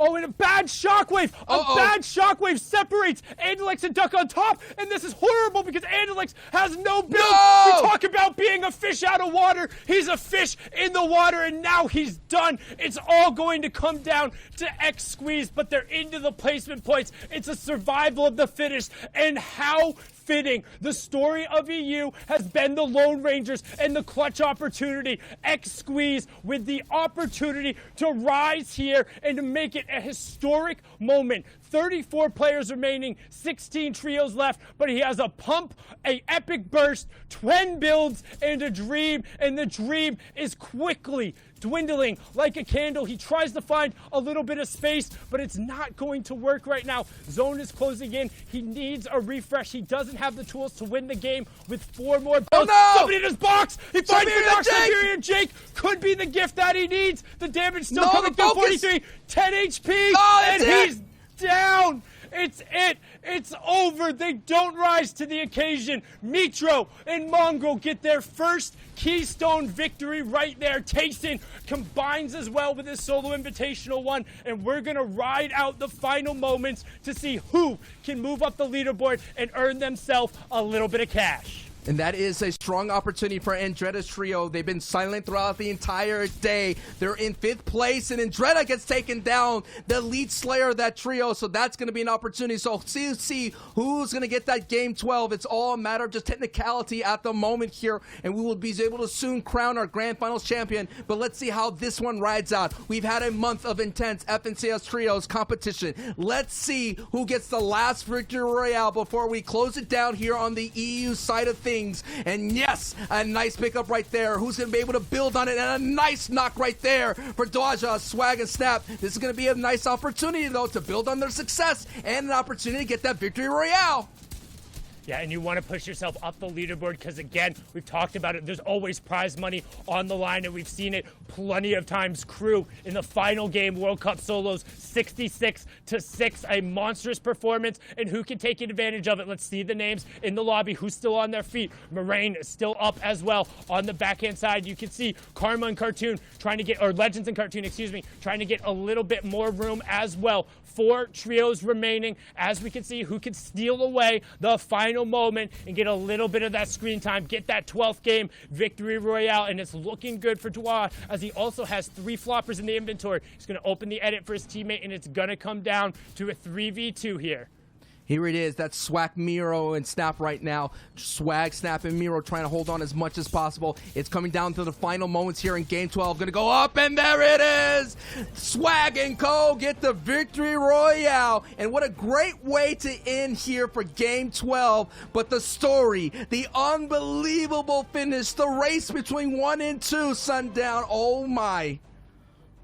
Swag, Snap, and Miro stole game number 12 there at the end, but it was a tale of holding on through the first 6 matches, averaging over 25 points a game, getting stonewalled at the end, but finally FaZe Mongrel, Liquid Mitro, and E11's Tayson will get that victory. It didn't matter if the Horde in Europe tried to hold them back. They were unable to dethrone the Kings, and they will sit high atop their perch. And wow, what a way to close it out. Thank you guys so much. I had an amazing opportunity and a great time casting the entirety of EU this month. My name's Sundown. I am Sancho West, and Mongrel's trio of Tayson and Mitro are the crown jewels of the EU region. Thank you so much. Thank you, Sundown. Thank you, everybody on the production side. Thank you, Fortnite fam. Zeke, Reese, Shio, thank you as well. You know what, Sancho? Thank you. And thank you, Sundown. Thank both of you. Massive congratulations, Mongrel, Mitro, Tayson, Reese. They did it. They did it. You know, I wrote 2 cards in preparation for today.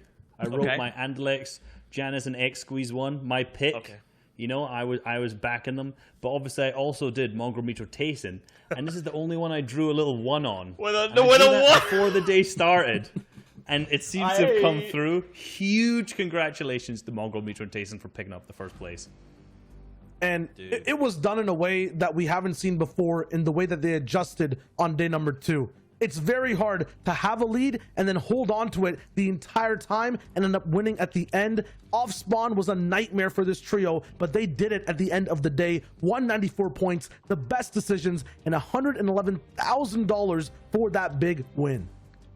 You know, their first day was so dominant, in particular, this first game on this day as well. And then, you know, as soon as they got contested off spawn by Flickanas and Thomas HD, kind of threw total spanner in the works, but they made the right plays by moving over to Sweaty Sands and getting that victory royale. Something we did see there also is that Flick, Anas, and Thomas HD have moved up into 3rd place as well. These guys started the day in 17th.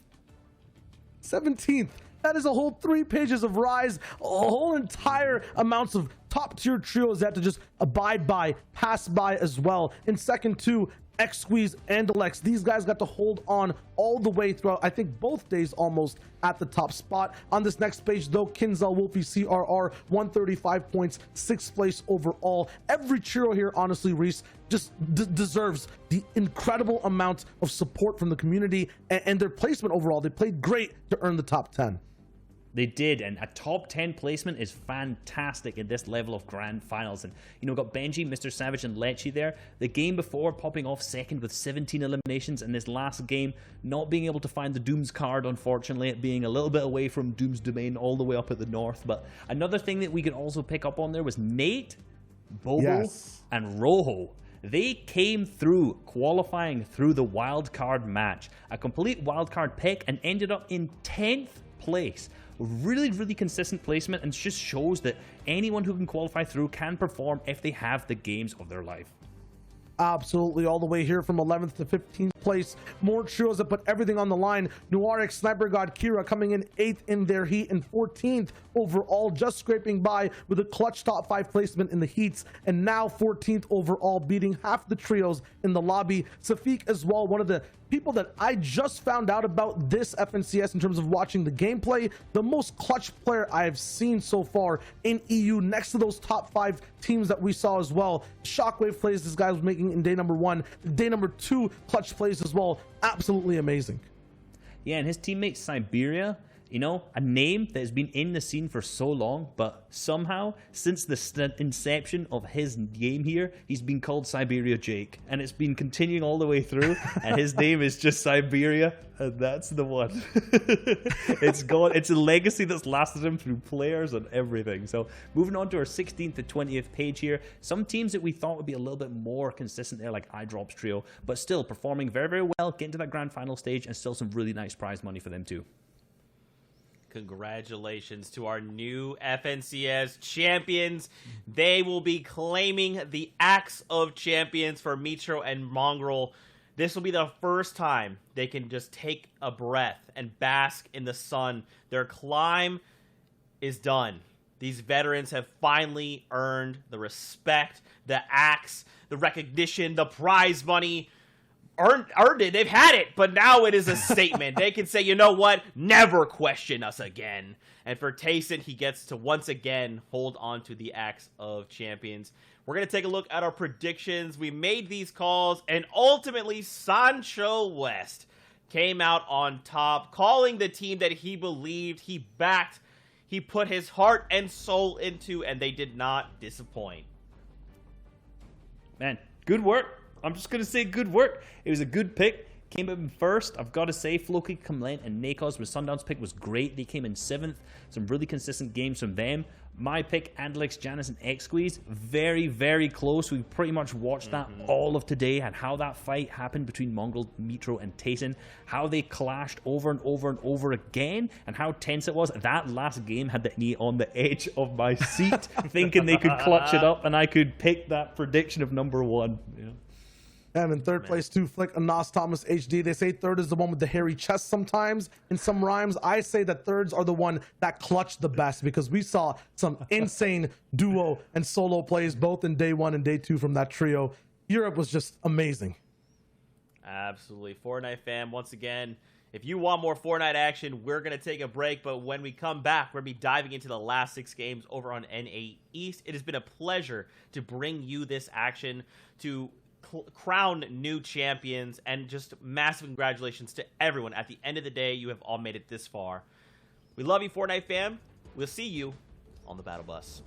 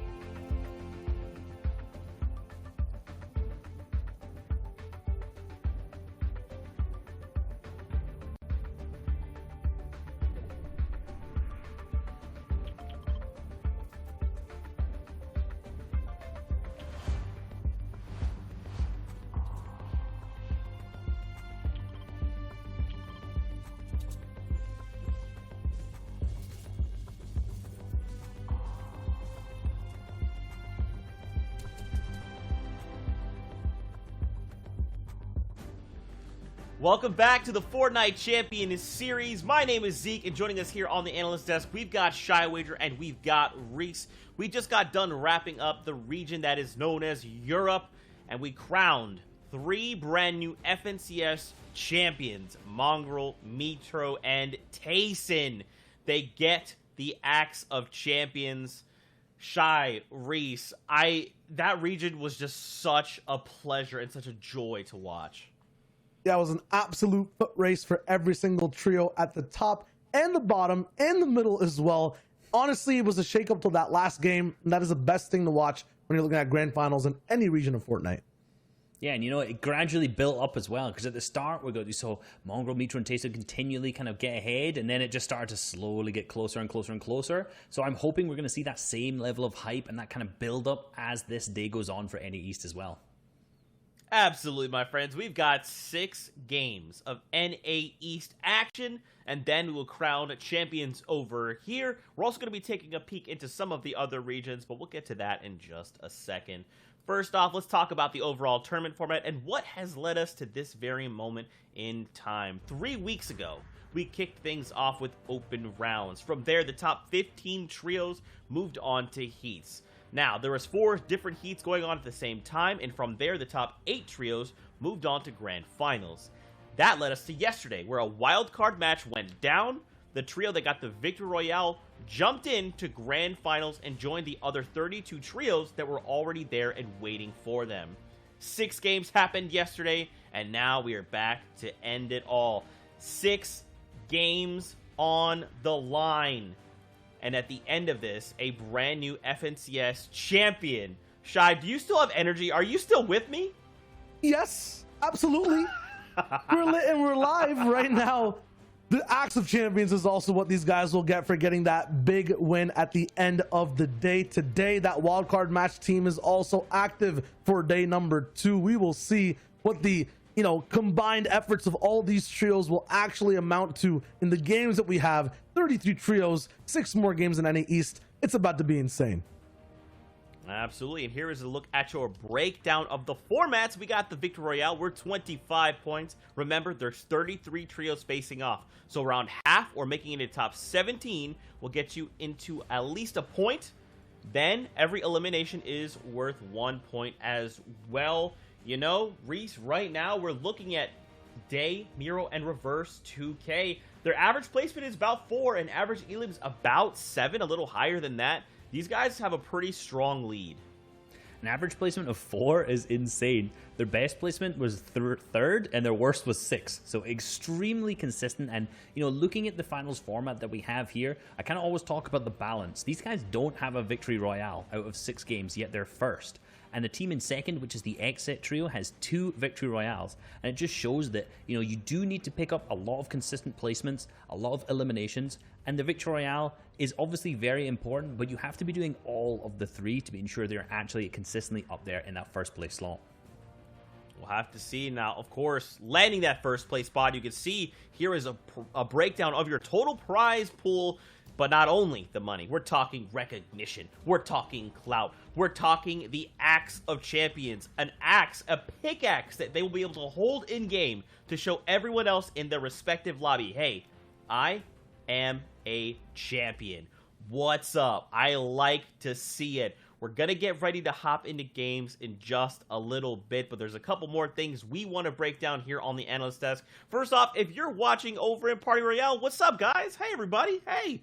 Don't forget to use your favorite emotes, throw the paints, the tomatoes, use the grapplers, just bounce all over the place. We're going to have a good time, all right? Now, I did mention the other regions going on. We have our winners from Middle East, so we could take a look together because it is time to crown another trio as FNCS champions. Congratulations, Vagnar, Lexpro, Dexafite, 202 total points, 2 total Victory Royales, and 49 eliminations.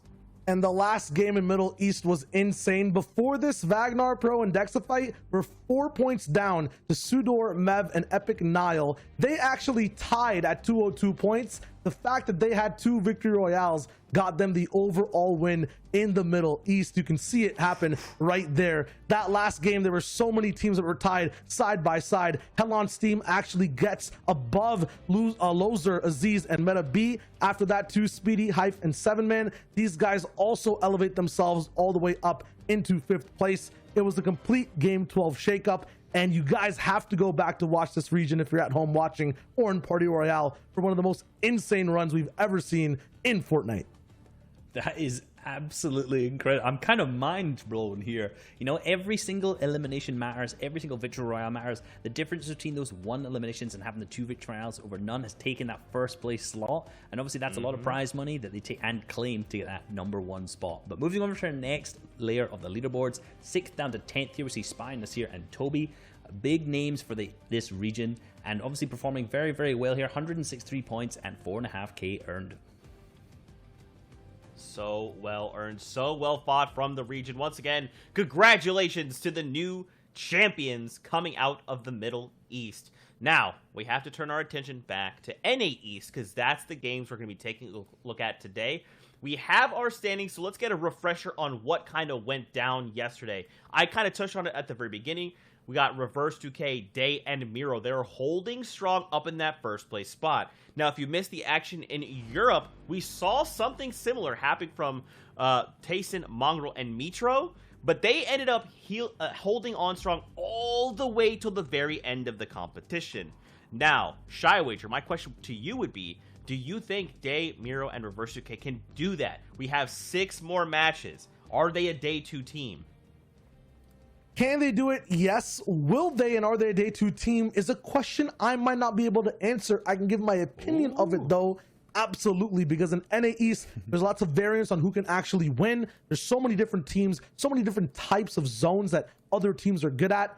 And if there's one person that's different getting the Victory Royale all the time, 2nd place can stay consistent. And Reverse 2K, Day, and Miro are so good at landing 2nd every single game with double-digit elims every time.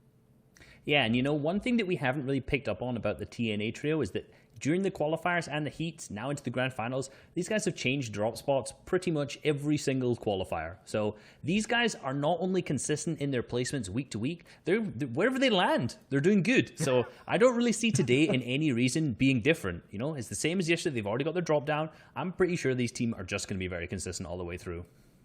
That's right. Remember, we had 5 or 6 victory royales, that did take place yesterday. We're going to relive those moments, reset the stage for you. Shy Wager, Reese will talk us through what they watched, what they've seen, and what they expect coming into today's finals.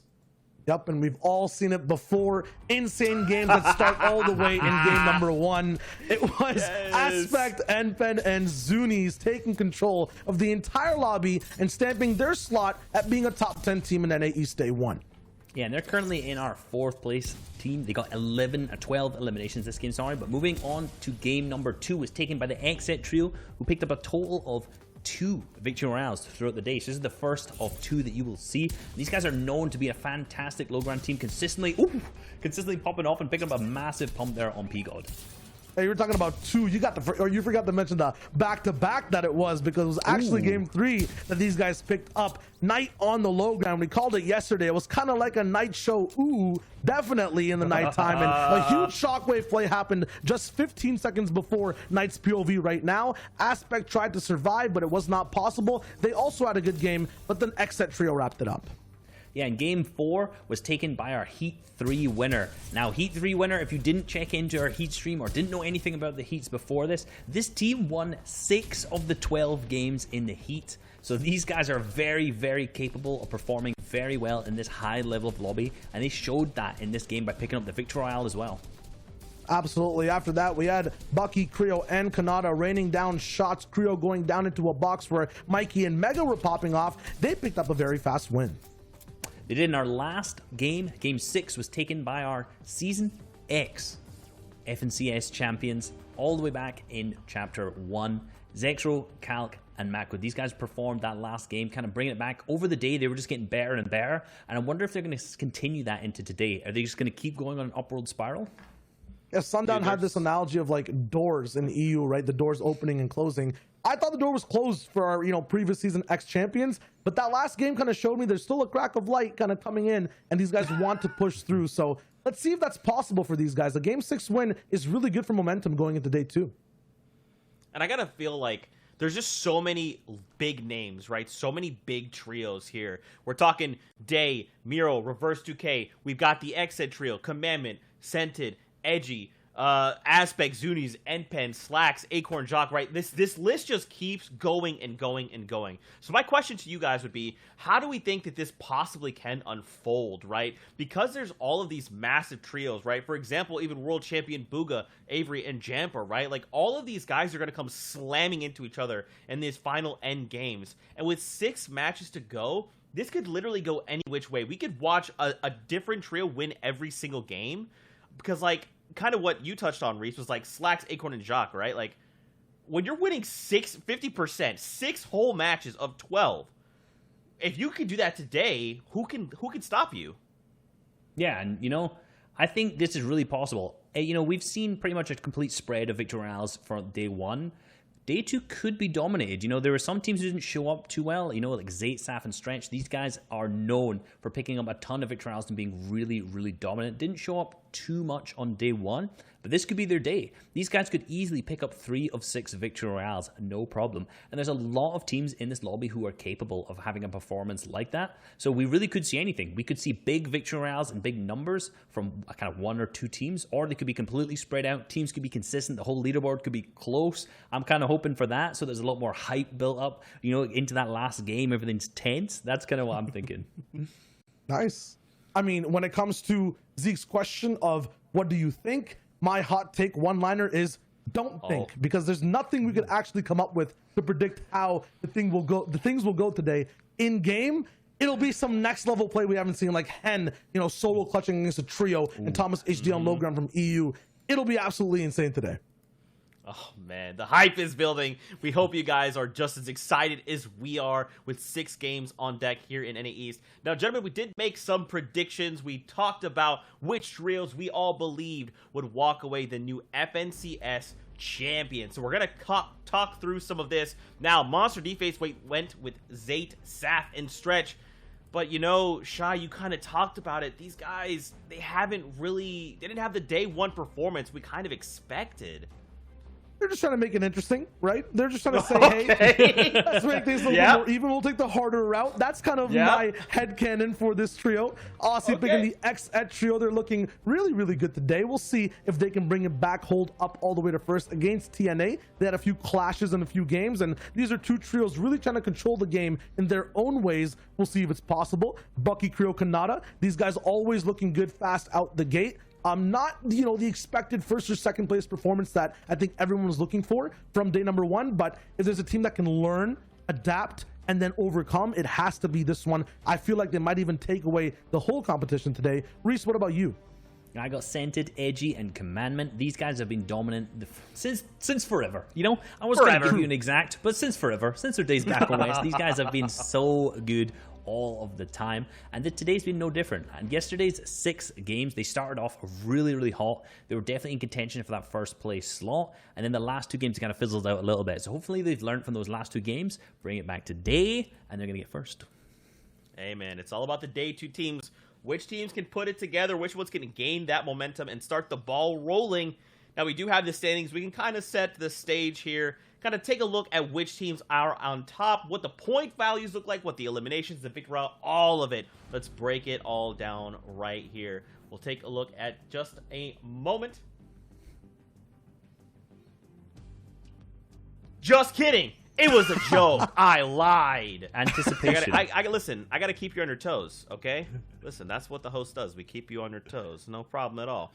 But for real, though, I can kind of just verbally talk us through some of this stuff to kind of get you guys right where we need to be. So we got Day, Miro, and Reverse UK. They're holding strong, 128 points. Right behind them, though, we got the X-Set trio. Shy, this is a trio that you did a package on, these low ground warriors that are also showing us from the high ground, they could get W's.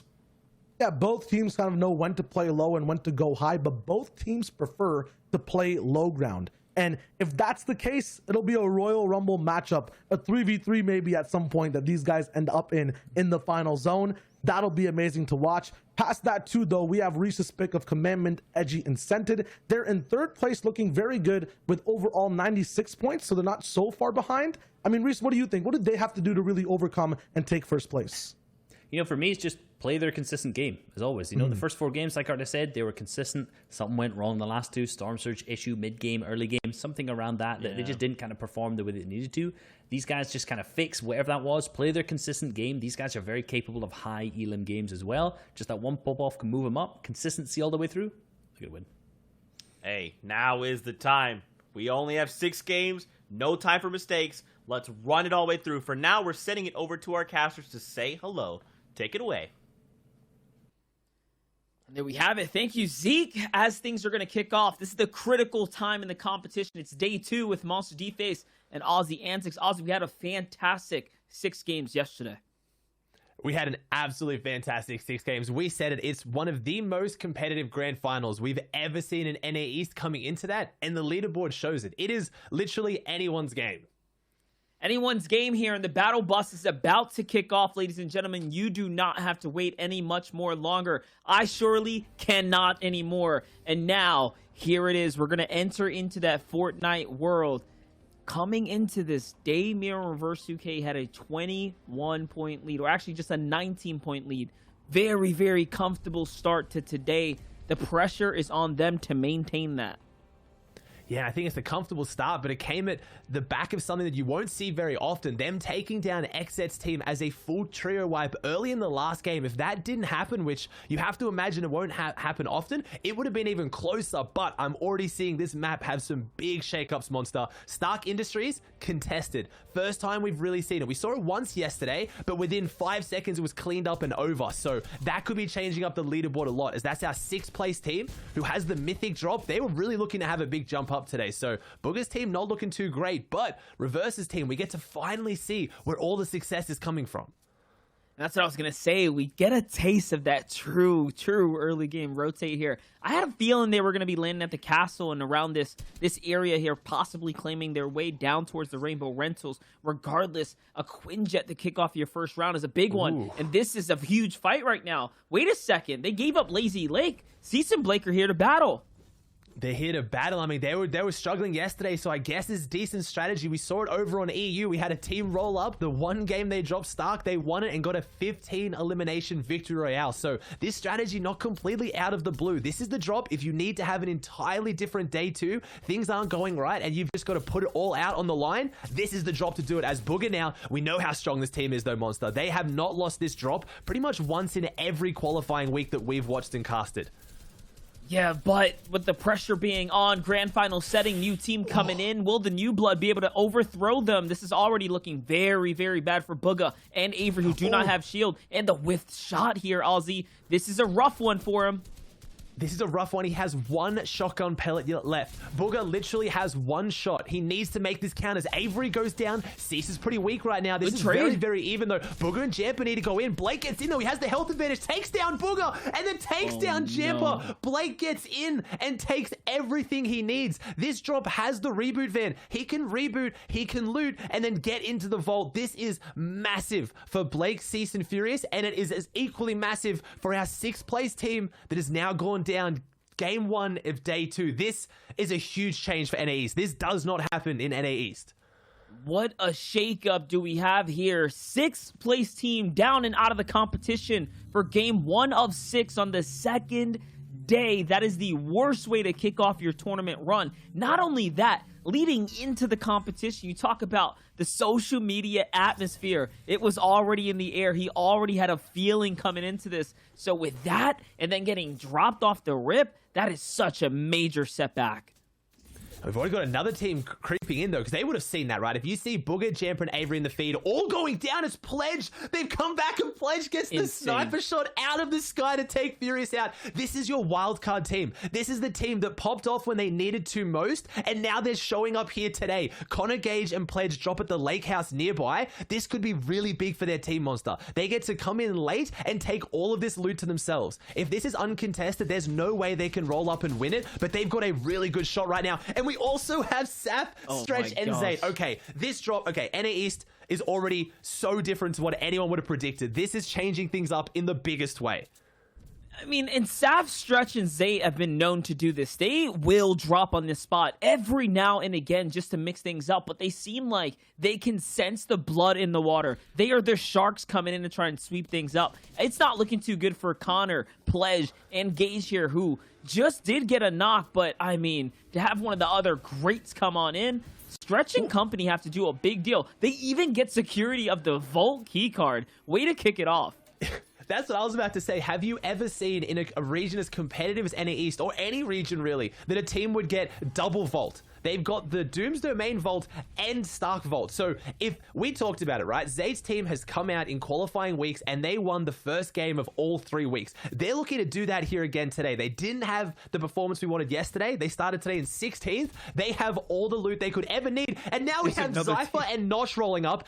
And we have Calc, Zexo, and Macwood. I don't even know. Did somebody tell these guys that it's grand finals? This isn't an arena match. What is happening?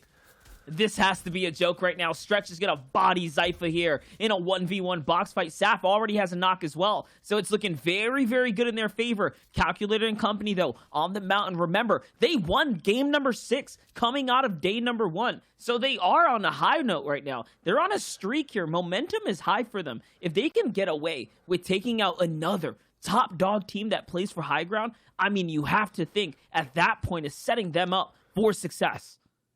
This is just going to be one of those days where now we have Keys, Nosh off in the distance. Everyone's showing up for this. This is not just affecting the teams to drop here. This is going to have a massive ripple effect now for the rest of the leaderboard. There are so many teams here with the opportunity and the potential to really jump up, not just in the leaderboard, but really control the end games. Any of these teams with this massive loot superiority could easily take down the TNA or XSET team just with that extra potential. So this is going to be so big going forward. And this isn't the last game. This wasn't like, your last ditch attempt to try and bring it back game 5 or 6. This is game 1 of day 2, and it's already this crazy. All right, looks like XSET heard there was news of a party up at the Stark Industries, and they're beelining their way towards the cliff as well. Another team getting ever so much closer. All I want to say is I'm not upset that any of this happened. This is entertainment at the topmost form. Like, you don't get this every day. You don't get these kind of interactions and engagements with the best of the best players, yet alone on a grand final setting with all this money on the line. So they've made it that much more interesting in game 1.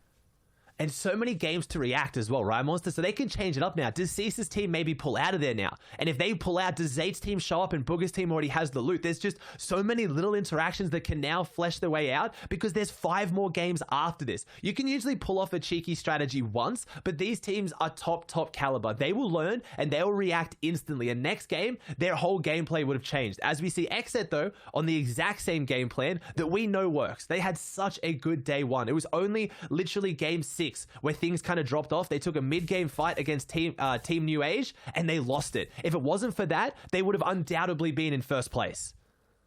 Definitely, and you can see Creo's going to fall in the feed there. Talk about big names, big clashes, Legendian kicking things off for them in the right direction right there. The zone, though, pulls for a far northeastern draw. That is a big red flag for anyone still playing the outskirts right now. And it seems like whoever was up at the Stark Industry, whoever played the gamble to play that side of the map, is going to get early dibs on the big mountains here, except being one of the few that is close as well. We also need to touch on the fact that we're hamming up how exciting this is, Monster. We're talking about how crazy this is for NA East. Only one team has gone down, which is the most NA East thing you've ever seen. There was 6 pretty much top tier teams, all within 5-10 meters of each other, all in the same POI, and still the only team that has fallen so far is Booger's team. We still have only 7 players going down right now, so this endgame is going to be ridiculous. Not like they're clearing out the lobby, they're all just trying to get those little tiny advantages that will make the difference here today, as this team is hitting a rotate that we saw yesterday. We saw this zone yesterday, Monster, and it was incredibly exciting, straight to the stacks. And what's crazy about it, we also saw them do the same exact type of movement. Scented, Commandment, and Edgy literally decided that they wanted to play this cliff side, and they did it with a late rotate, which cost them so much material coming into it. It seems like they might have learned a little bit from their previous play, but not enough, because it's the same song and dance here. Getting tagged up, using material, and getting pretty much based up again on the side of the cliff. Here's a team trying a completely different strategy. They're going the opposite route, the wide rotate right now. Yeah, this is going to be a risky one. I'm guessing they're going to try and get to this point where, yeah, when the mountain dips down and they can go over it. They don't want to hug underneath, but this is your 5th place team, so they had a lot of success yesterday. They got 1 victory royale, and they've been performing really, really well, and they've been doing it again on a drop that is very difficult for these north zones. You have Centered, Edgy, and Command we just saw hitting the rotate. They're coming from Misty. We now have Jack, Acorn, and Slacks, who's coming from the Hydro Dam. But this does answer a big question for me, Monster. All of our top 5 teams right now are still uncontested. The only one we haven't had sights on is Aspect, Zunies, and NPen, but we haven't seen them in the feed. So NA East, as much as Stark Industries is going crazy, everywhere else is pretty standard. And Clicks finds Macwood in the feed there right as the glimpse takes to the wide shot, which means Macwood, Calculator, and what we saw, their rotate, right? Zexro coming up. They were just here not long ago. They hit a collision course up towards the northern part of this. That is very, very interesting. Commandment and crew, though, are finally making their way through. They made it up and over the mountain now, trying to play towards that lake house. You know, the opportunity here to find a spot is evergreen. They're just early enough. They're 53 below, though, because they've prioritized the movement. They've had to move really far up the map, and unfortunately, they've taken the safe routes, which is great. It means they haven't taken a lot of damage. I'm seeing all that extra shield, but they haven't dealt any damage either. So it looks like they're maybe going to set up on the mountain's edge here and see if they can get some tags on that team down below. But if they can't find the tags onto these teams, they don't have a lot of sight lines other than them. So they're setting up here. They need to get some damage. 66 below. And they missed the shots on this team. So if you guys don't know, if you're following from home, Storm Surge right now on the right of your screen, Edgy, Commandment, and Centered need to do over 66 damage to get above the threshold. If they do not, in 44 seconds when this zone closes, they're going to start taking 25 damage every 5 seconds until they go down, which would be monumentally massive upset for your Team 3 coming into this. It's going to be the biggest shots of the day for them right now is to get apart from that Storm Surge. Oh, and this is going to be an even bigger thing. Okay, so they're trying to get to their teammate Centered for a second there. I thought they were going off the cliff to dive onto a squad. I'm like, no way right now. But instead, they found themselves a nice isolated battle. This is the one they're choosing to pick the fight with. It's the squad that's based up on top of the cabin house here. Centered has got the lead on it, but 79 damage below. 6 seconds, Aussie. 6 seconds to find damage, or the pressure is going to be on, and the advantage is out the window. And 12 players have to go down. This is going to be a ridiculous storm. Sorry, not 12. Sorry, 21 players have to go down. 21. My bad. I forgot just how stacked NA East is. So I'm getting stumbled here. Commandment, they need to find this damage. That's all you need to know at home. They have to see that number on the right go to above. They need to do 154 damage, and that's why they're playing so desperate. They go into the box and the big shot, but Commandment's so low. He's literally 1 health. They're completely wiped. That's our top 3 team. That's our 3rd place team completely wiped off the face of this map instantly. And that's what Storm Surge does. It forces teams to be aggressive. You can't just rotate and hide. And that is such a massive upset. Huge points right there. 3 of those is going to get that team closer to a top 20 as Acorn's going to go down as well. We talked about 21 individual players needing to get into a fight. It's breaking out across the field. Ronaldo's going to 4. AV just fell. Acorn obviously fallen here as well as we are just jumping in. And there, Groska's going to conclude onto AV. So that means Xset also already losing a member. Big teams at the top of the food chain all being stumped out. That's your 2nd place and your 3rd place team already hitting a wall here. A red light as Aspect, Zunies, and NPen just found a huge chain of eliminations. That's going to give them access to 3rd place now. They are in 3rd place already. And that's the only time you're ever going to see NA East, like, the feed light up that fast. It's going to be during Storm Surge. We went from 91 players to 70 players in the span of about 30 seconds. And not just any teams, a lot of the top teams. AV's now down. That's 2nd place. We saw eliminations going over onto 3rd place. Completely wiped. A team down from 5th place. So many teams are now wounded coming into this end game. And the only one that I'm seeing get through completely unscathed is 1st place. The TNA team hasn't been on the feed, so they haven't gotten elimination and they haven't been eliminated. But that's a good spot for them. If they've survived Storm Surge, they're playing well. They're getting their tags and they're playing safe because they're the ones who, they really need to just hold on to their lead, right? You don't want to see them start playing safe because that's not what Team New Age does. But at the same time, they're not taking risks. And Shark is right out there in the zone. Something has gone very wrong for the Xset team. Yeah, 100%. We last tuned in. They were just on the side of the cliff, so it seems like they had not only a terrible time rotating on in, but of course, that Storm Surge probably being the biggest factor for taking them out. Big You're factor watching right this. now, and unfortunately we saw AV go down, but it's also Knight as well. Shark needs to make this rotate. He's got a good loadout to solo clutch this, but when it's grand finals, doesn't matter how good your loadout is, you don't want to be in the position where you have to solo clutch, and he's going through those floppers. He's still got the shockwaves. I'm predicting he's going to set up here, get close to zone, and then maybe try and hit a bouncer shockwave, or with this pepper, I think he might just try and sneak past and just white line this straight into the next zone. But if you're looking on the bottom right of your screen, on that minimap, that's how many players that are holding him out. And here it is, the bouncer shockwave. He's going to try and go straight over their heads, and this is it. If he hits the ground, he does, so he doesn't get shot in the sky. But now he's made himself very known to the rest of the lobby as a solo. If any of them saw that, they now know he's by himself. And it looks like the shockwave again, just trying to get away from all that congestion, Monster. He's just on the move here, like, and he's doing a good job of it. Like, you might as well use it before the teams get there, before you actually get spotted, right? He's doing a great job of that.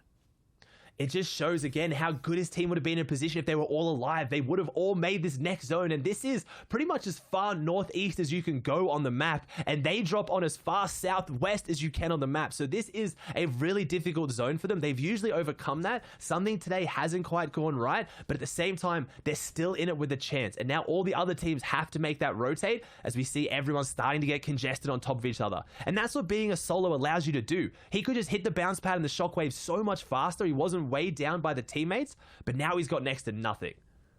Here's a team on high ground. Isiv already on the way out the door. The crash pad's going to get them straight down to the safety of the new zone. Sumner, Typhoon still alive there. There's your trio. There's the first place team, Miro, Day, and Reverse 2K. They're just near XZ Shark, but it doesn't matter. They are very much comfortable right now. Like we said, they made it past the toughest part, that early first storm wave, and it seems like they are set up for success right now. Being at their dead side of the zone right now is huge, especially considering, just look at the loadout. They are comfortable, but the material count is the biggest question right now. Why is Day's count so low, and can they get their farm back?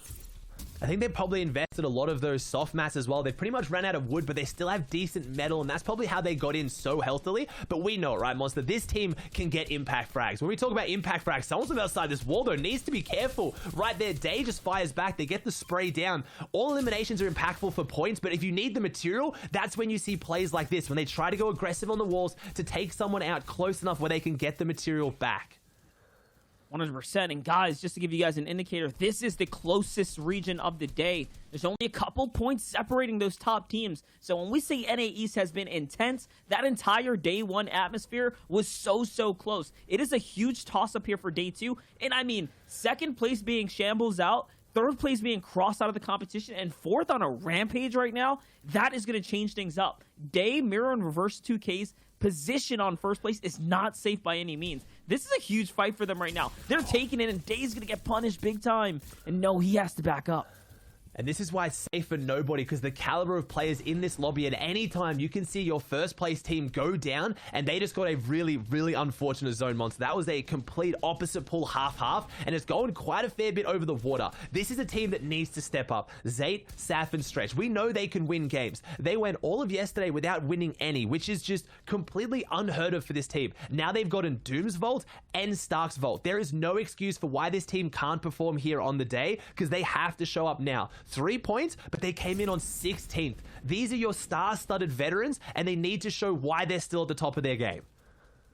Let's see if they can pull off what they normally tend to pull off. It's a game one victory, because they need it more than anyone. One of the hottest teams coming into this, one of the most dominant teams that was held down yesterday. We don't even know what really went wrong for them, but there was something in the mid game that just wasn't clicking. If they pull off a phenomenal 6-game streak, now that Booga, Avery, and Jamper are all contested on the draw spot, they could make one of the biggest comebacks we've ever seen, and that's a huge knock right there onto Kraz. Stretch is going to go ahead and fill that up, and Kaz is down and out. 4 eliminations for this trio. Very good. Yeah, if anyone can make a monumental comeback like that, it's this team. They do it on the back of consistent wins. We said it yesterday. This team is wins or nothing. So what probably went wrong was they just didn't get those crucial little decisions like this in the mid game that set you up for the end game. As Stretch is now getting sprayed out. He's down to 18 health. He has the splashes. He has the big pots. As long as he gets away from this, he should be okay. And just like that, Saf instantly jumps into the line of fire and starts holding the builds for him. And this is what this team does best. It's the trust. It's the chemistry. They back each other up at all costs. They win together or they go down together. There's next to no solo clutching when it comes to this team.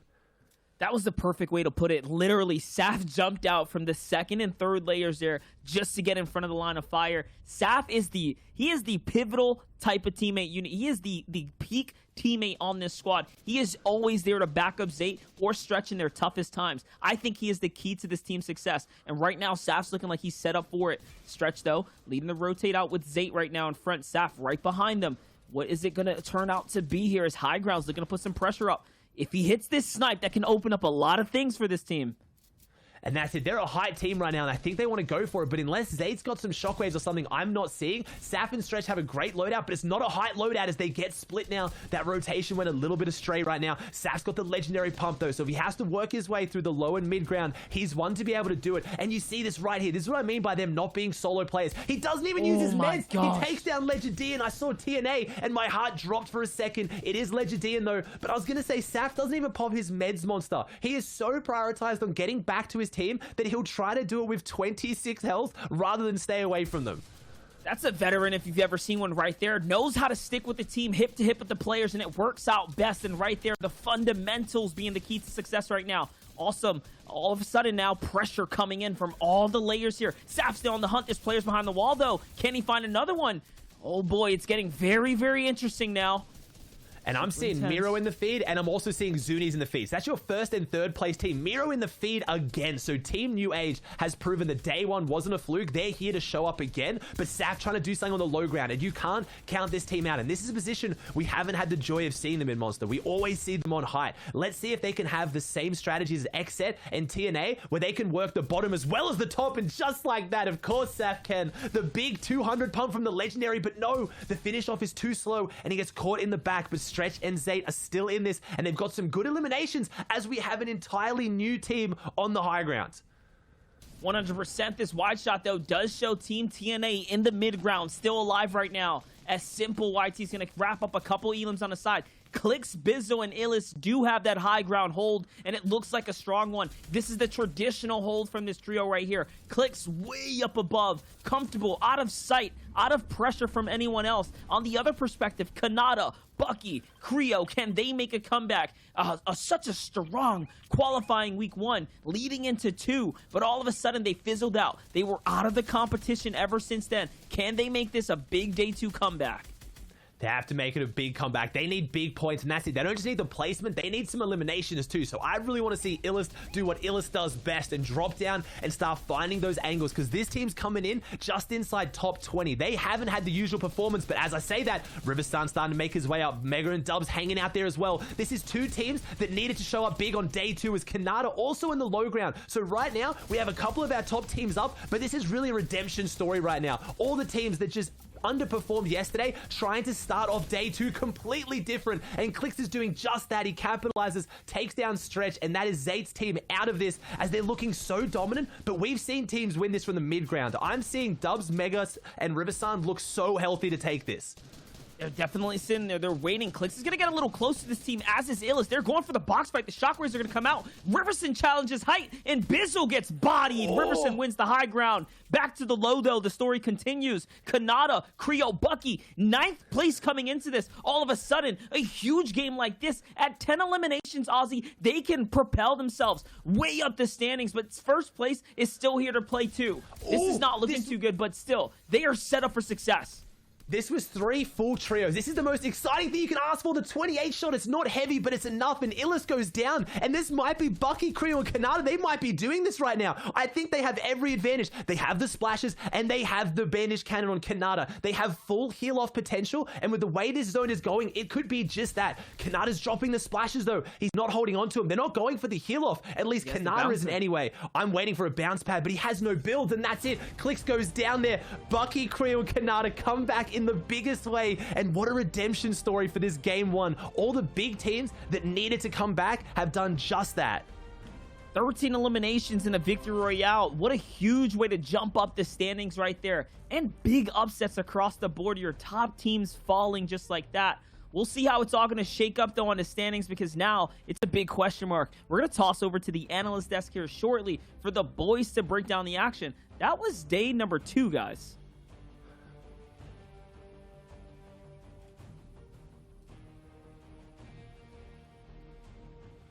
Thank you guys so much. Listen, this is what Kanata, Bucky, and Creo needed. They needed to get this surge, this start. This is what we call momentum. Now the question is, can they keep this kind of rolling forward?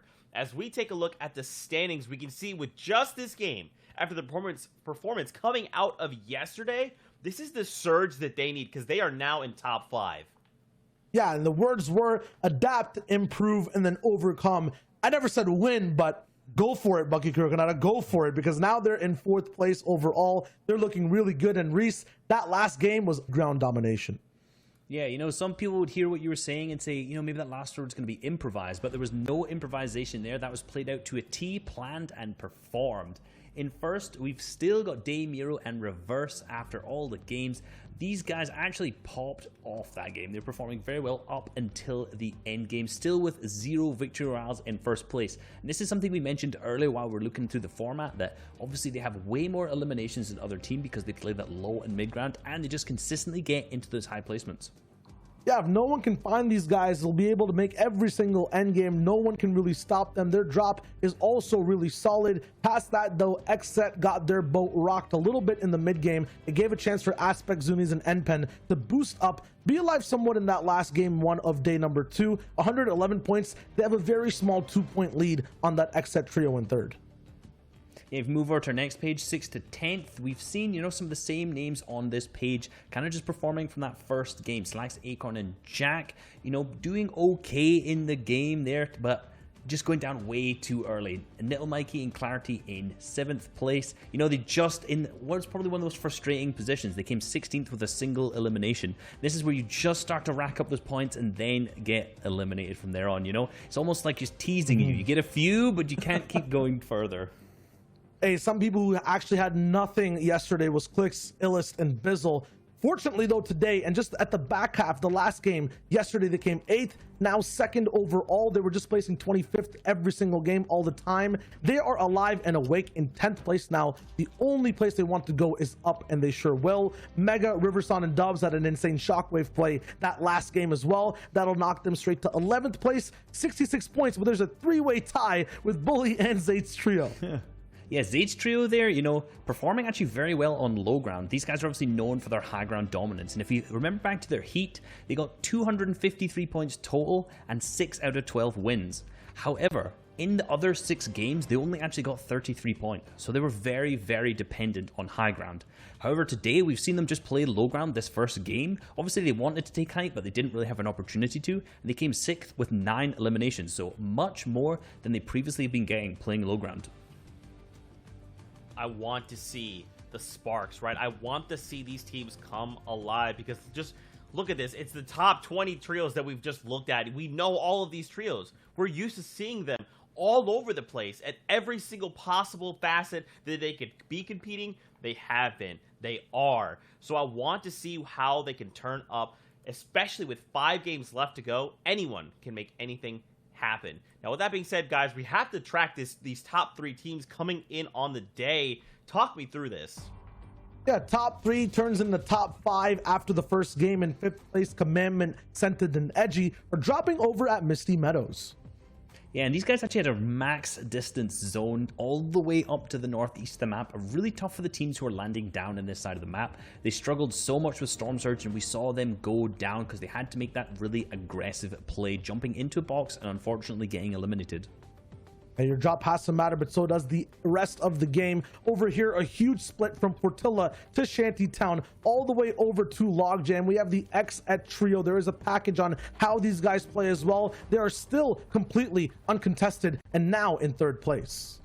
Yeah, and our top team, TNA, and these guys, like I already said earlier, have been dropping at completely different spots through the qualifiers, the heats, and now into grand finals, but it doesn't matter. These guys are winning either way. Loot, these guys don't even need loot, although obviously there's good loot at these paths, but you know, they don't need a really great POI and drop spot. They just need to consistently have whatever they can, and they can perform on that low ground because of it. Yeah, and there's Day in the low ground being taken out by Creo, who led his trio with some great mid-ground actual pathings and calls, eventually finding the low and just taking control of the game. I thought you were going to get a third rhyme in there, the Creo Trio, but unfortunately not. But it all went down to the last moment where Dubs Mega obviously fell all the way from high ground. It was a 3v1, and at this point, it's going to be very, very tough for anyone to actually keep and contest this when they have 3 players all the way on low ground consistently spraying upwards. Yeah, the key over here for this game was kind of the sandwich that Creo, Bucky, and Kanata kept taking bites from in mid-ground. They had so many trios they edited on, got free elims, after that more mats to keep that sandwich big, thick, and alive, and after that, no one else could really, you know, take or stop them from continuously eating, staying strong and healthy. Clicks, Bizzle, and Illis tried. They came second, but left hungry. His analogies, they're just legendary. I can't. You know what? We gotta step away. For right now, we're kicking it back over to our caster to take over because I'm losing it. MDF, Ozzy, please help. Please help. The worst possible situation. We'd unbroke Zeke on the desk once again, but what isn't broken is these players' hearts. Let's see how they're going to be able to withstand the pressure coming into the Stark Industries. It's day 2, game 2 here, Ozzy. You can hear the silence of... I mean, it's setting the tone right now. It's Stark. Look at it. Right now, we're just panning shots straight out. And look, I see somebody downed already. It is 5 seconds in the game, and this is the drop spot that's going to change everything. We saw Zayd's team up there. They got both. They got Doom's Domain Loot and Stark, and still just couldn't have the performance. We have a team. We have TNA. Right, they are currently averaging over 20 points a game, not even from a mythic POI, from a non-named location, which is just insane. How can any team affect that? I don't see how they can drop off the pace right now. It's just going to be whether another team can match them and go even faster. 100%, I hear that. And just looking at Kanata, Creo, and Bucky here, that game right there threw them way up the standings, up into 4th place. Can they make a miraculous comeback? The first place lead right now is taking the charge with over 30. But with games like that, just a few more, all of a sudden, we could be looking at a new contender for the first place. We could. We've already seen this team do it. They've actually won one of the qualifying week round 3. So we know they have the potential to pull it off. And they've done it from this exact drop spot. So nothing is different at all for this team. They've just shown up here on day 2 and shown why they are in contention. Because they weren't way down the pack. They're one of those teams that was underperforming a little bit, but maybe not as poorly as, say, Clix's team or Zayd's team. But Clix's team had a big comeback as well. So we're really seeing NAE step up. But I just feel like this team right here is just stepping up to a whole nother level. But it looks like, I don't know if this is going how it normally does. No, I think it is. So this is one recipe for their success. They've now got the Quinjet on their way in, and they get the Slurp Truck. This is big. 100%. As you can see, Miro was the first player to reach 100 eliminations and has more elims than any other player. This stat is referencing to this FNCS, showing that across the region right now, Miro is that guy. He is the elim sealer for the squad. He's the fragger of the team. That's such an impressive stat to hold on any region. Yeah, and then you've got to back it up with the equally impressive stat that right now they have an average placement of 4.3 across 7 games. To put that in perspective, the next closest is second at 10.1. They're under half the average placement of second place. They're absolutely dominating placements while still getting that many eliminations. So clearly Miro is the firepower. And then we have Reverse and Day, who have clearly got the puzzle pieces together for endgame, because they're doing that on the back of no victory royales. And they've still got an average placement of 4th. So that's why I'm scared for everybody else in NA East. They've got to figure out what they can do to slow this team down or stop it, because right now they're playing perfect Fortnite. Yeah, which is crazy because Reverse 2K is one of the most on and off players, right? Like, we talked about Reverse, his history, the way he feels about competitive. There's been moments where he's really felt like he wasn't sure of whether or not this was something he wanted to pursue. But then you see him on the biggest stages when the pressure's on, and he has been showing up. And honestly, big shout outs to players like Day and Miro to keep up with such a vet, right? And they're doing it now too. This is all of their opportunity to solidify their legacy and take a full-on championship. I mean, we already saw Magro finally get one of the biggest titles. Can Reverse 2K earn his? That's very, very true. We saw at the start of this season, Reverse 2K was talking about potentially stepping back from competitive and taking a break. We're so happy he didn't, but this is what we needed. I said, who is going to pick up the pace? Who is going to step up and really push forward? Because TNA is not slowing down, and XZ are always going to answer that question. They're always going to pick up the pace. They struggled last game, so in their last 2 games, so last game of yesterday and first game of today, they had by far their worst performances, and I didn't want to see that momentum start shifting, and it looks like it hasn't. They've got an elimination on the board. This team has crumbled and running away, and XZ needs to push forward off this. Yeah, this is their first point of the day, so already changing up the strategy, and I like this. Remember, the problem was they were a part of that 21-player pack that had to get Storm Surge. Ooh. Huge tags right here. Knight's not trying to hear any of that Storm Surge nonsense this game. He's finding the tags. That in its own has really put them up, way up towards the top. The headshot from the down body, and another body shot to follow up.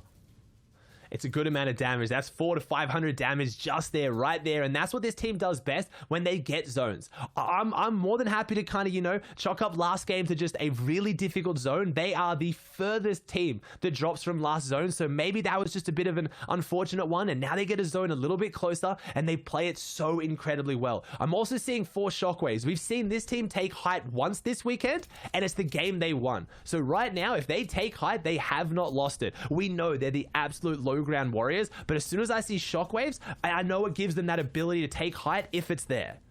I was going to say, they've definitely gotten 2 wins this weekend, too. So one off that high ground play, the other just off the bullies of the low, where we just coined up the space control, right? They were running that low ground. They were doing such a good job of it, and this is what they've really just grown to be known for in the recent times. Here's Aspect, NPen, and Zuni is probably the most impressive of the trios we've seen up. Talk about vets stepping up from the old guard, right? These are players that have been around for such a long time. But now, on this recent tear, Aspect, man, he's been tearing it up, taking cup after cup. But not only that, now finally, potentially, an FNCS awaits him.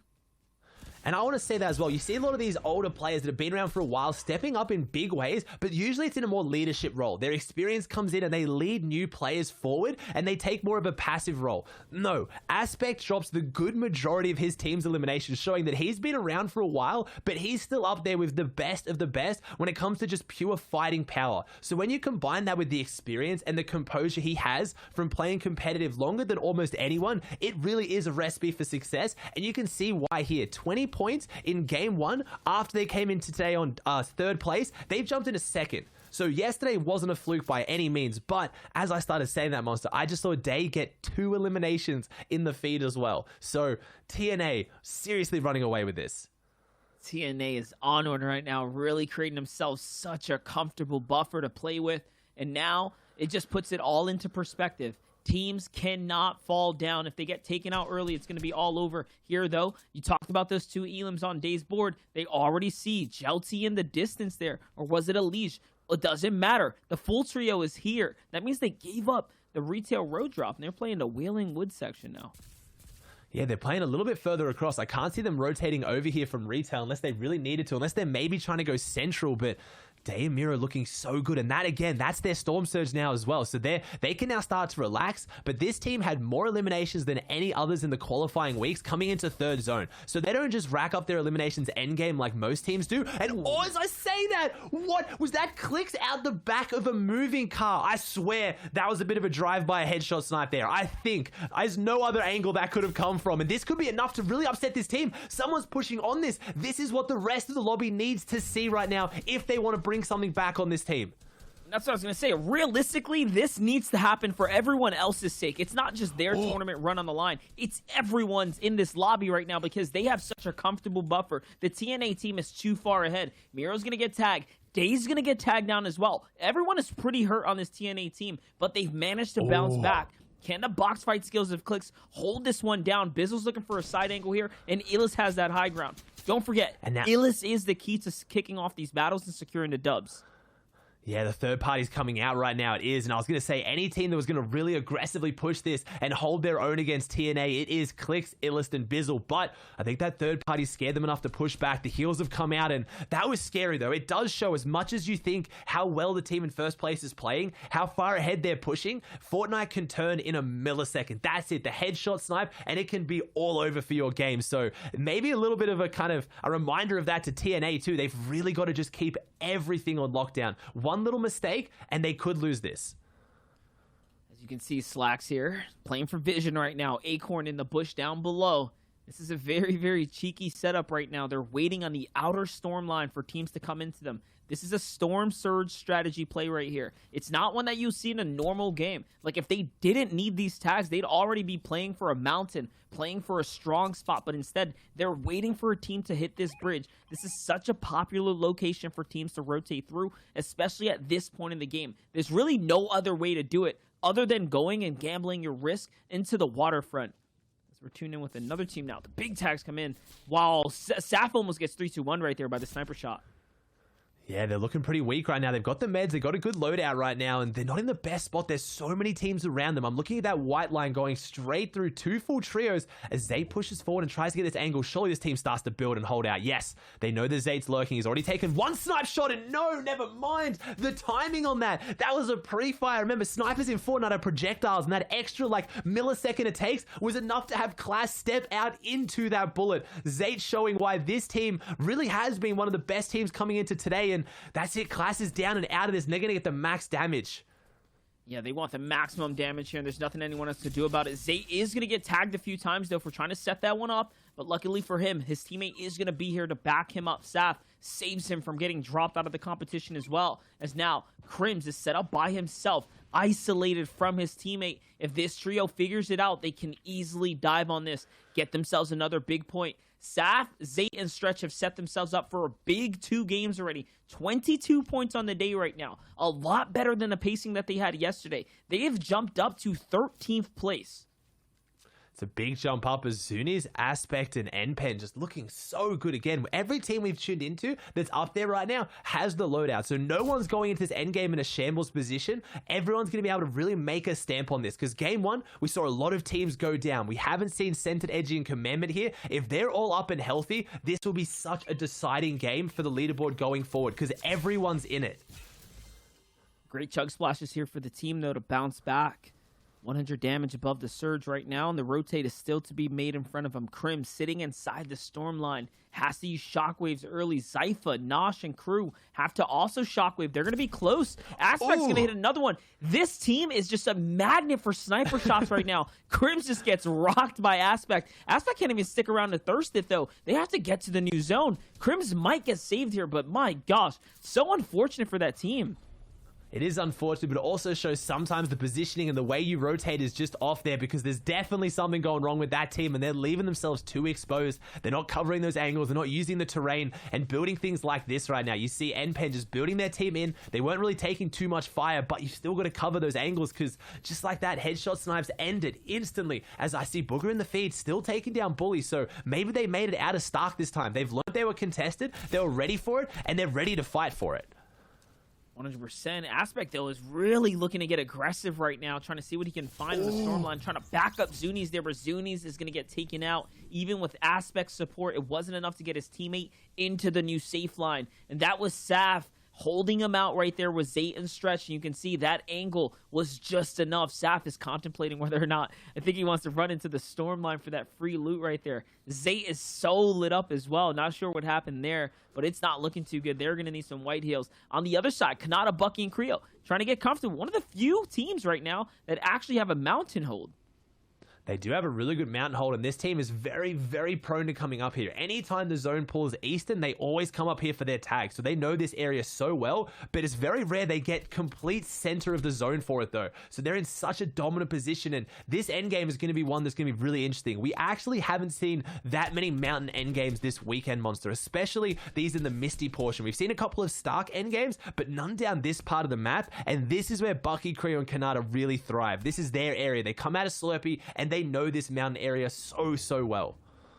And it looks like it's going to be Jamper and Avery who are going to left by themselves because Booga was knocked in the feet and potentially taken out there for a second. As I talk about big names falling, though, Illis gets finished off by Reverse 2K. They were already on a good track, but it looks like the TNA boys fire back once again, maintaining their lead and showing that you don't mess with them. That's a bit of karma.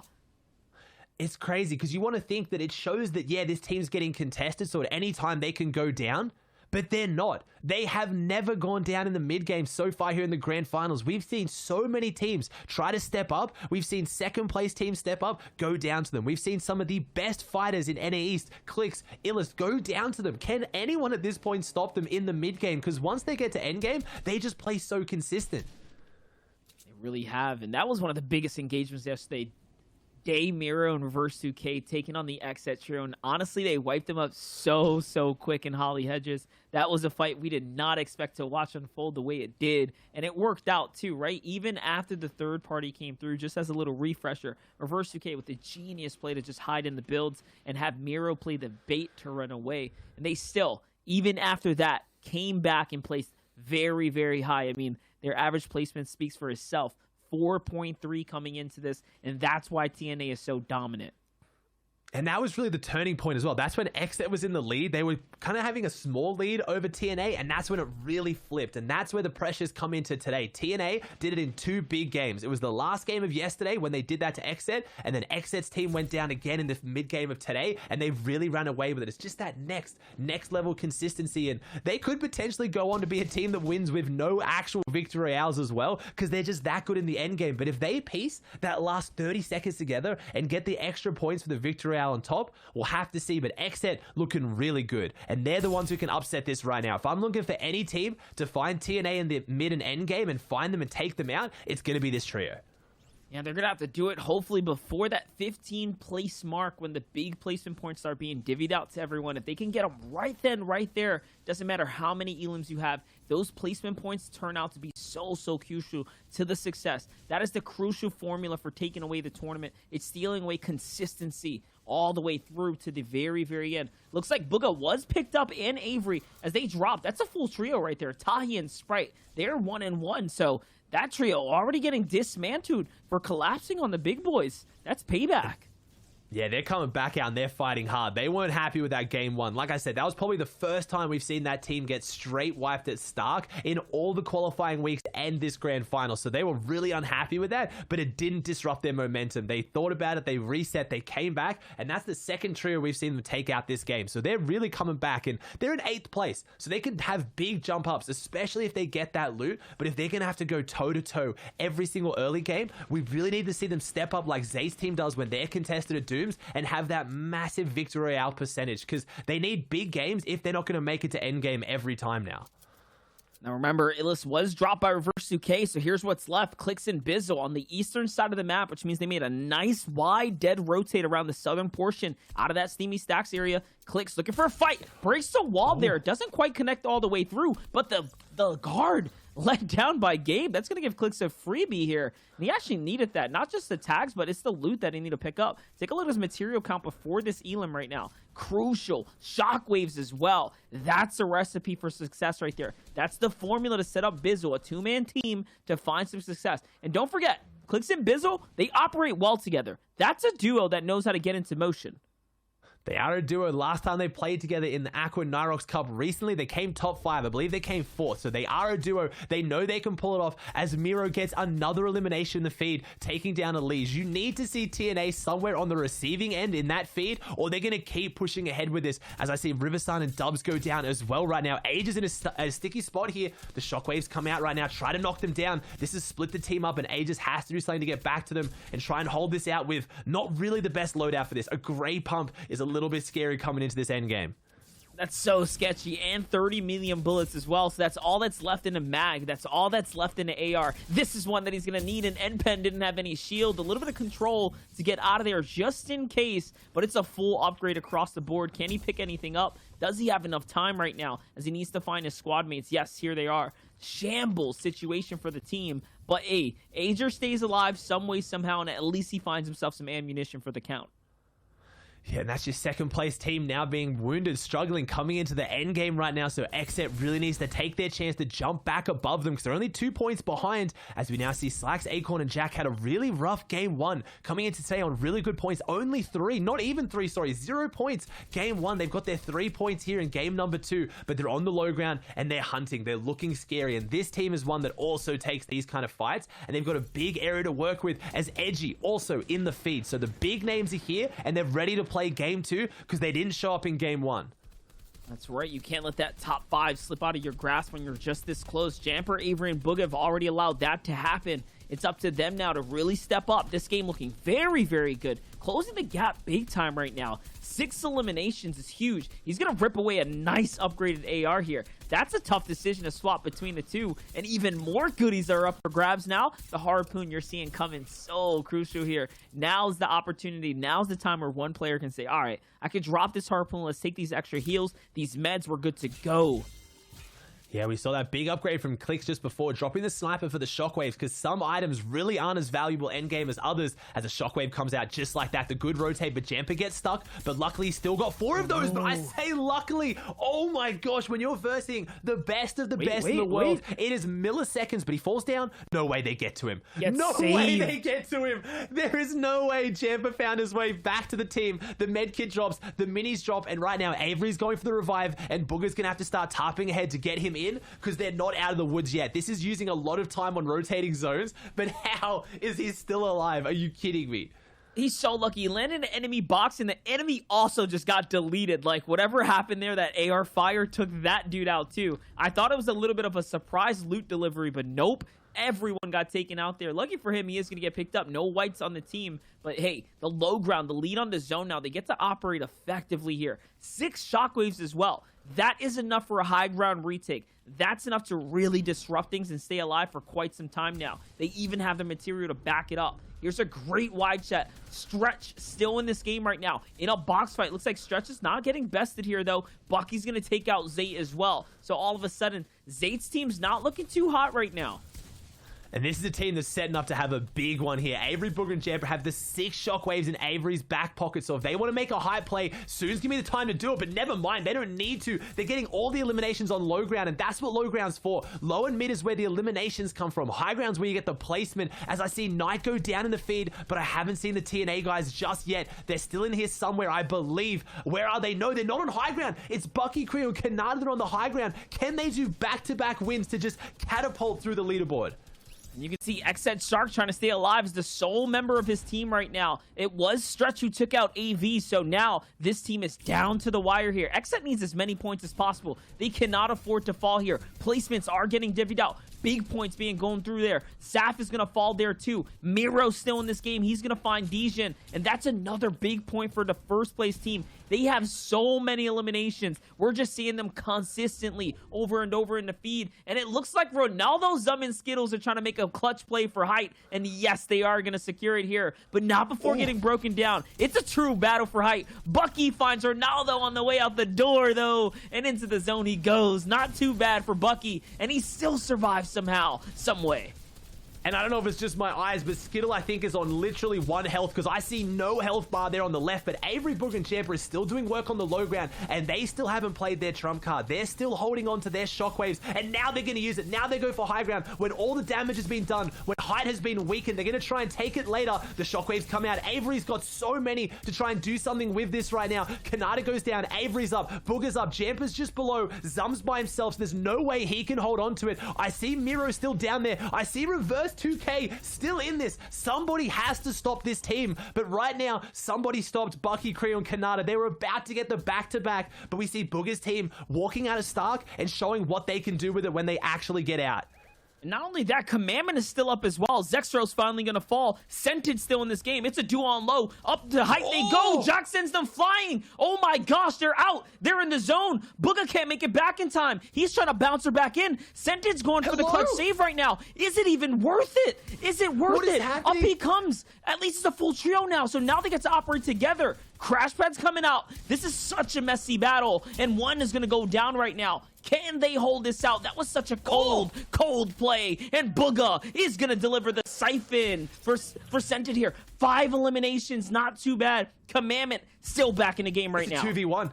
It's a 2v1. Someone from Booga Champ and Avery's team is still alive up above. Do they have the health advantage? No, they jump down. The big shot, though. Scented trying to go around the outside, and he does. Scented finds Jamper. Such a big game. And we're talking about Scented, Edgy, Commandment, Booga Champ and Avery, but we have to talk about the hero there that actually won this game, because it was Jack. Jack jumping up with that shockwave, shockwaving Booga's team out is 100% what secured that for Scented, Edgy, and Commandment. But then the clutch revive. Monster, you asked, was it worth it? Yes, apparently it was. It looked dicey, but wow, what an endgame.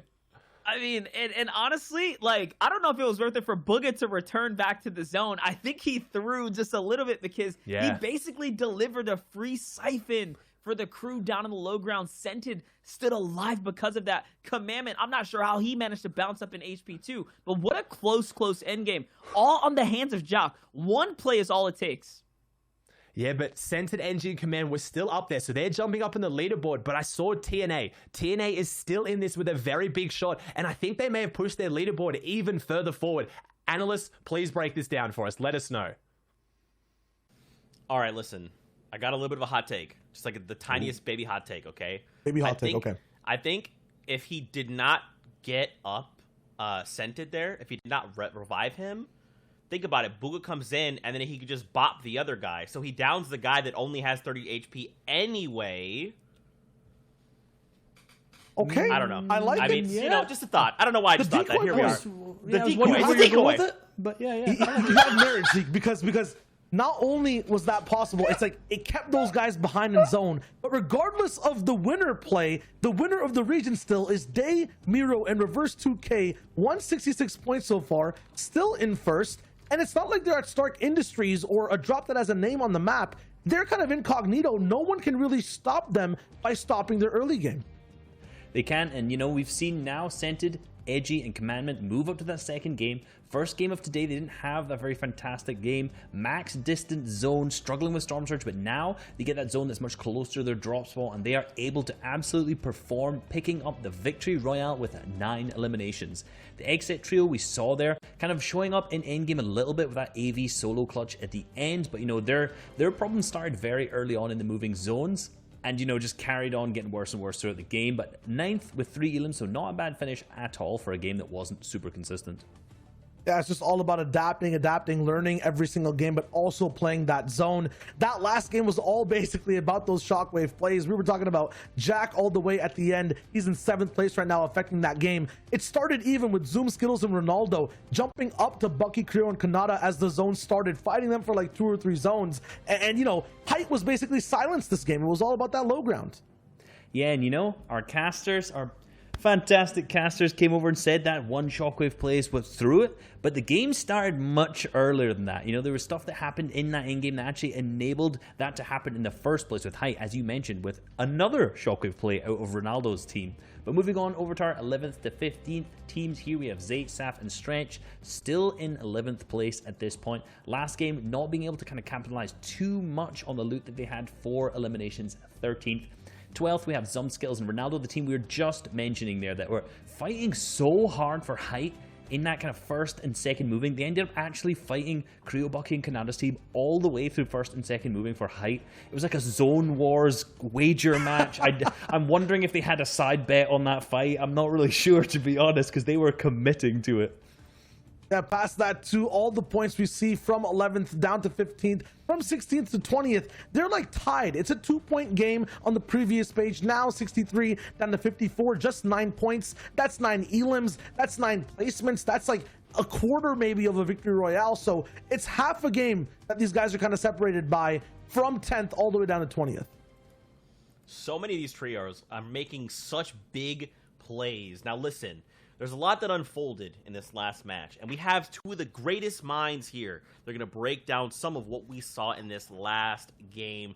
So, Shio Wager, Reese O Wager, that's what your Reese O Wager is your combined name now, which is also your Halloween name. It. Break this down for us.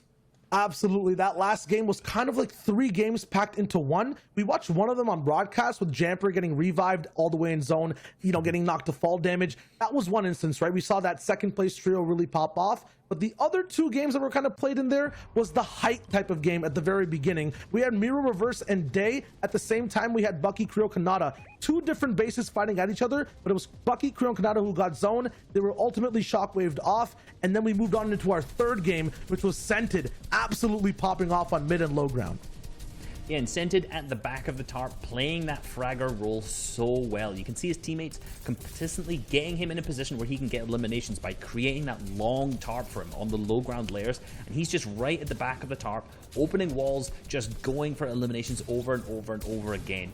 In these kind of games, you're most likely to get eliminations by opening your walls, not by opening your floors, in particular players on your same level. And you can exactly see right here, Scented's pop-off is exactly that. Yeah, and he's still way back in zone, basically playing by himself, which is very different. It's a very classic style of play. That's what Zeke was talking about. Going back for that revive, kept these guys in zone, forces Booga to come down. Sented's already active because he's been getting eliminations over and over. While we were watching all the other action go down on broadcast, a double edited pump right there, 2 shots. Ooh. And at the very end, he uses the water to have a nice vantage point to take that final shot on the Jamper, who was distracted by Commandment. My God, I'm like saying all these names over and over. It sounds like there was a 4th different game going on there. There's a shot repeated for the 3rd time in case you missed it. But a glorious push by Scented to carry that trio with Elims for that victory royale. Yeah, huge game from them, and this is what we know that these guys are capable of. You know, first game didn't go so well for them today. The games yesterday were very, very consistent, slowing down towards the end, and this is kind of what I want to see from this trio coming forward today. Consistent low ground games with a ton of eliminations. They are clawing their way up. They're saying, we're not going to settle for 2nd place. We have to get that first. We're 2 games down, 4 left to go, so let's jump right back into the action. Aussie Antics, Monster D-Face, take it away. Here it is, about to be game number 3 now. As you can see, things are getting very, very interesting. It's definitely a top close race here in the top 10, but it's that first place gap that's starting to give a big scare for the competition now. 36 points the first place squad is leading out with. Daymiro versus 2K just playing the best Fortnite of their lives right now. They really are, and that's crazy to think about when you've got a player who played in Solo World Cup, was so close to clutching up and qualifying Duo World Cup with Ninja, which was just such an exciting story, and today, what could still be his crowning jewel. You touched on it last game, Monster. They have not won a major event. This is an FNCS in NA East, one of the biggest events of their career, and they're so close to closing it out. They've just got to keep up the pace, but it's not secure yet. This team, Scented, Edgy, and Commandment, could spoil it all, and this team has equal accolades in their history and big performances, so you know they're going to show up on the day as well. Yeah, this is a championship team that has had true strides of greatness on 2 different regions, not one that we've seen very much teams be able to pull off and accomplish. And honestly, with how they're rocketing right back up the standings, I mean, that's a scary sight for everyone to withhold, right? They're averaging 11th place now. They have 45 total eliminations. They've already secured the victory royale. When you hold that to the first place team stats, I mean, it's really not that bad. It kind of looks better on the track that they're on, but it's just up to whether or not Daymiro versus 2K can fall 1 time, maybe 2 times. If they do that, this is the team to surely take it away. And I mean, look at that. Back of house, thank you. We already get the stat to show exactly what we're talking about. With their win in Game 2, Commodon is now 5th in FNCS wins all time in NA East. So if someone's going to run home, get all the wins, and close this one out, it's going to be Commandment, Scented, and Edgy. And that's crazy. We talk about Scented and Edgy, such a dominant duo, coming out of West, coming over to East, and really just showing they can hang with the best of the best. But it really is Commandment that shines in this team. 100% there. Gotta love it right there. Look at that, though. Like you said, the most victories on FNCS. That's pretty huge. You'd think someone like Zayt and Saf would have that. And if we seen them win so much, and they're not the one holding the record, I mean, it just shows you this guy's got more than that. So it's a pretty big accolade. It's a pretty big resume Commandment sitting on right now as they're trying to get their rotate on, get comfortable here. Didn't we see them get contested for a little bit coming into this? It seems like their grand finals run is going a lot better, though. They have this entire drop spot to themselves. Yeah, we saw some teams rolling up yesterday, decided better of it because they won every single time anyway, and they've got the zone, so we don't see too many South zones, so we'll have to see. And this is why we're talking about this team so far in the lead and confident in them more than any other team to really hold on to unless something goes wrong, because this drop spot and this split is so hard for something to go wrong in because it's not a drop spot that anyone can really roll up into. I highly doubt someone's going to all of a sudden want to start taking the castle for loot when it's worked so well for so long. The impressive part is how this team is getting their Storm Surge is ridiculous. They're so far from any other team. They have such a wide split, and it's kind of the same situation the XZ team runs into, and I think it's only because they are such a good fighting team in the mid game that they can really take those big engagements and consistently win them, because any other team that's dropping this far out probably wouldn't have the same success. This is a little bit of a strategy we haven't seen them play out with, because every time we tune in, they're at some different point of their early game / mid game rotates, right? So now we get to see them up by the castle. Just gives us an idea of how much they actually control. As Miro, bad driver here, bump and reverse 2K, maybe swap over. But like, they have all this field to themselves. They have the beach, they get that slurp truck, so they get to save all the loot. It's all starting to make sense here. Creo, Bucky, Kanata, another team in the vehicle on the rotate right now. Big tags coming through. That's going to be a body shot for 2 now. And it seems like whoever this is up above is trying to actually take this fight for a second there. Okay, I thought he was going to the mountain cliff to hold him out. Ooh, Kanata's going to fire back. 3 major shots. And another team's joining the action. That's the rest. Actually, that's Bucky and Creo on the side already. Yeah, I was going to say a little bit scary because quite split from their team. And if you look in the bottom right on the minimap, you can see it. Those darker orange, yellowy ones is Kanata's team, but you have this team split. That kind of much lighter, whitey yellow is the other teammate. So right now, Grazka's teammate is split. Very, very split. So they have a numbers advantage. If Bucky, Creo, and Kanata identify that, they can triple rush these two and maybe take them out. But they don't have the luxury we do of the spectator mode. They can't see the minimap. They can't see the players through the walls. But if they get a sense of that and they figure that out, this team is aggressive. They're going to send it in, and based on the other team's movement, maybe I'm wrong. It could just be the same team colors. That looks very much like a duo, but Kanata setting up in a good spot, and they were so close to the back-to-back monster. They were on height last game. Everything was going their way, and then it got just disrupted by a team that we haven't seen too much from. Skittles, Zum, and Ronaldo. They really played spoiler last game. Yeah, definitely. And that victory royale is worth a fair amount of points. It would have been the difference in having them, that 3rd place seeding already over Team XZ. But either way, it is very, very close. Jamper Booga Avery is tied up for Creo, Bucky, and Kanata. So that 116 spot, it's a battle for it. It's a fight for the top 5 right now. All of top 5 could be facing some shakeups here. It's all dependent on how first place is going to play it out or how big these other teams can perform out. Because Knight, AV, and Shark, they've done that. They've had games like that this weekend. And they've also had that kind of hot and cold streaks a little bit. And unfortunately, it's going in the reverse. We saw them, I think it was in the week 2 qualifiers of round 3. They had a really rough day 1. They came in on about 9th or 10th. I know because I picked them to win, so I was following it very closely. And then after that, on day 2 there, they came out and ended up coming 2nd in the day 2. So they can have those big streaks, but it looks like it's going in the opposite direction, which is just not what I wanted to see for them, not what they wanted to see. But they've been drilling this so much all season. I think they're one of the only teams that has been dropping in the same spot for the entire season. So they've got a lot of experience down here, but they really need to make it count now. Playing methodical here. If you watch their drops, you know how they play it out. They rotate up here, especially when they catch the zone right now, and they go for the power shotguns. That's probably what they're looking to set up to do right now. As you can see, they have that upgrade machine right there, permanent now to the drop spot. So no need to second guess whether or not they can do this. I guess what worries me most right now is if they don't have as many tags as they were granted in the previous run, right? Game 1 was clearly something wrong with Storm Surge. Game 2, they had all sorts of early game elims. This is looking like a repeat performance of the Game 1 setup. A very slow start for them. It's a slow start, but that's the thing that kind of doesn't scare me, but it excites me as well. Some of these teams have to start picking up the pace, and that's where things will break down because NA East plays consistent Fortnite. They drill it day in, day out. We talked about how consistent the teams are coming into this finals. Almost none of them qualifying off consistency. Almost all of them getting that top 15 position, or top 8, during the qualifying weeks. They got to keep that going because someone got to change something. It can't just be the same Fortnite you've been playing. You have to play your best Fortnite now, and that's where I'm going to see teams teams maybe in the mid game start to, I don't know, meet TNA's match for aggression, because that's how they've pulled this off. They've come in and they've played it as if they're so confident they can beat any team in that position, and they are. I don't think we've seen a single team wipe them yet, which is just ridiculous.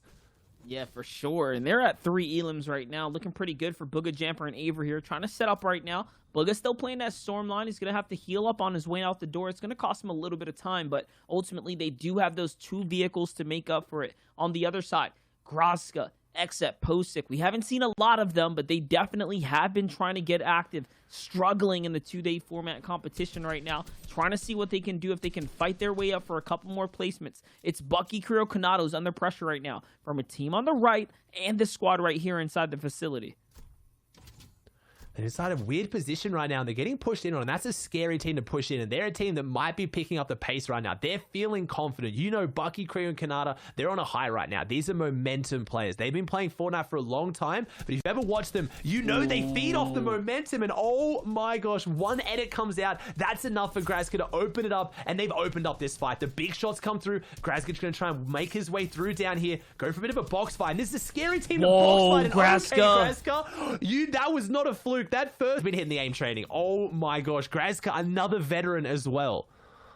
My man just hit some serious shots in the opener, and then the best beams on the follow-up we've seen all weekend long. What some beautiful shots. Such beautiful shots from Graska right there. Well-deserved knocks, well-deserved elims for him, and now they get to reap the benefits. And like we said before, they have been struggling in the 2-day format, but it's not because they're not great. It's just because the competition has been that good. All of these teams, 99% of the teams qual through, making it to top 8, all showing that they have that top 10 performance within them.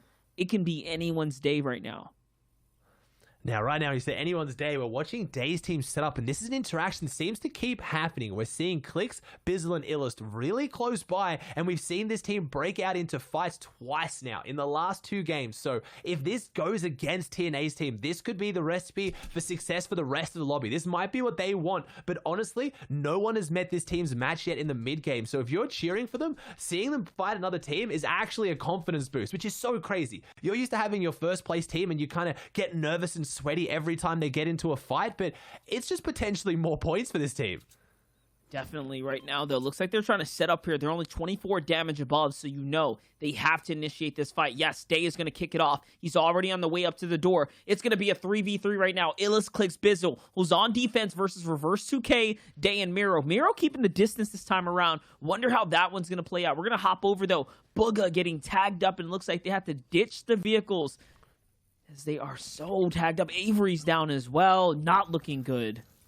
Yeah, this fight with Cease's trio is really taking its toll here on this team. They got 39 points, though. They really made it work last game when they made it out all healthy, but right now they're missing Avery. We haven't seen this too much from this team. They've almost always stayed as a full trio together because they've had that uncontested drop. Now they're getting fought by Cease's trio. Things are breaking down a little bit, but they've got the one sniper bullet, one shockwave, no spare meds.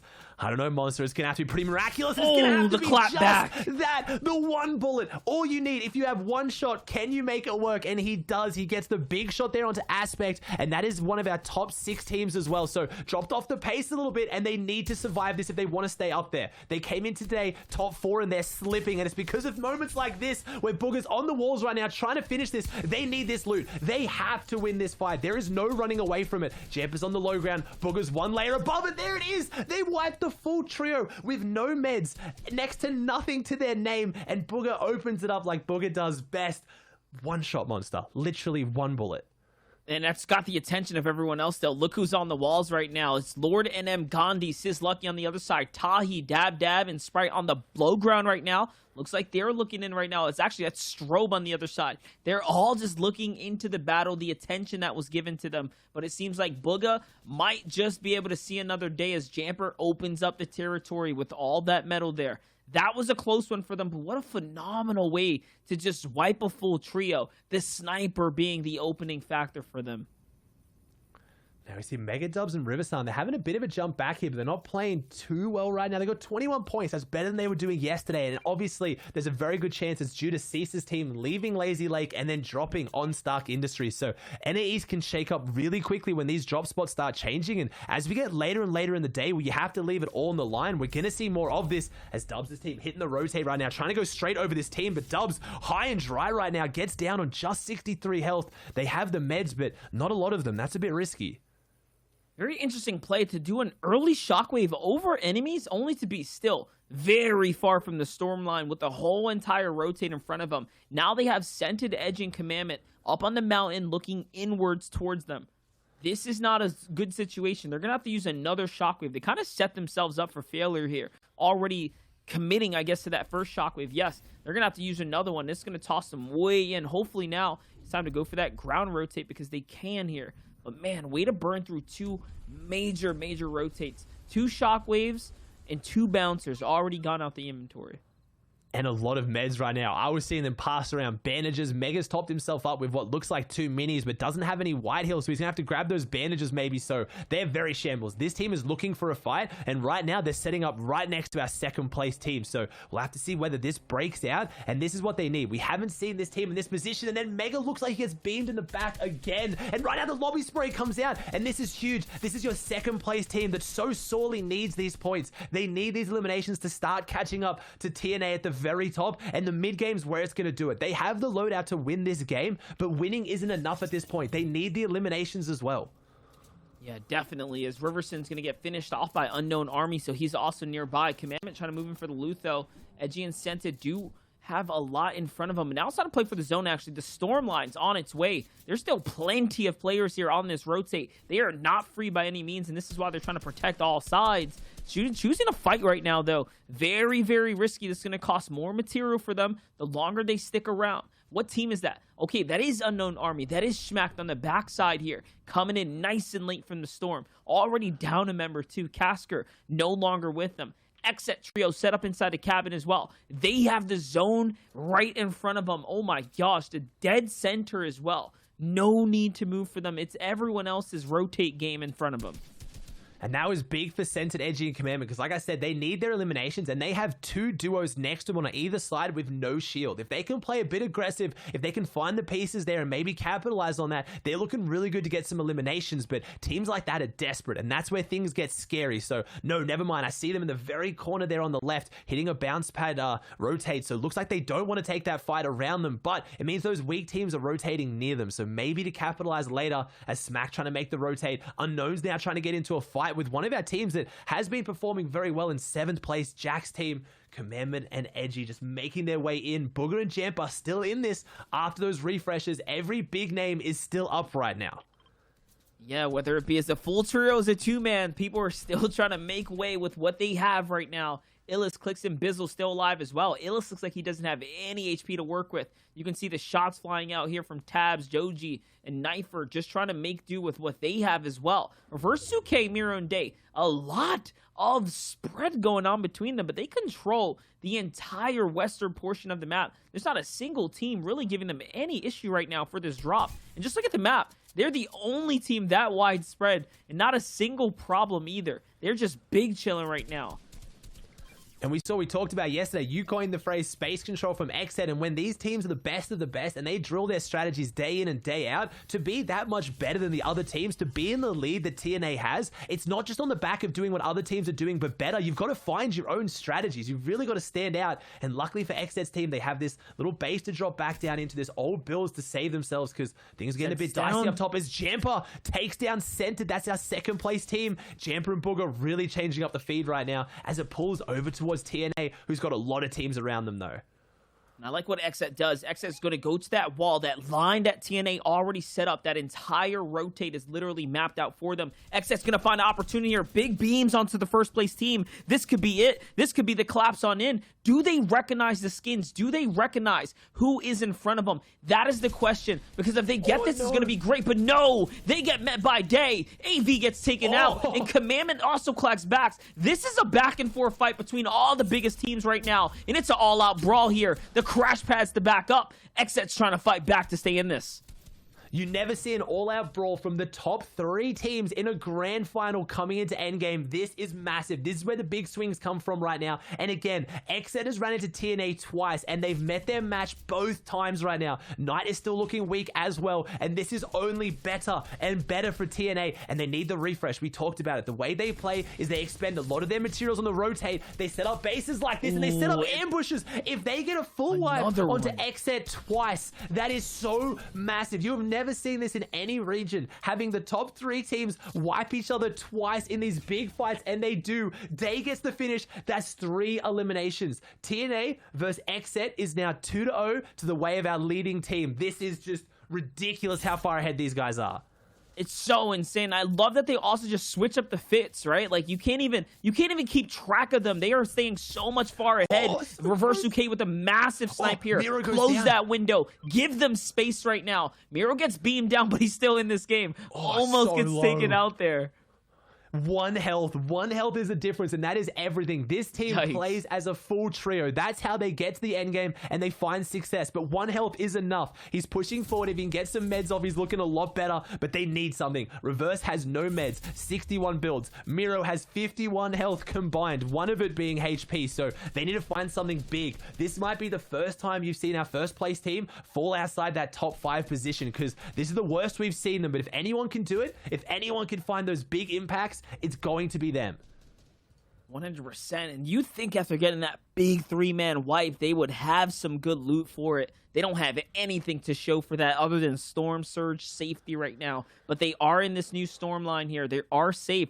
Zayt is going to be playing very, very wide here, trying to get to some high ground positioning. Could Sav, Zayt, and Stretch finally find their stride to make a big victory? That is the question right now as we tune in with all the other teams alive right now. So many big names. Here's Tahi, Gabe, and Sprite. We saw a bit of them. They are on fire right now, actually. 8 eliminations. This is their game. They are really on a big tear right now, and Zayt's team needs to do something. I don't think I need the statistics run. I'm going to go out on a limb and call this one. I have to guess the Zayt, Saf, and Stretch 9 games in a set lobby format has to be the longest they've gone without an elimination, a win this season. They need the Victory Royale. It is waiting. It is just not their game plan right now. They are not putting it together, but Tahi, Sprite, and Gabe really are. 8 eliminations, 17 points, and they've got a good loadout to show for it, except for the material. So they need another one. They need an impact very soon. Yeah, even the medium bullets are definitely super low as well. As you can see, Slacks, Jock, and Acorn on the front rotate. TNA still live. Illis and Click still up. High ground run by the best of the best, like we know that they should. Jock's going to find Illis in the feed, though. Scratch that. They're out of this as Tahi's following up now. This trio's looking to dive in. They're trying to take home the Elim record right now, it seems, as they are tearing it up right now. There's still about 40 players left in the game. A lot of victims left to be claimed, and Fop is going to fall here. A big follow-up as well. Nice refresher for him to stay in the run. Tahi, 4 Elim still going. Sprite, 4 Elim still going as well. They have the momentum. They have all the momentum. You talked about a record, and it's actually in sight right now. We have 11 teams, 32 players. That's enough for them to really push forward. They only just have enough material to keep making it work, but here it is. They're stepping into the low ground. This is where all of our Titans have been. Can they do it? 170 tag. It's a big shot from Tahi. That's Takes Acorn. the way down. Gabe hits on the Acorn. So these are big names, and they're walking straight through them. You talked about 4 eliminations. Right now, maybe they're going for an elimination race. They want to see who on their team can rack up more, because they've got 4 apiece right now with 28 people still left in this lobby as Miro gets another elimination. It's such a great sight to see everyone pulling their fair share right now. It's not something you see very often. So just like that, this team is looking to continue. Another team is right in front of them. The protection from Tahi, checking the backside. Ever so cautious right now, not letting his guard down. This is what you like to see from a grand finalist squad. This is the kind of operation that you need to have. The awareness right now to operate in the low ground. You can see how much that it takes, how much energy it takes to run the low. You have to be dominant, but you have to be hyper aware. Can Tahi get another one? He's going into the box. The white tags. Ozzy, this is looking like it's their game to take right now. And Jock finishes him off too. They get him down. They took Acorn as well. They're looking to wipe that whole trio. He takes the elimination lead by 1. And yes, you said it. You need to just have everything on point right now. There are so many people knocking on the door. There's so many players on every single edge. And they're top caliber players as Xcept takes down Slick down here as well. So there are so many big teams. And Zayt, Saf, and Stretch are on the high ground. But they're missing all these eliminations. And I don't see TNA. Are they down there somewhere? Are they still in this? Or is this their worst performance so far? As all these big names are having huge jumps up. It's not just about the top. These teams want to claim their prize pool as well, as Xcept is running through people on the low, but everyone is down there. This is complete chaos. Right here, though, Saf has to clutch up. He is going to get a leash. It's the Hispanic trio who goes up for high ground. It's P-God and company, but one is already down. Stretch is going to be able to claim it off, and no, Jelty has to give it up. So all of a sudden, they are all completely wiped out. It was a bad mistake, a big move for them to try and go for height, and it's not going to pay off, except in a low ground, though. With his teammate Graska, a trio in between, this could be another game for Sav, Zayt, and Stretch to finally secure a victory royale. I mean, you called it. It's not likely that we don't see them take dubs, so now they're trying to change that story. They need to, and they've got Stretch on the high ground, going for potentially the heal off, has the med kit, has that one splash, so he has the health superiority right now, but I don't think they need it. 2 teams, 5 players right now, so it's a 3v2. Graska and Xcept have been doing so much work on the low ground. Stretch is going for the med kit, and he's also got that splash. Xcept's trying to do something, but Graska goes up. He doesn't see Stretch, though. He lets Stretch get the med kit off. No, all Graska had to do was shoot him a couple of times, and they could have potentially won that. Stretch has to go down now. It's a 1v1, and the 99 shot, that was so incredibly close. Graska almost pulls off the upset. Graska almost pulled it off because he also had the double knocks. He had the siphon. If Stretch would not have gone down, that probably would have been all over for him. But ultimately, they clutched it out here. We're going to toss it over to the desk now, the analyst, to break it all down and show us the action. Like it was all planned. Zayt, Saf, and Stretch. They get the victory royale, the godfathers of Fortnite. They pull off what they needed to jumpstart their game. Probably, I don't want to say a little too late, because they still have 3 games. They can still get the back-to-backs, you know, when you have a 50% win rate. I believe anything can happen. I believe it all. But we got to take a look at the standings and see how things are going. Which team is currently holding down that #1 spot? Shy, it is Day, Miro, and Reverse 2K. And look at the lead. They're continuing to widen the gap. It's like deja vu all the way from the qualifiers, honestly, all the way from the heats as well. These guys just know how to play every game, no matter the zone, no matter who's on height. No victory royales, but they're just so consistent, Reese. It's crazy. They just had their worst game and they placed 8 with 6 eliminations. Like, What? That is incredible that they're so consistent that that is classified as their worst game. I can't believe that. But into the next second, all the way down to 5th, we can see that there's only a few points between 2nd and 5th right now, which shows that coming into these next 3 games, anyone can shake up the leaderboards. Quite literally anyone, even here from 6th down to 10th, anyone who is listed here can take that 2nd place slot. Now, can they take the first from DNA? Yeah. That's what you're going to say? I'm taking it before you. We're on the same wave then. Like, taking it from first from TNA, once again, you can't really do it at their drop. Their drop is so, like, individually conditioned the way they play the game. If you're Bucky, Creo, Kanata, you're landing at Slurpee, you're not going to switch over to, you know, that special house that has that big vantage point and that side kind of mansion that's overlooking the ocean. There's no chance. Past that, from 11th all the way to 15th place, all of these guys are kind of finding one-off games like Clicks, Illust, and Bizzle. My goodness. All the way over on height on a different game, getting 2nd overall. Mega, Riverson, and Dubs. These guys, too, are finding one-off good games, but you have to be able to have, you know, these 8th place, 6 Elam performances back to back to back to back, or you're not going to be able to break that top 5. Yeah, and just to kind of give a bit of an example, Clicks, Bizzle, and Illust, I can say it, came 2nd with 7 eliminations in the first game of today. And then, you know, 15th with 4, 12th with 1. So, you know, a little bit less eliminations were going. I was kind of getting off to the impression that these guys were going to be off to a really good start and that they'd start climbing the leaderboards, but that seems to kind of slow down a little bit since then. And the story of NA East so far of the day are these top 5 trios really taking away a lot of points and placement every game. And then maybe one team, right? Maybe it's Zayt's trio that ends up winning the game. Maybe it's Bucky, Creo, Kanata. One of these 5th to 15th place teams end up popping off. It's just no one can really stop the momentum of this top 5. Guys, walk me through this last game. We were kind of talking about this right before it ended, and we set up some of the replays to kind of understand the complexity that is these NA East end games here in the finals. So let's break it down for our viewers. Nice, we should. That last game was Weeping Woods. So there were kind of 2 different games going on, but don't get it confused. There were no tears in Weeping Woods. It was all smiles for both sides of the game. Zayt, Stretch, and Saf got to play height. Everyone else got to stay in low ground until they met again in the 9th zone. Yeah, and one of the things, we're mentioning a Weeping Wood zone. This makes high ground so much better because you can just build over these trees. Obviously, you can see that TSM, Sappy, Stretch, and then Zay as well are obviously staying way higher than the trees now, but if they were closer to that, they could even harvest the materials as they go. And this also makes low ground a lot more shambles as well. A lot of the teams are fighting a lot closer. They're getting pushed together with all this foliage in their way. But how did the #1 trio actually end up doing what they do? Why are they so good at height?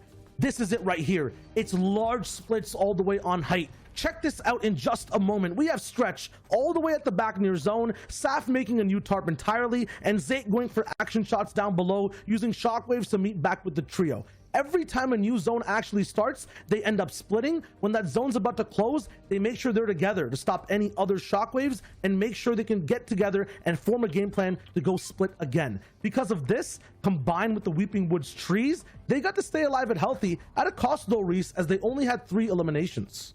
Yeah, only 3 eliminations is difficult because, like we said earlier, the Weeping Wood zone means that there's not as many opportunities to get eliminations on players down below. Now, these guys aren't teams who are typically popping off with 19 elims on height anyway, but Stretch still managed to pick up this fantastic one to finish it off there. Yeah, look at how Stretch massacred my boy, except on the low ground with the big bouncer play, the godfathers of NA East, showing us how it's done in one of the hardest zones to navigate in the game from high ground. That action shot made me just believe that it was like another Reese video, and I was super, like, for a moment I was actually lost in the sauce. I was like, wait, are we supposed to be talking? We're talking. That's what, but hey, guys, guess what else we have for you? That is Brazil. They are done. We have FNCS champions over there, axes to give out.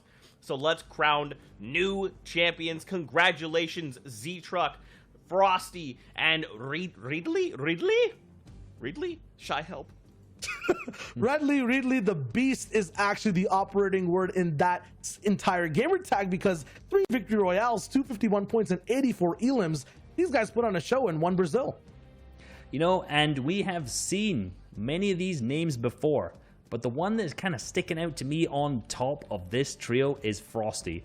First in the FNCS Invitational.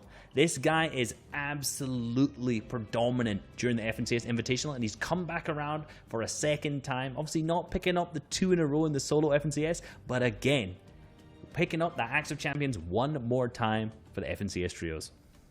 Yep, and they have a lot of earnings to go with them to be able to take home after a grueling entire process of, rounds to heats to qualifiers to grands. We have Rusty, King, and their trio also there in second. We saw how good they were overall in the quals. They'll be able to get there after a somewhat rough day #1. Past this, though, on the second page, Patty, and then we have Baguio and JPS. We were watching them during the quals as well. They were kind of in that 8th to 9th slot overall over and over again. They'll be similar also in the grand, so we're seeing some nice consistent gameplay.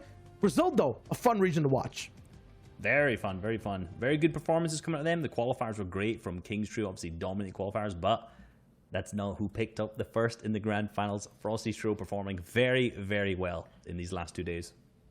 And for their achievement, they will be crowned FNCS champions, being given the Axe of Champions, and be able to hold on to it till the next FNCS comes around. Fortnite fam, we're 3 games down here in NA East, but 3 left. Who will be crowned here in NA East? Well, stick around. You won't want to miss it. We're going to a break. When we come back, the conclusion here from the FNCS.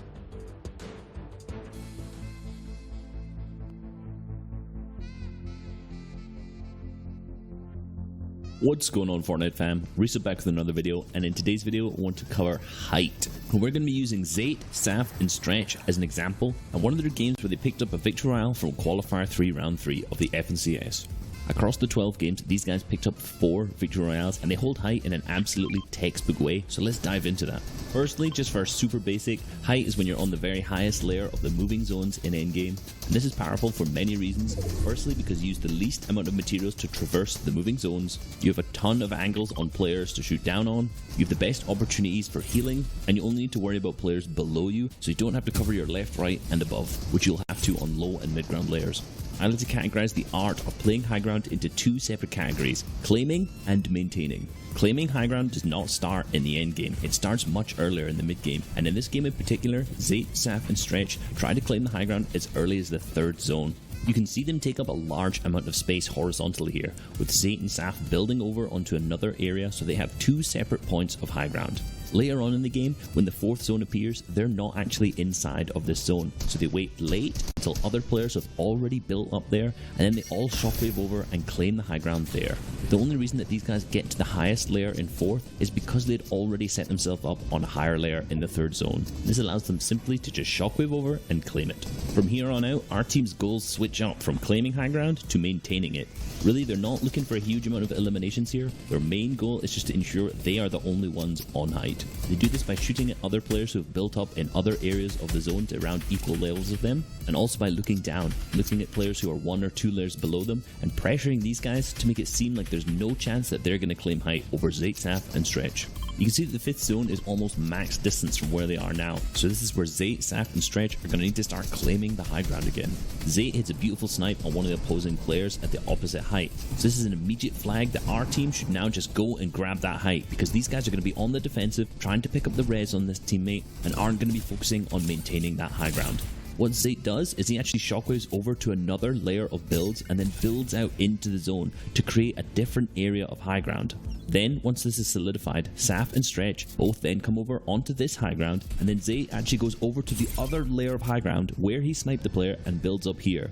This is exactly the same thing we saw in the 3rd zone, where they've claimed 2 separate layers of high ground. They do this because they give absolutely no opportunities for any other team to take high ground at this point. So in the 5th zone, these guys have this completely locked down. At this point, because these guys have claimed 2 separate layers of high ground, it doesn't matter which way the zone pulls, as these guys already have claimed all of the high ground layers. In all honesty, this is the hardest part done. These guys have good materials still left, and now they just need to ensure that they maintain height all the way through the moving zones. The main threat that they have is players using their shockwave grenades to fly up and take height from them. So the way that they defend against this is by having one player on what we call ultimate high ground. In this game, in the first few moving zones, this is Zayt. He stays up 3 or 4 layers above to ensure if anyone shockwaves up, he doesn't get knocked out. This allows him to spray any players that are contesting and really take control of that high ground. And at the same time, you can see Saf move further ahead of the zone and spray backwards at players down below, while Stretch stays on the same layer as Saf and just consistently applies pressure to all the players below. You continue this form up until the 9th zone, the final moving, because this is when the heal off is going to need to happen. And you can see that Saf throws his white heals, which is medkits, up towards Stretch so that Stretch can stay on the ultimate high ground where Zayt was instead. And then if this game goes down to a heal off, he can stay on the ultimate high ground, heal with the medkits, while Zayt and Saf are on the low ground, completely trying to frag out and distract the other players who are alive. Zayt ends up completely popping off on low ground and picking up the victory royale, meaning they didn't end up needing to use those medkits for the heal off. However, if Zayt didn't manage to pop off here and the 9th zone ended up closing, they would have won this either way. Hope you guys enjoyed and learned a lot. I've been Resub. See you in the battle boss. Beep beep.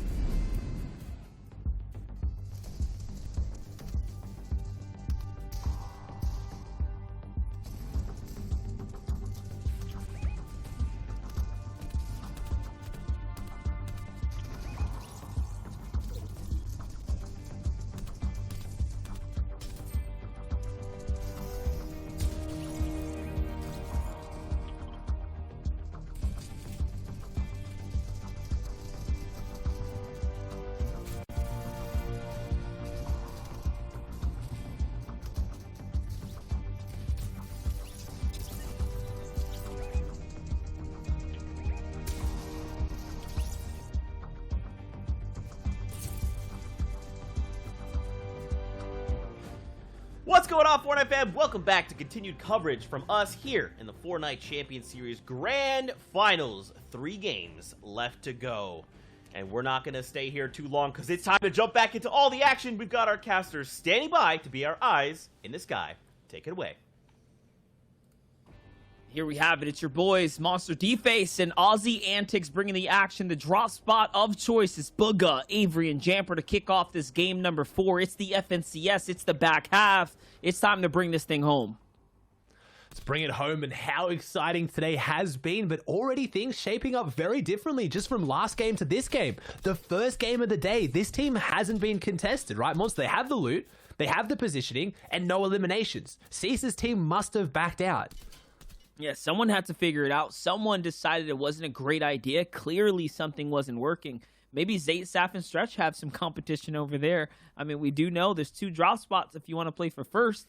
That's kind of how it all shapes out to be, but this is great. This is great for Bugha, Jamper, and Avery, who realistically, you have to give a lot of credit to. They held their 5th place spot. They held that top 5 somehow, some way, even though they were contested. I talked about this drop spot having some players here, and it seems like it does. Zate's got a whole lot of company.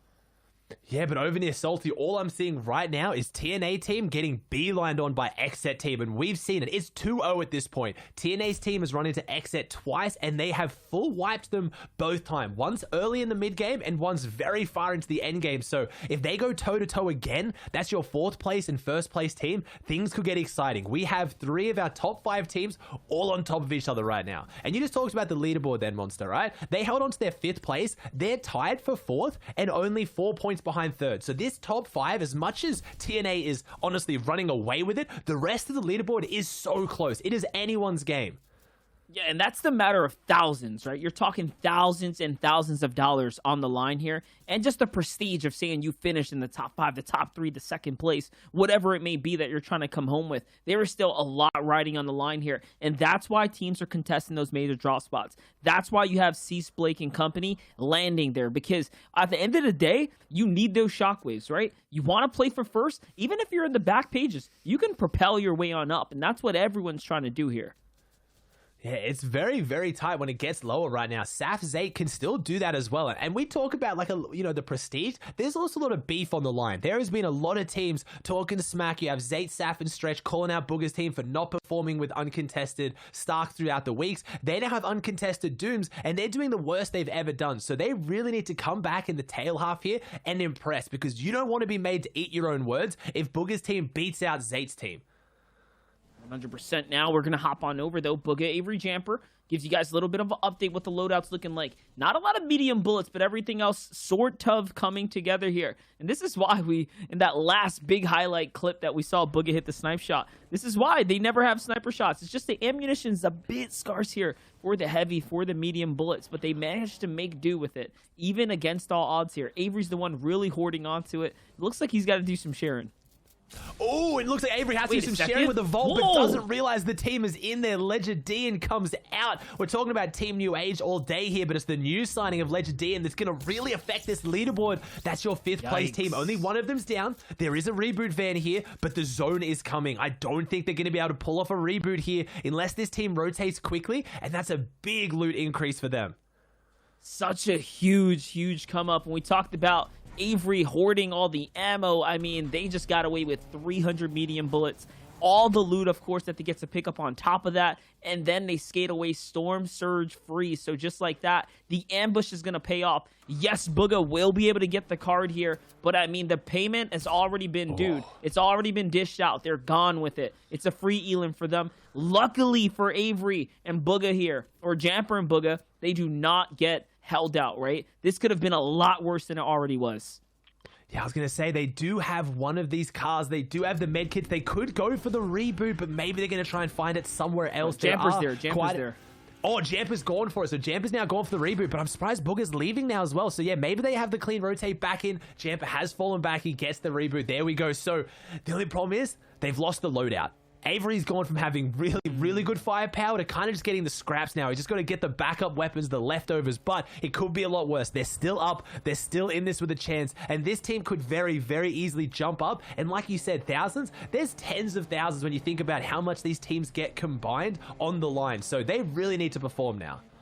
I really do love how Jamper and Avery didn't even want to test the vault. They were like, just in case. Booga didn't clear it. They didn't even bother going inside of it to pick up anything. Ooh. So that's how that's going to play out. Reverse 2K is going to find a massive knock here onto C9's Nosh. In the process, though, Macwood falls. Calculator falls there to Class 2. All of a sudden, some big knocks from notable trios left and rights.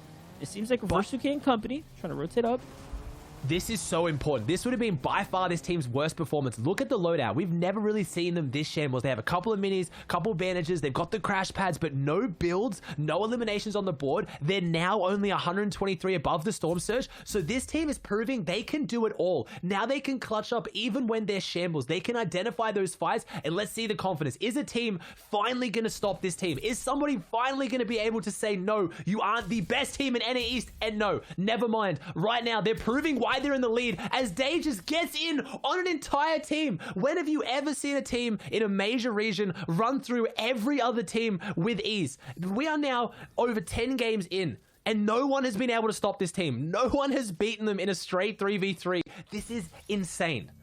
Yeah, and it's not even close. It's not that they haven't been beaten. It hasn't even been close. I'm sure if we take the stats and we really crunch down to the length of time, how long these battles have lasted, they are not very long. And this is why Miro is leading with eliminations for the entire region. I think I'm not sure if it's internationally, but when we saw the stat flying, Miro has the most elims. That's all it said. So, like, he's the slayer of the squad. He's got 0 this time around. Day's right behind him, but you know he's going to be able to follow up without a single problem. And that's how they're dropping teams right now. And look at that. They've now got their eliminations. They've got their surge. They've got more loot. And it's just crazy. They're in the lead, but they've been playing like this all weekend. And this is when usually teams are like, cool, we're coming into this. We've got an almost 50-point lead. We've done it. Let's just have our victory lap. Let's sit back and cruise through. No, they're still in top gear right now. They are pushing through everyone, trying to get these eliminations, and nothing's going to stop them right now. I need to see at least one team try to meet their match, or we have our 100% undisputed champions of NA East, because they've done it in such dominant fashion. But there are people still knocking on the door who can come back with these big performances like Scented Edgy and Commandment as they set up to try and run through a team as well.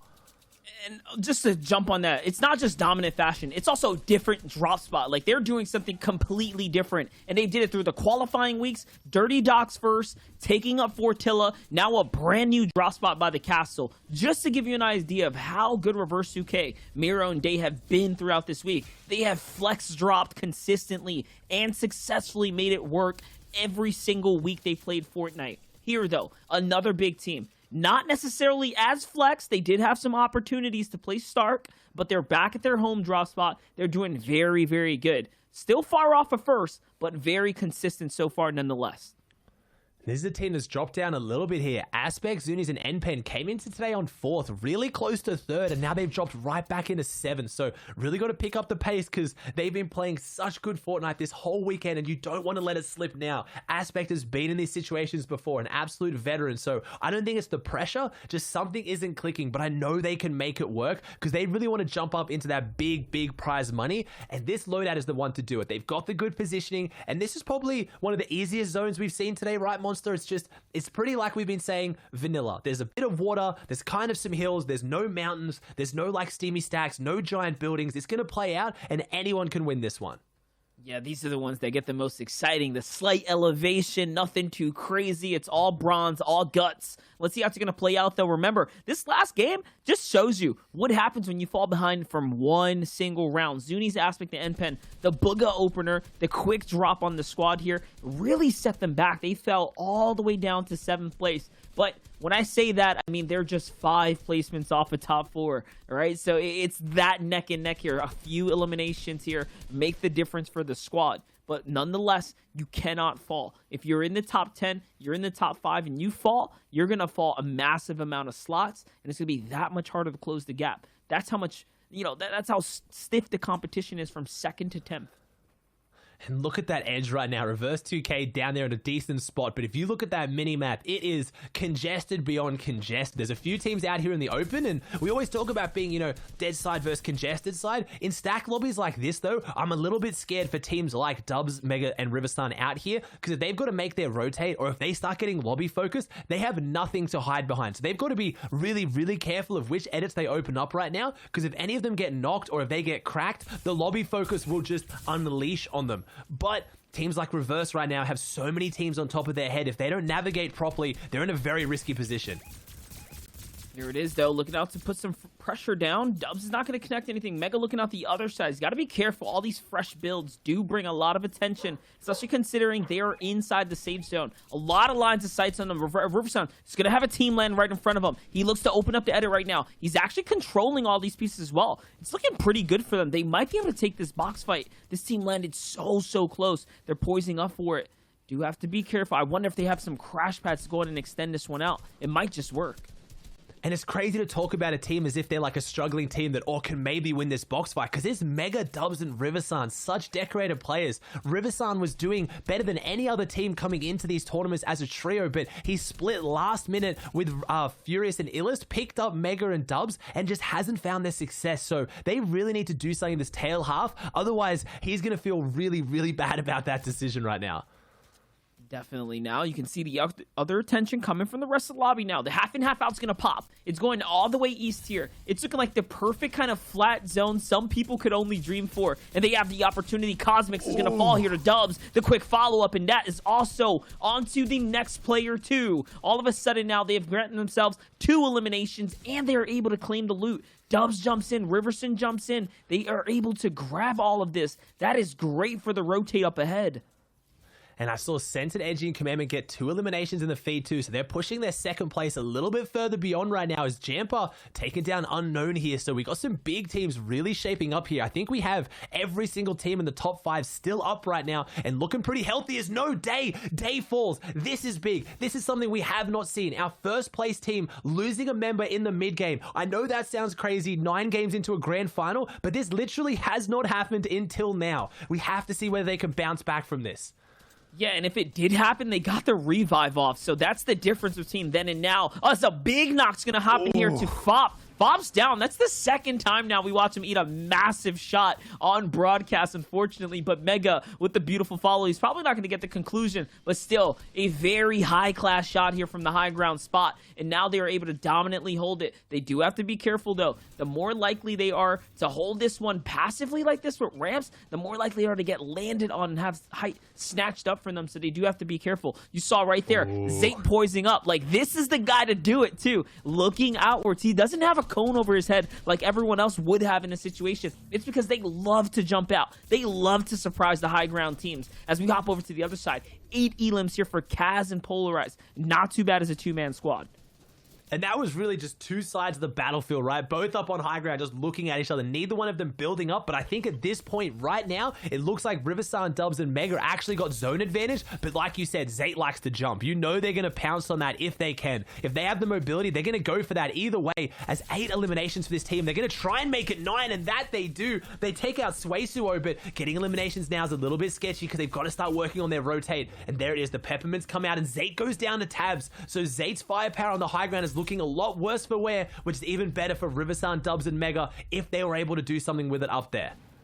100%. And guys, this is the halfway mark right here. Game number 4 of the day 2. After this, the qualifier run for grand finals is over. What can you do? As Polarized gets N-Pen here, that means Aspect and Zunis have to clutch up. Can they get the save? Polarized looking to scramble right now. Shots coming from all over, and he does. He stays alive for a little longer. He gets the thirst. That's onto N-Pen. All that for a point. That makes it 10 elims for them in a massive follow-up. What a shot right there.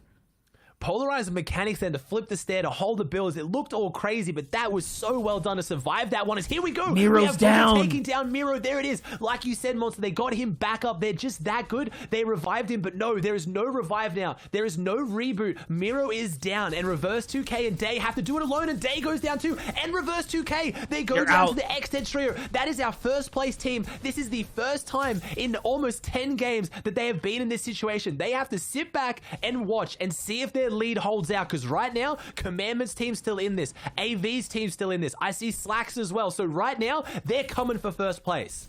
Shark is down, AV is down, Knight is now down. That's going to conclude the XSET team. So who else is going to be able to make a run up to the top? Will it be Booga? Will it be Avery? Will it be Jamper? That's another huge follow-up there, and another shotgun shot through the wall. All of a sudden, they are the kings of the low. They are trying to take one from the page of the low ground book. And I mean, they're playing it off well. They have 5 elims already, and they're set up for success.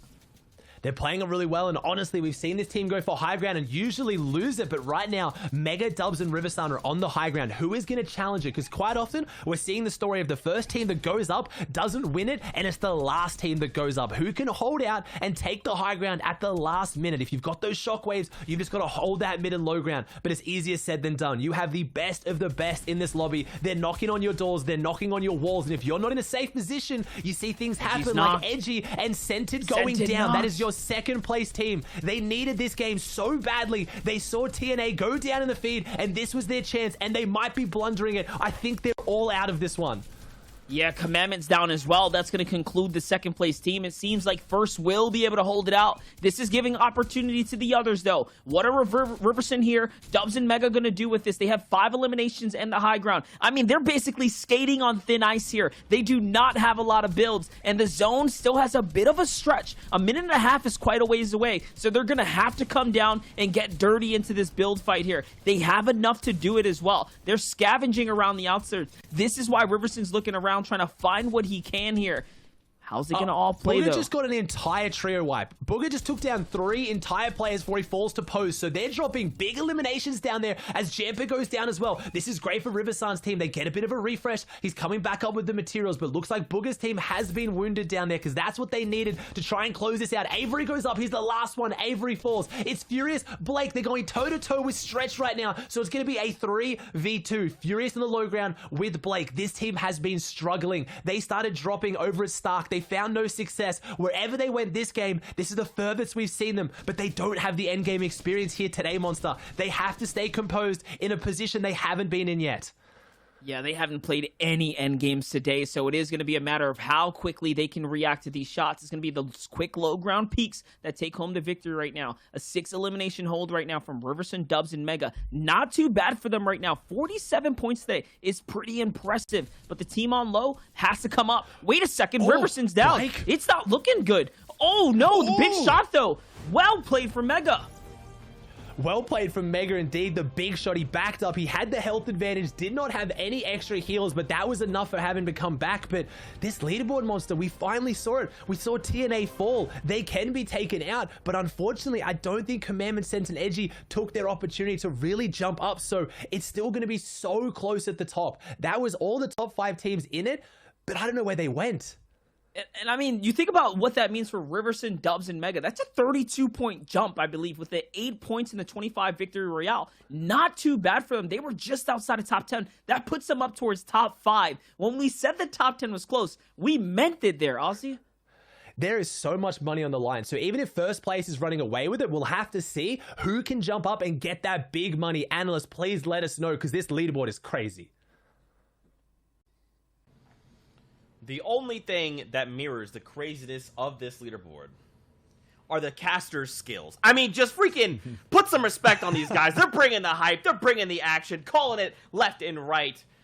Props, guys. Now, let's take a look at these leaderboards, because as these guys just talked about, this is very close. Second and third is going back and forth. However, Day, Miro, Reverse, 2K, they still have a dominant lead. 40 points. Now, listen. A 15-point Victory Royale can squash that lead, but that is a very tall order with only 2 games left to go. Yeah, I mean, if NA East was like an album, right? This would be the B-side. This would be day 2. That last game would be an interlude, but it's still the same popular track all the way up top with Day, Miro, Reverse, 2K that everyone keeps playing. 186 points every game. They're still there. They're still singing high and mighty. It's just, there's just only a few other shows that can really catch up, and Reese, they'll have to do a lot to get there. They will, but they've played 10 games so far, and, you know, they've started to kind of, TNA streams started to go down a little bit at the end. Have they had their greatest hits album already?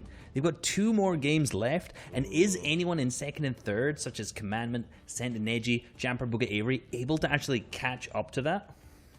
That's true, and then the reason I called that last game kind of like an interlude is because everyone wants to focus on the popular tracks, the top 5. It was more about the 6th to 15th place, the going for top 10, like Aussie called it. That was the focus and the results after that last game. We can see a little bit of a switch up here. Xset now in 6th, Zate holding on to 8th. We'll see Zextro, Calc, and Macwood also sneaking into that top 10. Creo, Bucky, Kanata are surviving on this page, but they definitely want to be on that top 5.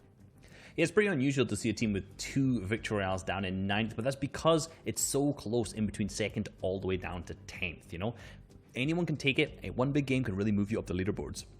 Yep, and the melody from that last game was Mega, Riverson, and Dubs all the way in 11th. They get that VR. They pull themselves up from the trenches towards those top charts, towards that top 10. We're not looking at quals anymore. It's more about cementing your legacy. And yes, we are going to be focusing in a little bit on Reverse Miro and Day, but these guys are also looking for their top 10, looking for better placements, as is P. God Elige and Jelty, as are Skittles and Ronaldo, shooting for height every game. Clicks, Illis, and Bizzle also coming so close to 2 different wins, one yesterday, one today. We'll see if they can get theirs. For everyone here, there are still stakes on the line. Being able to find yourself up on that leaderboard, especially after the 2 games, right? For FaZe, Mega, Dubs, these guys jumped up to 11th, right? This is going to impact their earnings. This means they get to walk away with more money. They may not be walking away FNCS champions, but overall being able to say, hey, look, we made top 10 in FNCS, that's still real good. Now, gentlemen, turning our attention back to that first place team, these guys just feel like a raid boss. It just feels like whatever everyone else is trying to do, like, it's just like, no, you know? Like, this is the first day raid boss hits, and everyone's like, how do we stop this? How do we, you know, like... It's actual critical damage they're throwing down on the rest of the server. And the thing is, usually a raid boss has a weakness. No one has identified one. No player, no team, no trio has found a way to stop the TNA, the new age trio, up top in first place. Will they? I'm not sure if they are actually going to be able to, but let's take a look at some of their highlights and some of the reasons why they are so good. Absolutely. These guys are always playing the edge side of the zone. They always keep one side purple or blue, depending on what colorblind settings you are playing on. Either way, the zone is there and it helps them. Even if one person like Day ends up going down, Reverse and Miro have such a good position, they get to survive and push through the whole way in the game. Their secret is literally just trying to play their position at all times. They don't worry about the next zone unless it's a mountain. We do have some players, some trios for this raid boss. Who would they be, Reese? Yeah, so was in 3rd place, now in 4th is Commandment, Scented, and Edgy. You know, these guys are not playing a single player game. These guys are in co-op mode by far, and all the other games you've played today very, very consistently. Same with Day 1. They've been hitting those critical hits. They've been buffed. Unfortunately, that last game going down in the in-game and not grabbing too many points, however. Yeah, their secret sauce, their kind of superpowers, always going towards the end game and performing there. Sometimes they don't make it, which is why they can't climb towards that boss status that Reverse Miro and Day have. Another trio, another player number 2 here is Slacks, Acorn, and Jack. This trio is so good once they're actually solidified and all 3 are alive playing these games out. It just feels like when one gets down, they don't have that complete package to round out games. Not very similar to how, you know, Reverse Miro and Day kind of do their stuff. Now here's player 3, a wild card coming in, kind of shaking up the top 10. Mega, Dubs, Riverson off of that last win. It was crisp. Another trio too that just landed in based off performances in that last game was Jamper, Booga, and Avery. Now in 3rd, they have a shot to take down the beast, the boss that are the new age trio, Reverse Miro and Day. But can they is the question.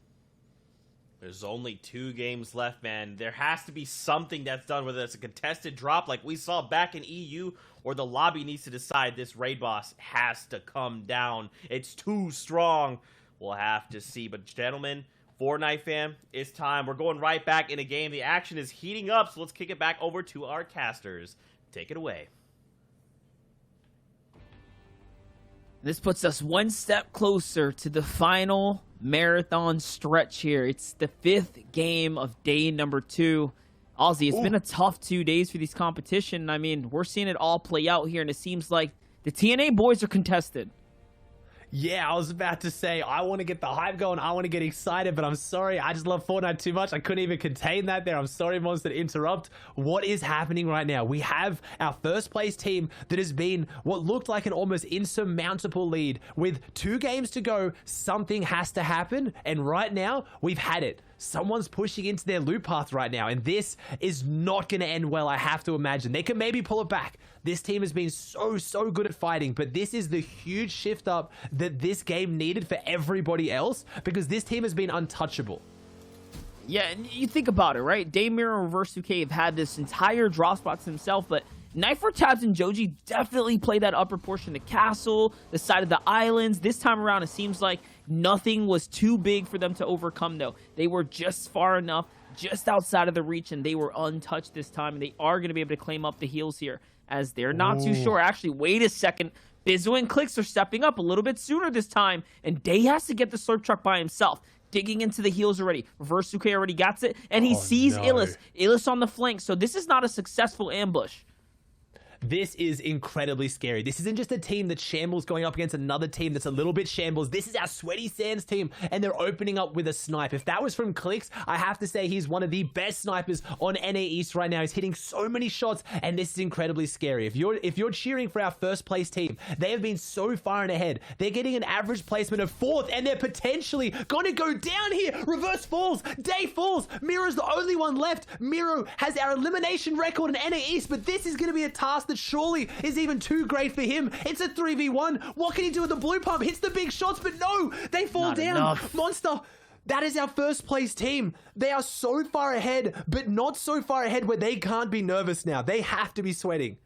And it makes sense for Illis, Clicks, and Bizzle here to push. You saw the loadout, the maxed out shotguns on the drop spot. You have to do something with it. Why not push the team in the lead just over the hill? Not quite ready. The ambush tactics, it's gonna play off this time. Now, the real question is, can Jamper, Booga, and Avery take advantage of this? Will Commandment, Sensei, and Edgy take advantage, right? It's the other teams that have to use this opportunity now. They have to use this opportunity. You can see this team more than any other use the opportunity when they're contested, though. Booga has secured the first elim of the game more than any other NA East player this FNCS. That stat is so crazy. It's got me jumbling. And they're not even contested that often, so that is a ridiculous statistic. That means when they are contested, Booger is really the one that's capitalizing and winning those big fights, because they matter the most. When you're able to get that first elimination when you're contested, that's where things crumble and break apart. There it is, Booga with the big backpack for the squad in the early rounds, making it happen here for the drop spot. This key to success here.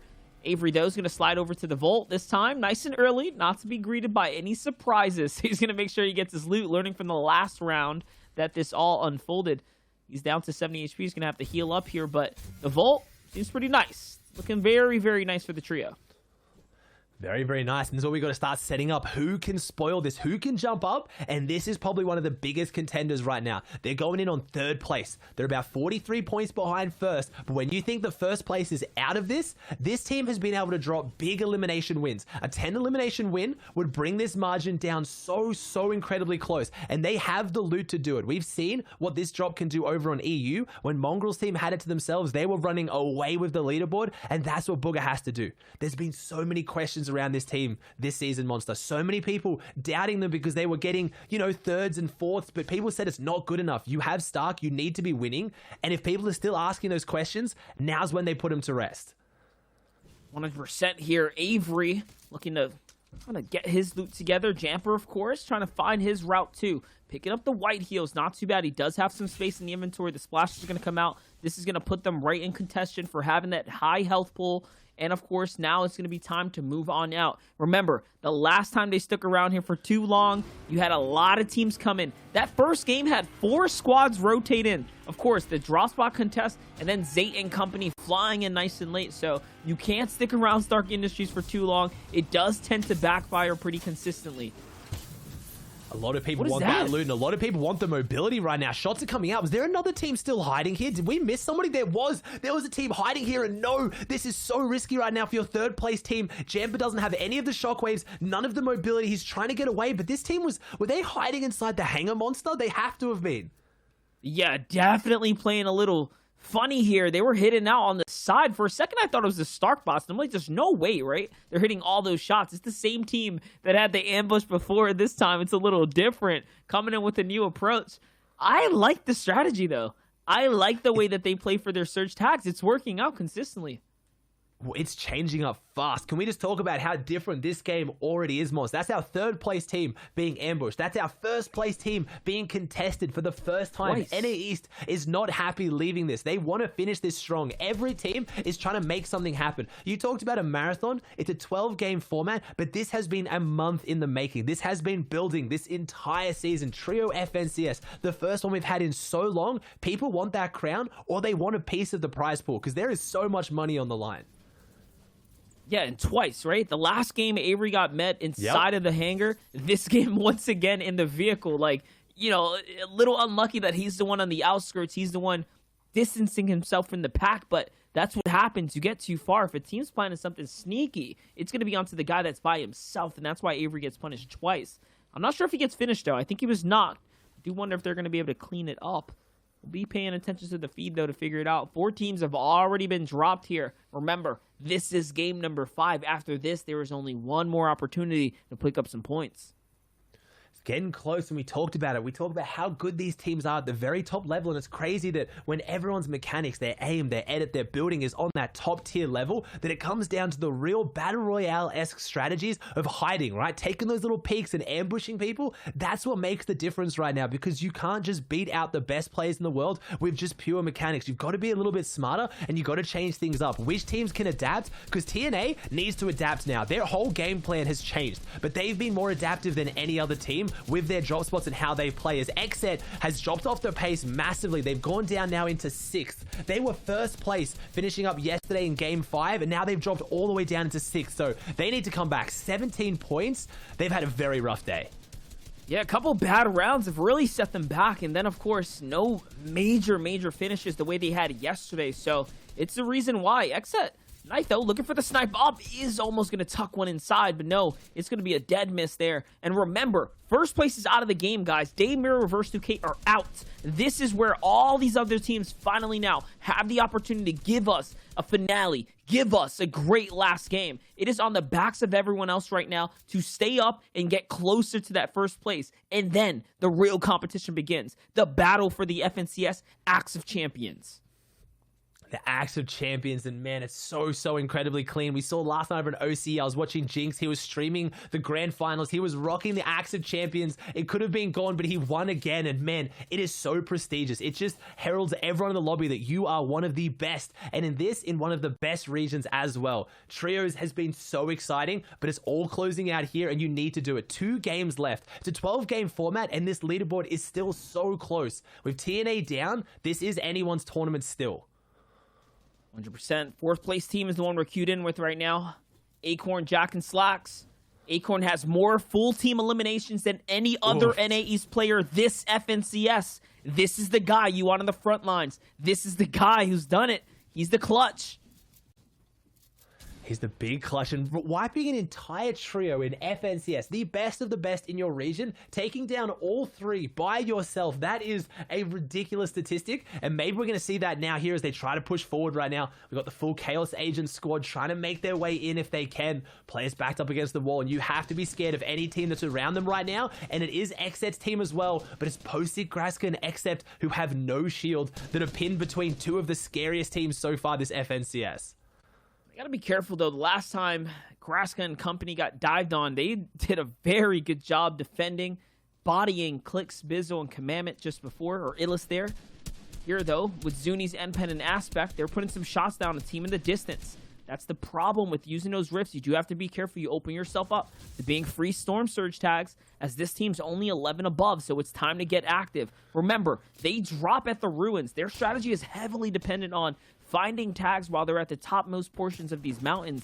Being that they didn't get too many, though, they're in a weird situation now. They have a lot of distance between them and other teams. They might have to go in for a close-range battle.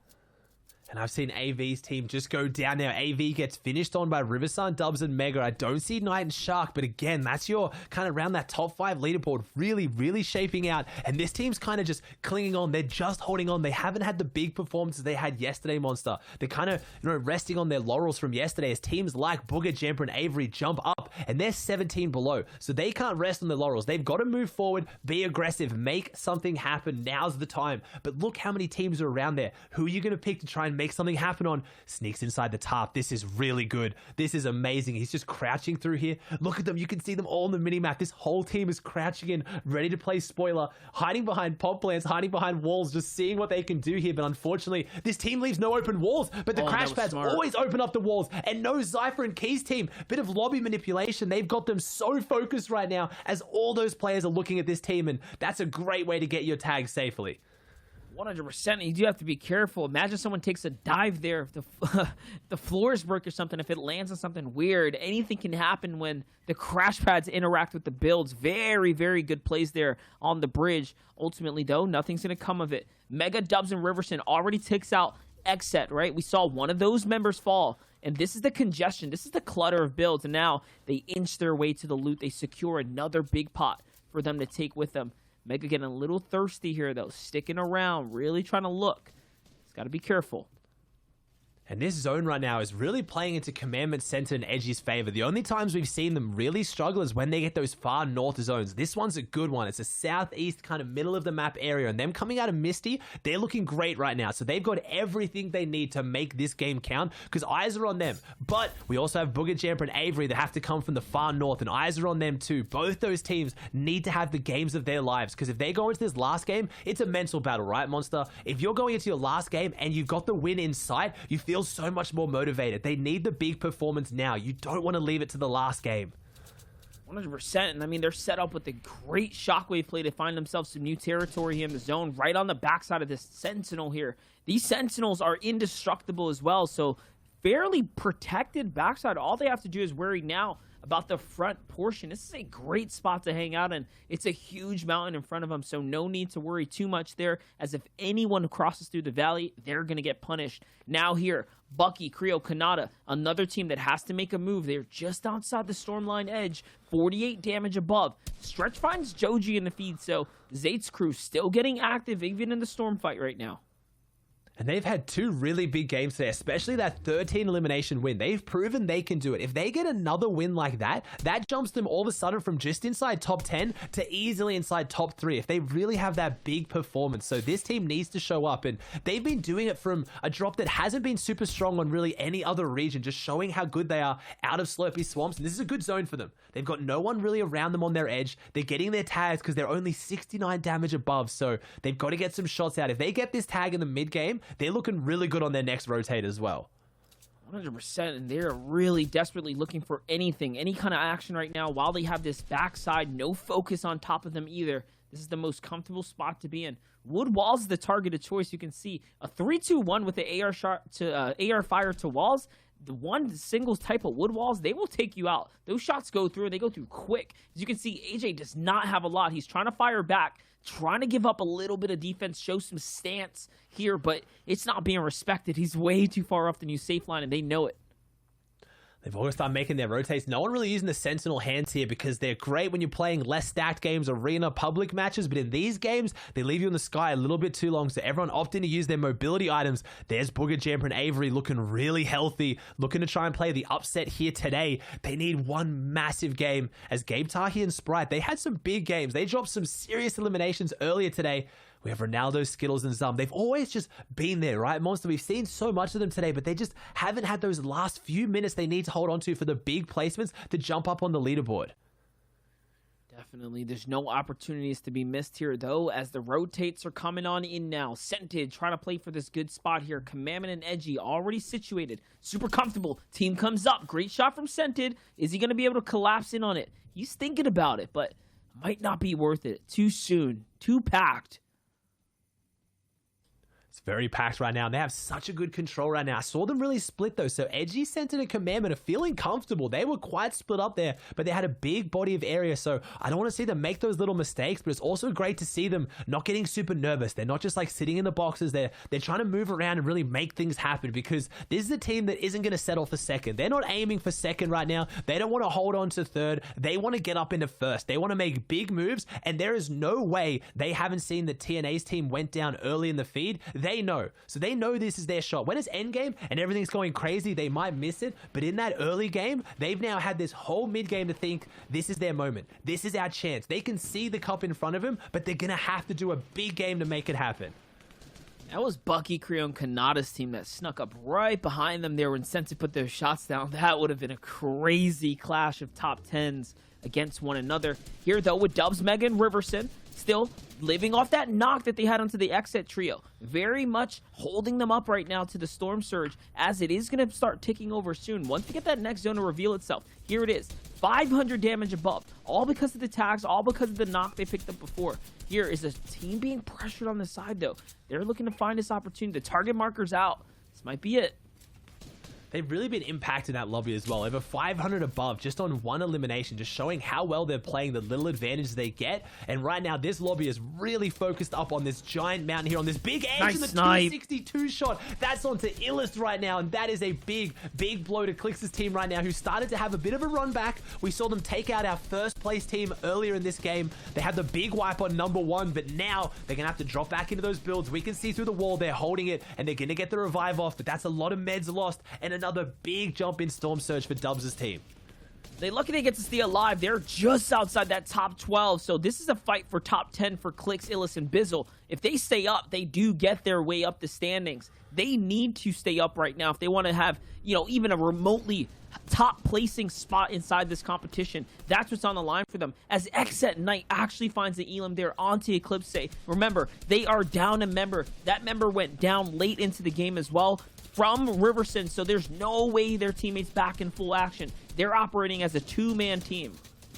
As Riversun now takes down Commandment, gets elimination. So does Edgy. So Edgy and Commandment right now taking on Creo's team toe-to-toe. So they get the knock and the finish. So they're jumping up there as well. And every elimination is going to matter to bring this team closer. That's who you're looking for in the feed. You're looking for Scented, Commandment, Edgy, Jamper, Booger, and Avery. Those are our two teams that can really jump up here and try to take this on. And right now, Meg on the backside, though, gets dropped in on. He's split up right now. Needs to go over an upper layer to get back to his team. But just like that, Riversun and Dubs turn around so quick and help out their teammate, and that was a nice little rotate back to front side on half. Yeah, he does a great job to stay in the game right now. And now they're in that lower elevation here, playing off the side of the mountain cliff. They should have a lot of opportunity to stay up for a while as they find Bucky on the rotate on in. Down goes Bucky as well, and fully thirsted. Nothing to worry about but a nice loot delivery for the team here. That's massive. Bucky, Creo, Kanata were just climbing up just outside the top 10, or just within it, actually now being taken out. That is so bad for them, as Knight's still alive and Shark's still alive on the front side of zone as well. They're looking to do something big. They're in a key position right now to actually survive for quite some time.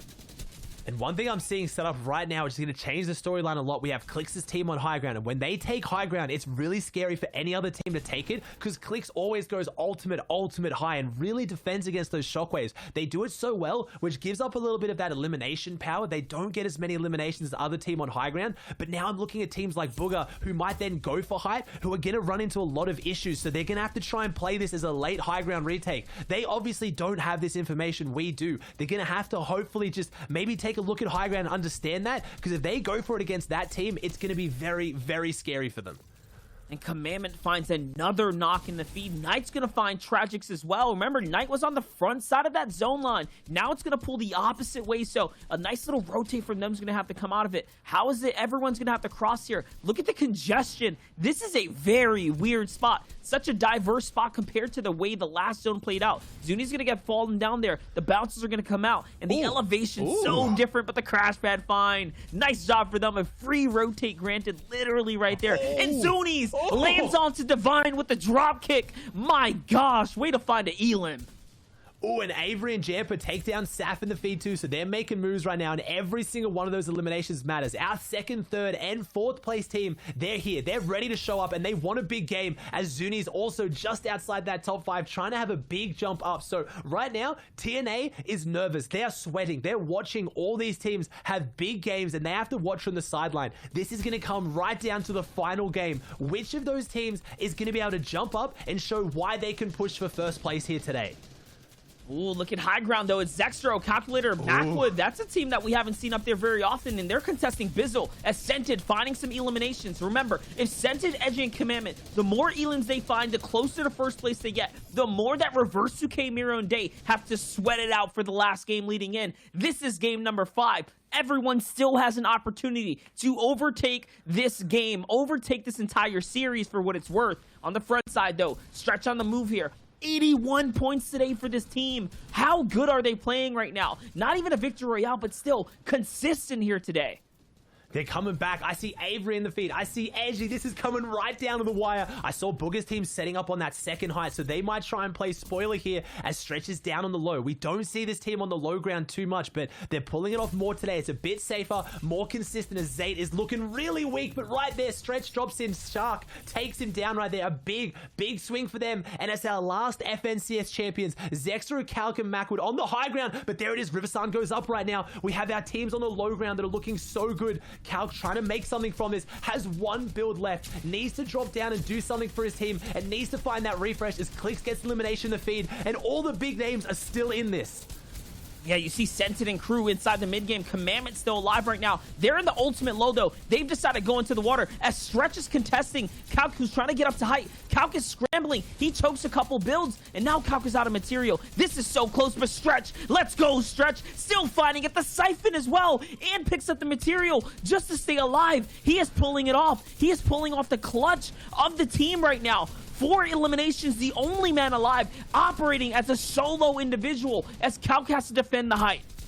Stretch is doing so well right now. I see Edgy, Sentin, and Commandment down there going toe-to-toe as well, trying to push up their lead. Calc goes up for this one right now. Tries a big shot, falls down with the 150, the 100, takes down Iceve. The big shot right now. Who can jump away with this one right now? Who can come up? He's got the shockwaves, still has one left, dropping them both on the lobby. Desperation right now to hold this high ground. He has 24 builds left. Their team right now has 9 eliminations. Stretch is in this, so is Commandment. Your second place team is going for the heal off. Commandment's back there. This is so many solos. He could pull this off. This would be monumental for his team if he managed to do something here. Every player that goes down is more placement points, closer to first place, and I think he's done it. Commandment takes down Stretch. This is Commandment. This is your second place team in a 1v1 situation. He has to beat out Calc here. His team needs this. The whole leaderboard will shake up on this very moment. This is a huge swing, and no, Commandment falls to Calc. That could be the tournament right there with only 1 game to go. A big 11 eliminations there for Calculator, and Calculator had one of the craziest clutches for that high ground, finding 2 and 3 eliminations in quick succession. Analysts, you guys are going to have to break this one down for us because Calculator has shown why he was once a champion at the top of the top when it comes down to this FNCS stage. We got a game on our hands, boys! Going into the final game, the standings can help present the information as clear as day. But guess what? The second place team has now closed the gap. They're only 12 points behind going into the final game on the day. Shy Wager, Reese, this could literally go either way right now. This is actually going to be the craziest and closest game we've seen yet. Yeah, EU had a little bit more of a gap, but now for Game 6 of NA East on day number 2, it literally all comes down to one game's performance. This 5th game, though, let's see what the results actually are. Look at how much closer it is between the TNA trio up top and Commandment, Sentin, and Edgy in second place, 186 to 174 points. 12-point difference in our first and second teams. In EU, we had this very similar, where there was a huge disparity between first and second, and as this day 2 has progressed, they get closer and closer, and this is the exact same thing we're seeing again. It's all going down to the last game of who's going to take that first place slot. And that's just to talk about first place. Let's look at the tie in 4th and 5th. It's all about every single position, not just first for a lot of these trios that aren't quite close enough to grab it. Zex and Slack so close to each other at the same time. We'll move on to the next 6th all the way to 10th place slots to look at how close it is over here too. A 140-point tie. X at 3 points behind. 128 to 122 for Niddle Mikey Clarity and Bucky Creo Kanata. This next game, we keep saying it, no matter what region it is, no matter what leaderboard we're looking at, every shot will matter. And every placement after top 10 is more and more prize money as well. And obviously, more and more respect. Bragging rights. If we have better placement now, we're 3rd, we're 2nd, we're 5th, whatever it is, it's improving over and over as these performances go out. And we got one more game to decide that. Dude, they could do it. We've watched the TNA trio fall so early. Commandment, Edgy, and Scented, they actually have a shot here. We have to be watching how this next game unfolds. But with this, set this up for us, boys. We have one game left. How close is this really?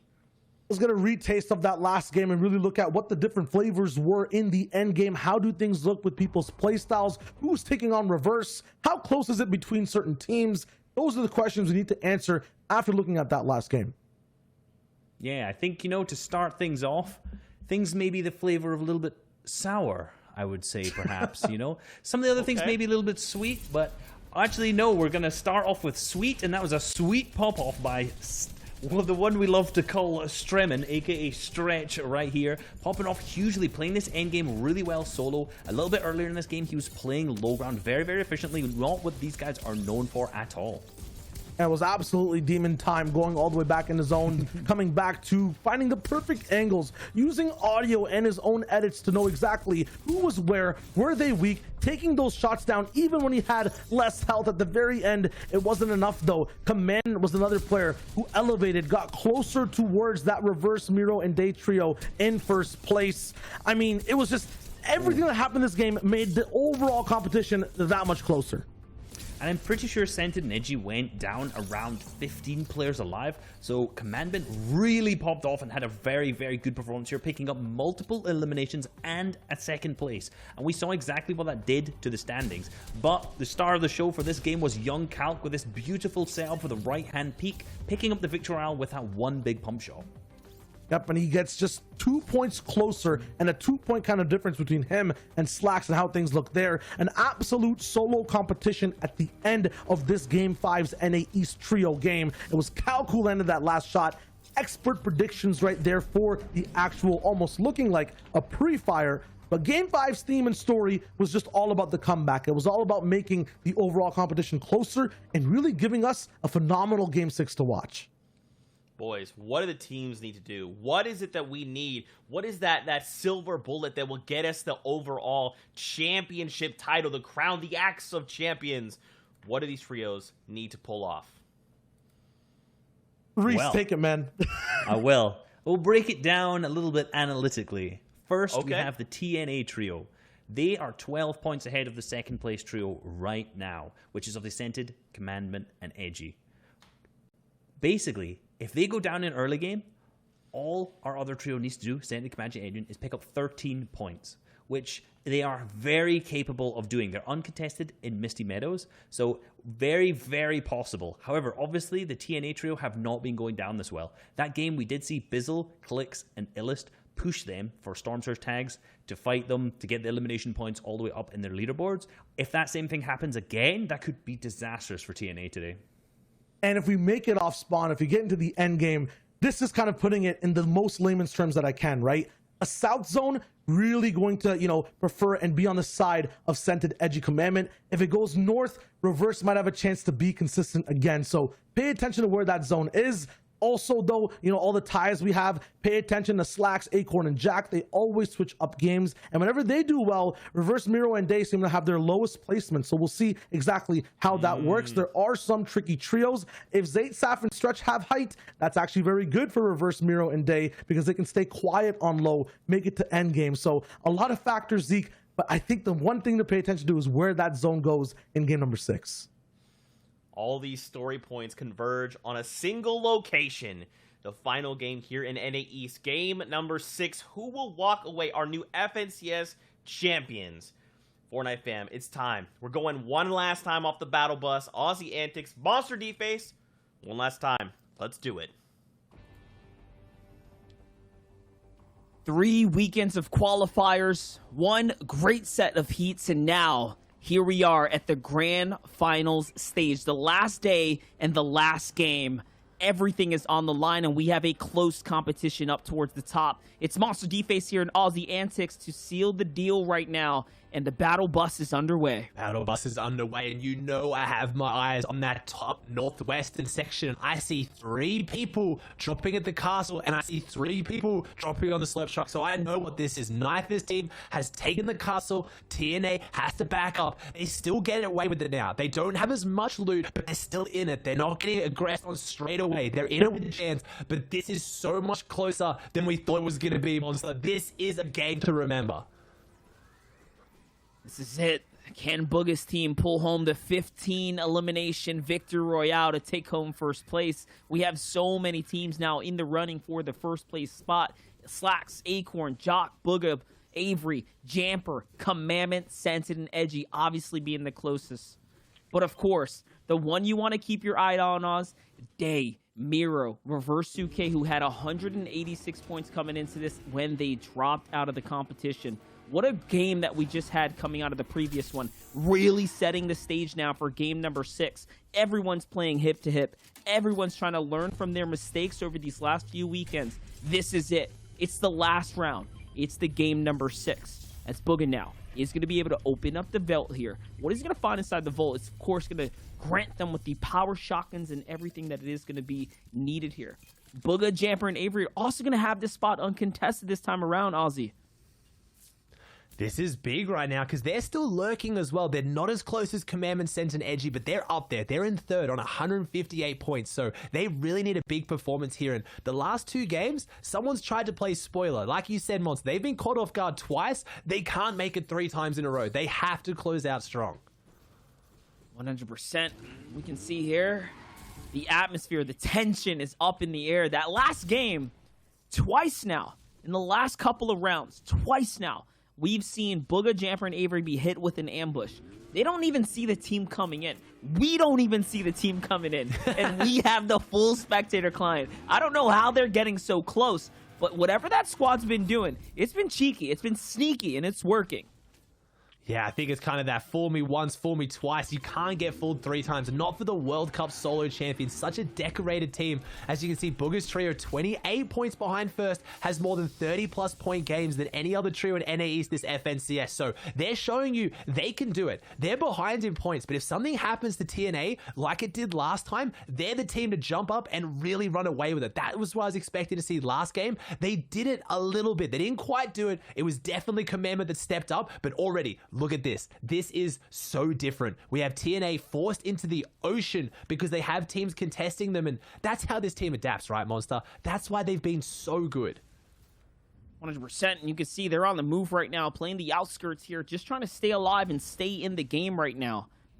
This loadout, not too hot, but they're also on a different strat already. They're trying to steer clear of Clix, Illis, and Bizzle. You already saw what happened in the last game. They have been taken out so quickly. This is the closest race going into the grand finals of any game, of any region that we've seen unfold this time around. Obviously, up later is the NAW, but for right now, as it stands, NA East has kept it so close. And I mean, this is a story that's taken from the Heat 2, right? Heat 2 is where we casted over these guys. It was that close there as well. They've literally transcended that story into the grand finals.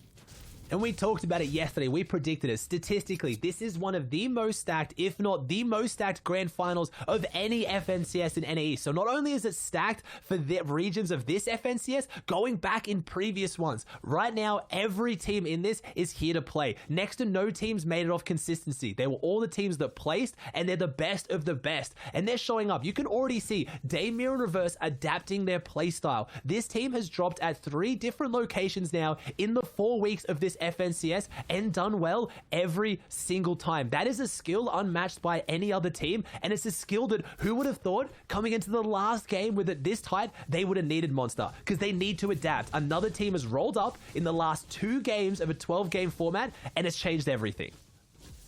And this is a team that has been adapting, manipulating the drop qualifier to the Heats, now to the grand finals, all of which we haven't seen the same strategy employed more than once. This time, going from Dirty Docks to Fortilla to now, the outskirts of the map, they're figuring out. They are the most flexible on the drop spot, and now more than ever, they have to be flexible coming into this final round. Aussie, think about it. They've had the most adversity from every single drop spot being contested time and time again. They had a free pass up until now, and all of a sudden, so much friction.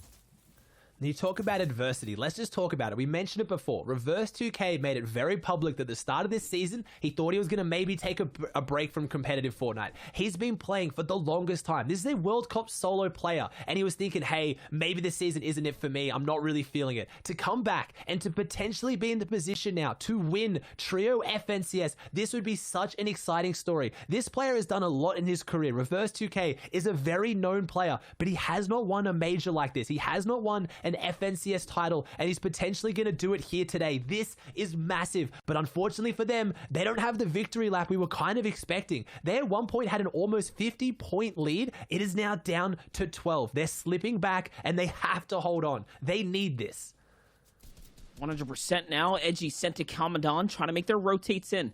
A little bit of a wall here. This player's in front. Players down by the gas station do have to be careful. And there's another setup just outside that Retail Row Mountain, the Lazy Lake North Mountain there. So their squad's already basing up, setting up everywhere. 3 teams already dropped out of the competition. 87 players remaining right now.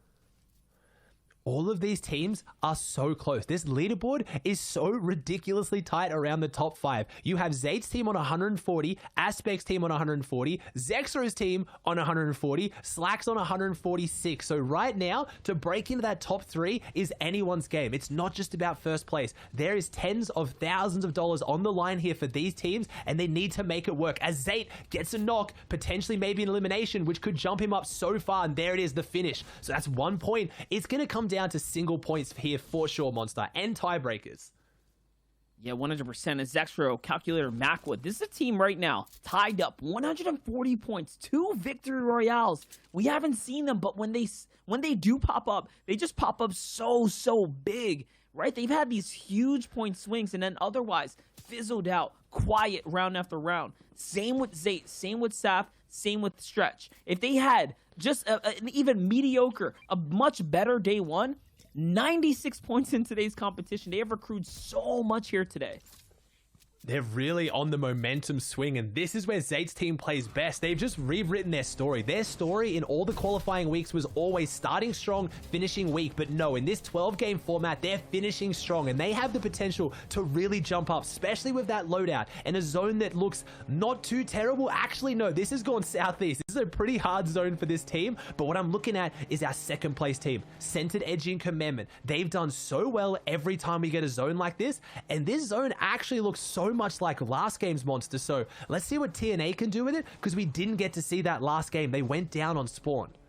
Yeah, they went down early, and remember, the last time we tuned in with them, they were doing a northern side rotate. That's where Doom's Domain's team, Zayt, Saf, and Stretch land, and they're already cutting in the opposite direction. So seems like they made a bit of a bad gamble trying to make it into the next zone, chancing that it might just turn upwards, but instead it's pulling all the way through, which means that they are going to be cutting through a much more congested mass of players. And that's the difference sometimes. Those little interactions, going left instead of right this time around, is probably going to cost them a lot. And it sucks to think that, because you don't really know where the zone's going to take you. And this is weeks of preps. Before the games even started, before qualifiers even started, NA East was practicing. They were scrimming. They were running customs. So they've had so many games to decide, okay, we went left that time, right would have been better. This is it. You don't get the second chance anymore. This might be your last chance right now to really make something massive and jump up, as Aspect's team needs to do just that, because they were in such a good spot coming into today, and they've dropped off the pace. This last game really needs to count for them. Definitely now. Remember, last time we tuned in with Aspect, he was hitting these snipes to keep his team clear of the surge. This time around, though, still a lot to be had. It's now NPen choosing to go with the opposite rotate. Will Aspect be able to follow up with a nice sniper? He's trying to put some ramps up to save his teammate, save himself for the rotate push through.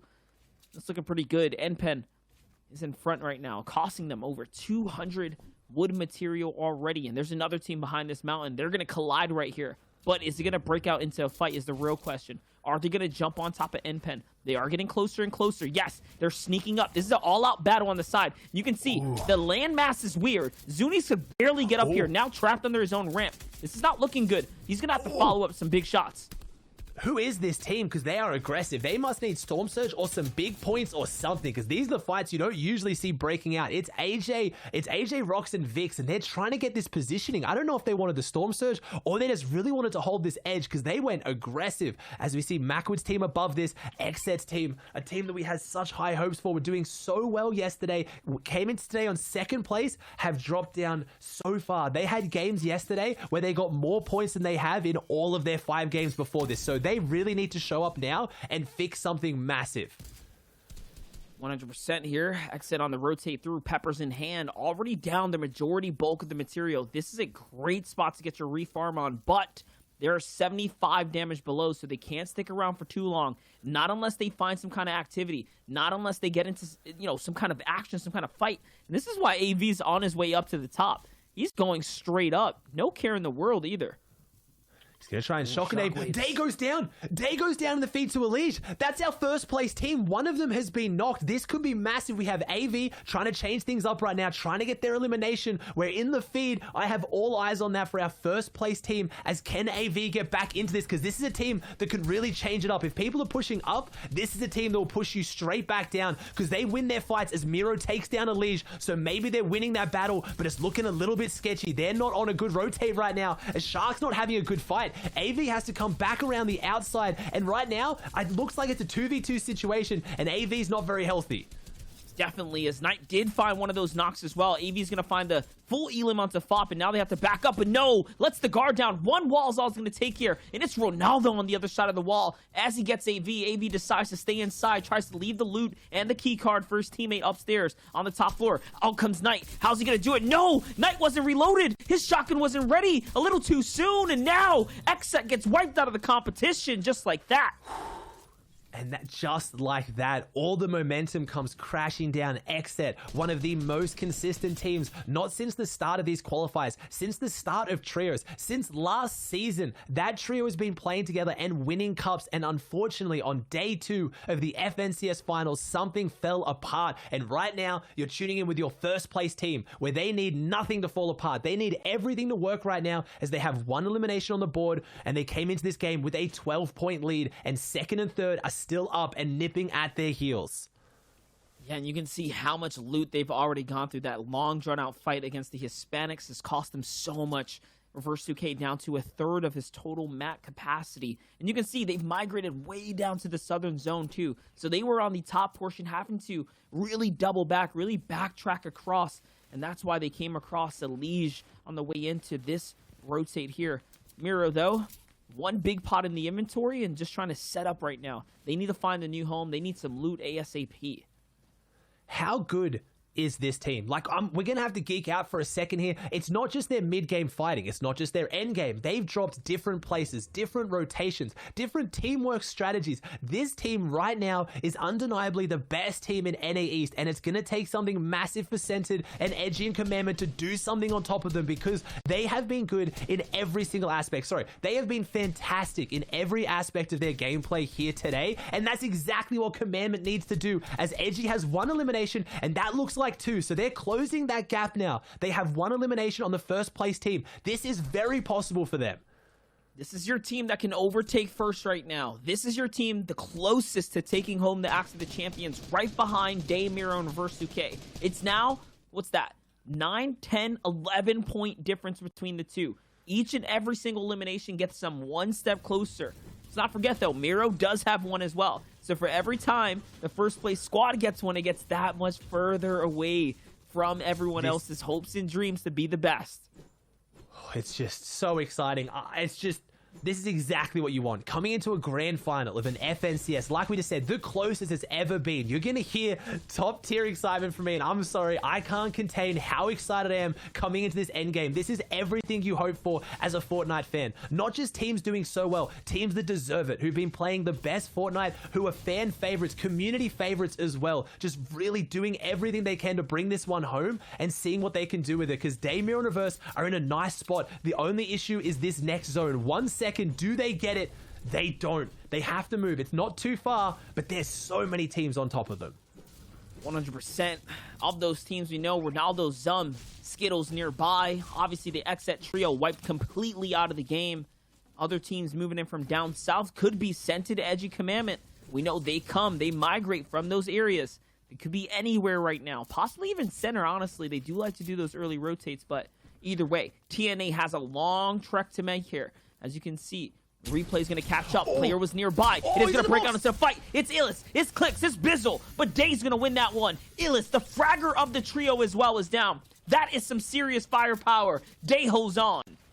No one can stop this team. The confidence they have. They're in first place, trying to hold on to their FNCS. They're not holding on. They're pushing forward. They're still getting in boxes and going toe for toe. The confidence of this team is honestly unrivaled right now. They have not lost a single mid-game fight in any of the 11 games before this. And it looks like, as you see, Clicks and Bizzle have to flee. It's not going to happen in game 12 either. I was just going to say how Miro and Day especially need this performance to prove they are team game mode players as well. Miro jumped into notoriety in solos and showing why he's such a good fighter, but they've put all the pieces together. They have not lost once in the mid game today. They've only gone down once on spawn. This team is doing everything right.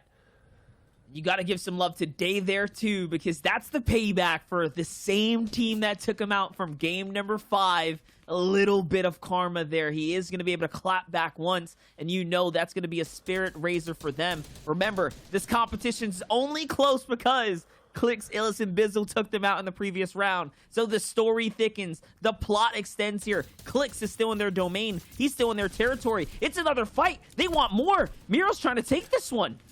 I just can't believe they're not playing safe and resting, but I don't want them to because they've played all these fights so well. Statistically, it is a smart play to take these fights because they win them. Any other team, you'd be so scared. You'd be wondering, why are you doing this? You're in the lead. You're holding on. Why are you still taking fights? Because that's their recipe for success. That's what's put them in the lead. And right now, the focus is coming out. This is so tense. The edit and the big shot from Miro. He's got that purple pump. He ducks behind that cone, but he's been weakened a little bit. They've got to be careful. That's a full team beneath them, and it's also the team that played spoiler. Monster, you talk about the plot thickening. This is the team that pushed them out of the castle and into the jaws of Clicks' team. Everything is coming to a head here. 100%. So will they get a little bit more revenge here onto the players that have been dominating all day? A player's down though. Reverse is down as well. How's it going to turn out? Knifer gets exchanged here, and it's someone in the box. It could be Tabs. Yes, he finds Tabs. Miro claps back once again and fully concludes. And now, as a two-man team, the controllers, Day, Miro, the young gods have to rock it out with one another. There is no more reverse 2K to lead them, to tarp for them, to help them. Miro has to do something. Day has to do something. Reverse is out of here. Day doesn't have shield, and they're hitting the rotate. They're moving fast. This is everything you could have wanted. This is so close. He has the spare shield, but that's all their shield, Monster. He has to stop, use the shield, and keep going. They need to make this rotate. Miro doesn't even want to stand still. You can see he's just on the move, literally jumping in the water, getting ahead, saying, hey, Day, I'm going to play for the zone. Anything matters. Every point counts. I need to stay ahead. I have to stay in this round right now as they rotate into the second place team now. Oh, no. Scented, Edgy, Commandment. They're on the other side of the barrel. They're the ones holding out the river. And now shots are exchanging. Who's the team up above? It looks like a solo. Could it be Miro? Because he just came in. This could not be any more exciting right now. They are so close together. 2 eliminations on the board. He just needs to hold out in this box. They need to push forward and do something. They can't just rest. They have to jump forward up on the leaderboard. They are chasing, and Miro is trying to hold. They do both have 2 eliminations as well, so it's a standstill. It's neck and neck, but Reverse 2K and company, remember, they fell just a little bit more, so they are slightly ahead in terms of elims. Yes, look around you. It's Cosmic, Joji, Doe. Joji is by himself because he lost his 2 teammates. Miro and Day are off to the side, but they're on that same layer. It's eye to eye. It's neck and neck with Commandment, Sense, and Edgy. As a full trio, everyone has to rotate as well. They don't have the zone. Everyone has to go east now. It's going towards Retail Row. That's elevation change. It's going back into it, and this is the best endgame we could have asked for. They're all up right now. 2 eliminations on the board. Do they have the mobility? But do they even need it? This beautiful rotate right now from center, just leading this team, and they're back front side. They're looking so good. They have everything they need to surge forward right now. No, the crash pads come out though. Was it a misclick, or is someone beneath them? Because someone's trying to drop them in. Someone is trying to upset their grand final run as they potentially push forward for first. They're in the first place, though. They're in the lead right now, in front of the zone here, trying to get out and up ahead. It's still a battle, though. They're going inside. We already know. When they want an elimination, we've seen this before. They do not stop. This is so exciting. They're going to be pushing through until they find a frag right here, potentially. They want to stay in front of the zone. Here it is. Sentis found someone. It's the Sentis special. He's pushing through. It's grand finals, baby. Can they get this frag? They need the come up. They need the impact as things are going to catch up here. 2 eliminations. Can they make themselves one step closer? They do. Command gets it. Takes down Zexro right now. They are pushing forward. This team has it right now. They're going up the outside. What can they do? A big shot again. They need to make this rotate. They're back together. It's crazy. This is what you want to see. TNA in the lead, pushing forward, taking fights. Second place, taking fights. No one is resting here. They get another knock. These eliminations close out the leaderboard so much quicker. They're on the bottom, and they play this low ground so well. Where is TNA? If they're looking at the feed, they're getting nervous right now. They are coming for the first place spot. 100%, and placements being doled out now. They're definitely in this. Remember, the Victory Royale, though, is what they really want. A high placing spot to close things here now. Scented is still on the rotate, still looking through. Recognizes a weak build, trying to find a player. Yes, he's going to find some tags, some down bodies here. This could be perfect. Whoa, he's going to pull the body. He might be able to get some loot. This is going to bounce them back into the game. This is, but Miro just got 2 eliminations in the feed, so Miro is clapping back as Edgy goes down. No, he goes down. Commandment Center and Edgy are out. They can't get any more points, and Miro is still in this. This could be their victory lap monster. 4 eliminations on Miro. This is why he has more eliminations than any other player this NA East FNCS, and they are bringing it home in the biggest way possible. This is it right here, right now. Miro trying to get a big major event win on the grand final stage now. This is their victory lap. Everything else is icing on the cake here as they're going to be stomping through the layer. And yes, he's going to follow up. He's taking players down with them. Down they go. He's sinking with the ship. 22 HP. He's trying to jump through. He's still alive. Oh my gosh, with no HP. It doesn't matter. The knocks were worth it. And Day steps up. Day comes in with the save. He's still here. Day's got 5 shockwaves, so he can play this out solo. He has the bandage cannon right now. 7 teams alive, 13 players. It doesn't matter. He's not going to play the bandage cannon. He's going to go toe-to-toe, and he gets the elimination. Day is still doing this. They're pushing ahead. They're not on a victory lap. He is sprinting. He's trying to get every single elim, every single point. They are making a statement on NA East. This is why this is your #1 team, and they're closing out the last game to really put the icing on the cake. What an exciting way to close things out now as Day is literally clutching for his squad. He's about to go up. He's about to show people what is all made of right now. He's got a couple of options here. Impacts in hand. Bandage bazooka as well. He's going to jump into the mix, though. Big 116. Can he get a follow-up here? Yes. There's going to be a player on the low ground, and he finally drops. Top 4 for him. What a way to close this out. It's a high ground hold from the Godfathers themselves, though. Zate is up above to hopefully bring this one home. But they're in 7th place. This is a huge jump up for them. 123 points on the board. Stretch toe-to-toe, and he does. They win it. Zate, Saf, and Stretch get their 2nd win of the day. 129 points, but you have to think it was enough. Day, Miro, and Reverse having a phenomenal game to finish off a phenomenal tournament. And what a monstrous victory royale for the Zate, Saf, and Stretch trio as well. Here's your FNCS NA East winners. It's TNA's Day, it's TNA's Miro, and of course TNA Reverse 2K. 208 points. Not a single victory royale. 72 eliminations. Miro holds a record, and he can hold the record proudly now as they have secured themselves as the FNCS Grand Champions of the NA East. They've done it.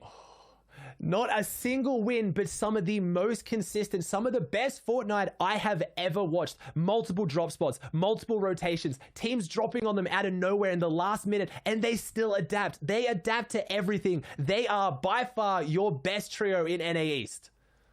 What a cold way to take home a victory royale right there, too, for Zate, Saf, and Stretch. Ultimately, though, that's going to conclude from the desk. It's Grand Finals weekend. It's Monster Defense Aussie Antics. Dude, what a great show. I couldn't have asked for a better person to cast this with. We're going to let the boys bring it home on the desk. I want to hear their reactions. Take it home, fellas. Thank you guys so much. As He's already doing it. Listen, let me at least thank Monster Defense enough. Hey, what, bro, listen, 100%. Today is the day for TNA Day, Miro, and Reverse 2K. Baby. What else can we say? Congratulations to you. I don't know why I nice lost it. save. I got it. your new FNCS Trios champions. It is the TNA Trio walking away with their heads held high, and of course, the new wielders of the Axe of Champions holding on all day long, coming in with such a strong performance, especially after day number 1. They are your overall winners. And they flexed that last game as well. Reverse going down, I thought could have been their weakness, but it made Miro get absolutely overclocked, unlocked. He just hit the nastiest beams, and they lived too towards the very end, landing pumps and combinations we don't get to usually see every game. These guys definitely deserve that overall top spot. $66,000 to take home as well. 208 points to wrap out 2 days of glorious competition. You know, while we were watching there, I was watching the elimination feed when we were going from Commandment, Scented, and Edgy's perspective, and when I saw that the duo of Day and Miro were still alive and moving in the end game, I knew it was over for them, because these guys are just too good and too consistent. There's just no way that they would go down early, and these two lived up to the expectations of how consistent they have been all the way through these 2 performances and through the heats and all the qualifiers before that. Absolutely. That last win too lets Zay go all the way up to 4th with Saf and Stretch overall. 2 victory royales over the entire 2-day grand finals. Past that too on this page, Xset, Shark, AV, TSM, Zextro, Macwood, and Young Calculator are also up there in the top 10 from 11th to 15th place. More trios that we saw some glorious plays from this entire 2-day grand finals. Yeah, you know, we saw that big victory royale coming out of FaZe, Mega, Dubs, and then also Liquid Reversan at the same time. You know, these guys were performing that game. They had a couple other good ones, but at the same time, it just wasn't that consistency overall. 11th, still a very solid placement, however. Yep, also Unknown, Casker, and Smack there in 16th place. Had some very consistent type gameplay, 90 points overall. Drop spots that were shaken up on day number 2 after some big chaos when the day actually started. Past that too, just in general, I'm so glad it was close, so glad that there was such high-level gameplay to break down. The casters absolutely eliminated the entire broadcast as well. It was a lot of fun today, boys. That was a good one. Before we say goodbye, let's check predictions. Which one of us was correct? Which one of us was the closest? Well, you know, boys, I think you can see the predictions here. This will tell us the ultimate giveaway, and it turns out that none of us were correct. I think, you know, we have to give this at least to Reese being the closest of us all. You know, I'm having a bit of a heart attack over these grand finals. I don't think my heart can handle it, because in EU, it was the exact same thing. I picked the team who came second, and the hype and the anticipation of that last game was building so much. For this, exactly the same. Commandment, Scent, and Edgy played a fantastic game all the way through today and yesterday's matches, really bringing and closing that gap throughout the day as it was going on, and it really was going down to that last game straight away. I was on the edge of my seat thinking we can completely, this is it, I've finally picked that team that's going to take the first slot in the grand finals, but they performed very, very well. Just the TNA, TRIO performed so much better. Well, guys, it's been an incredible time here from the FNCS. Final thoughts from you two before we say goodbye? Welcome to the new age, because these guys literally took the entire scene by storm from day 1 to day 2. I'm just going to say it was an amazing entire competition to watch from round 3 all the way up to the grand finals. That wildcard match was also a whole lot of fun in every single region. This FNCS was just an absolute blast. And you know what? I just completely agree with what I was going to say. He pretty much stole exactly the words that I was going to use. The qualifiers were great. The heats were great. The wild card match blew my mind a lot. It was very, very exciting. And these 2 days of grand finals have been very, very exciting, consistently building up until that last moment is so, so tense, and our victors are crowned. That's right. And to you guys, thank you so much. To our casters, thank you so much. For you guys watching a Party Royale, we love you guys.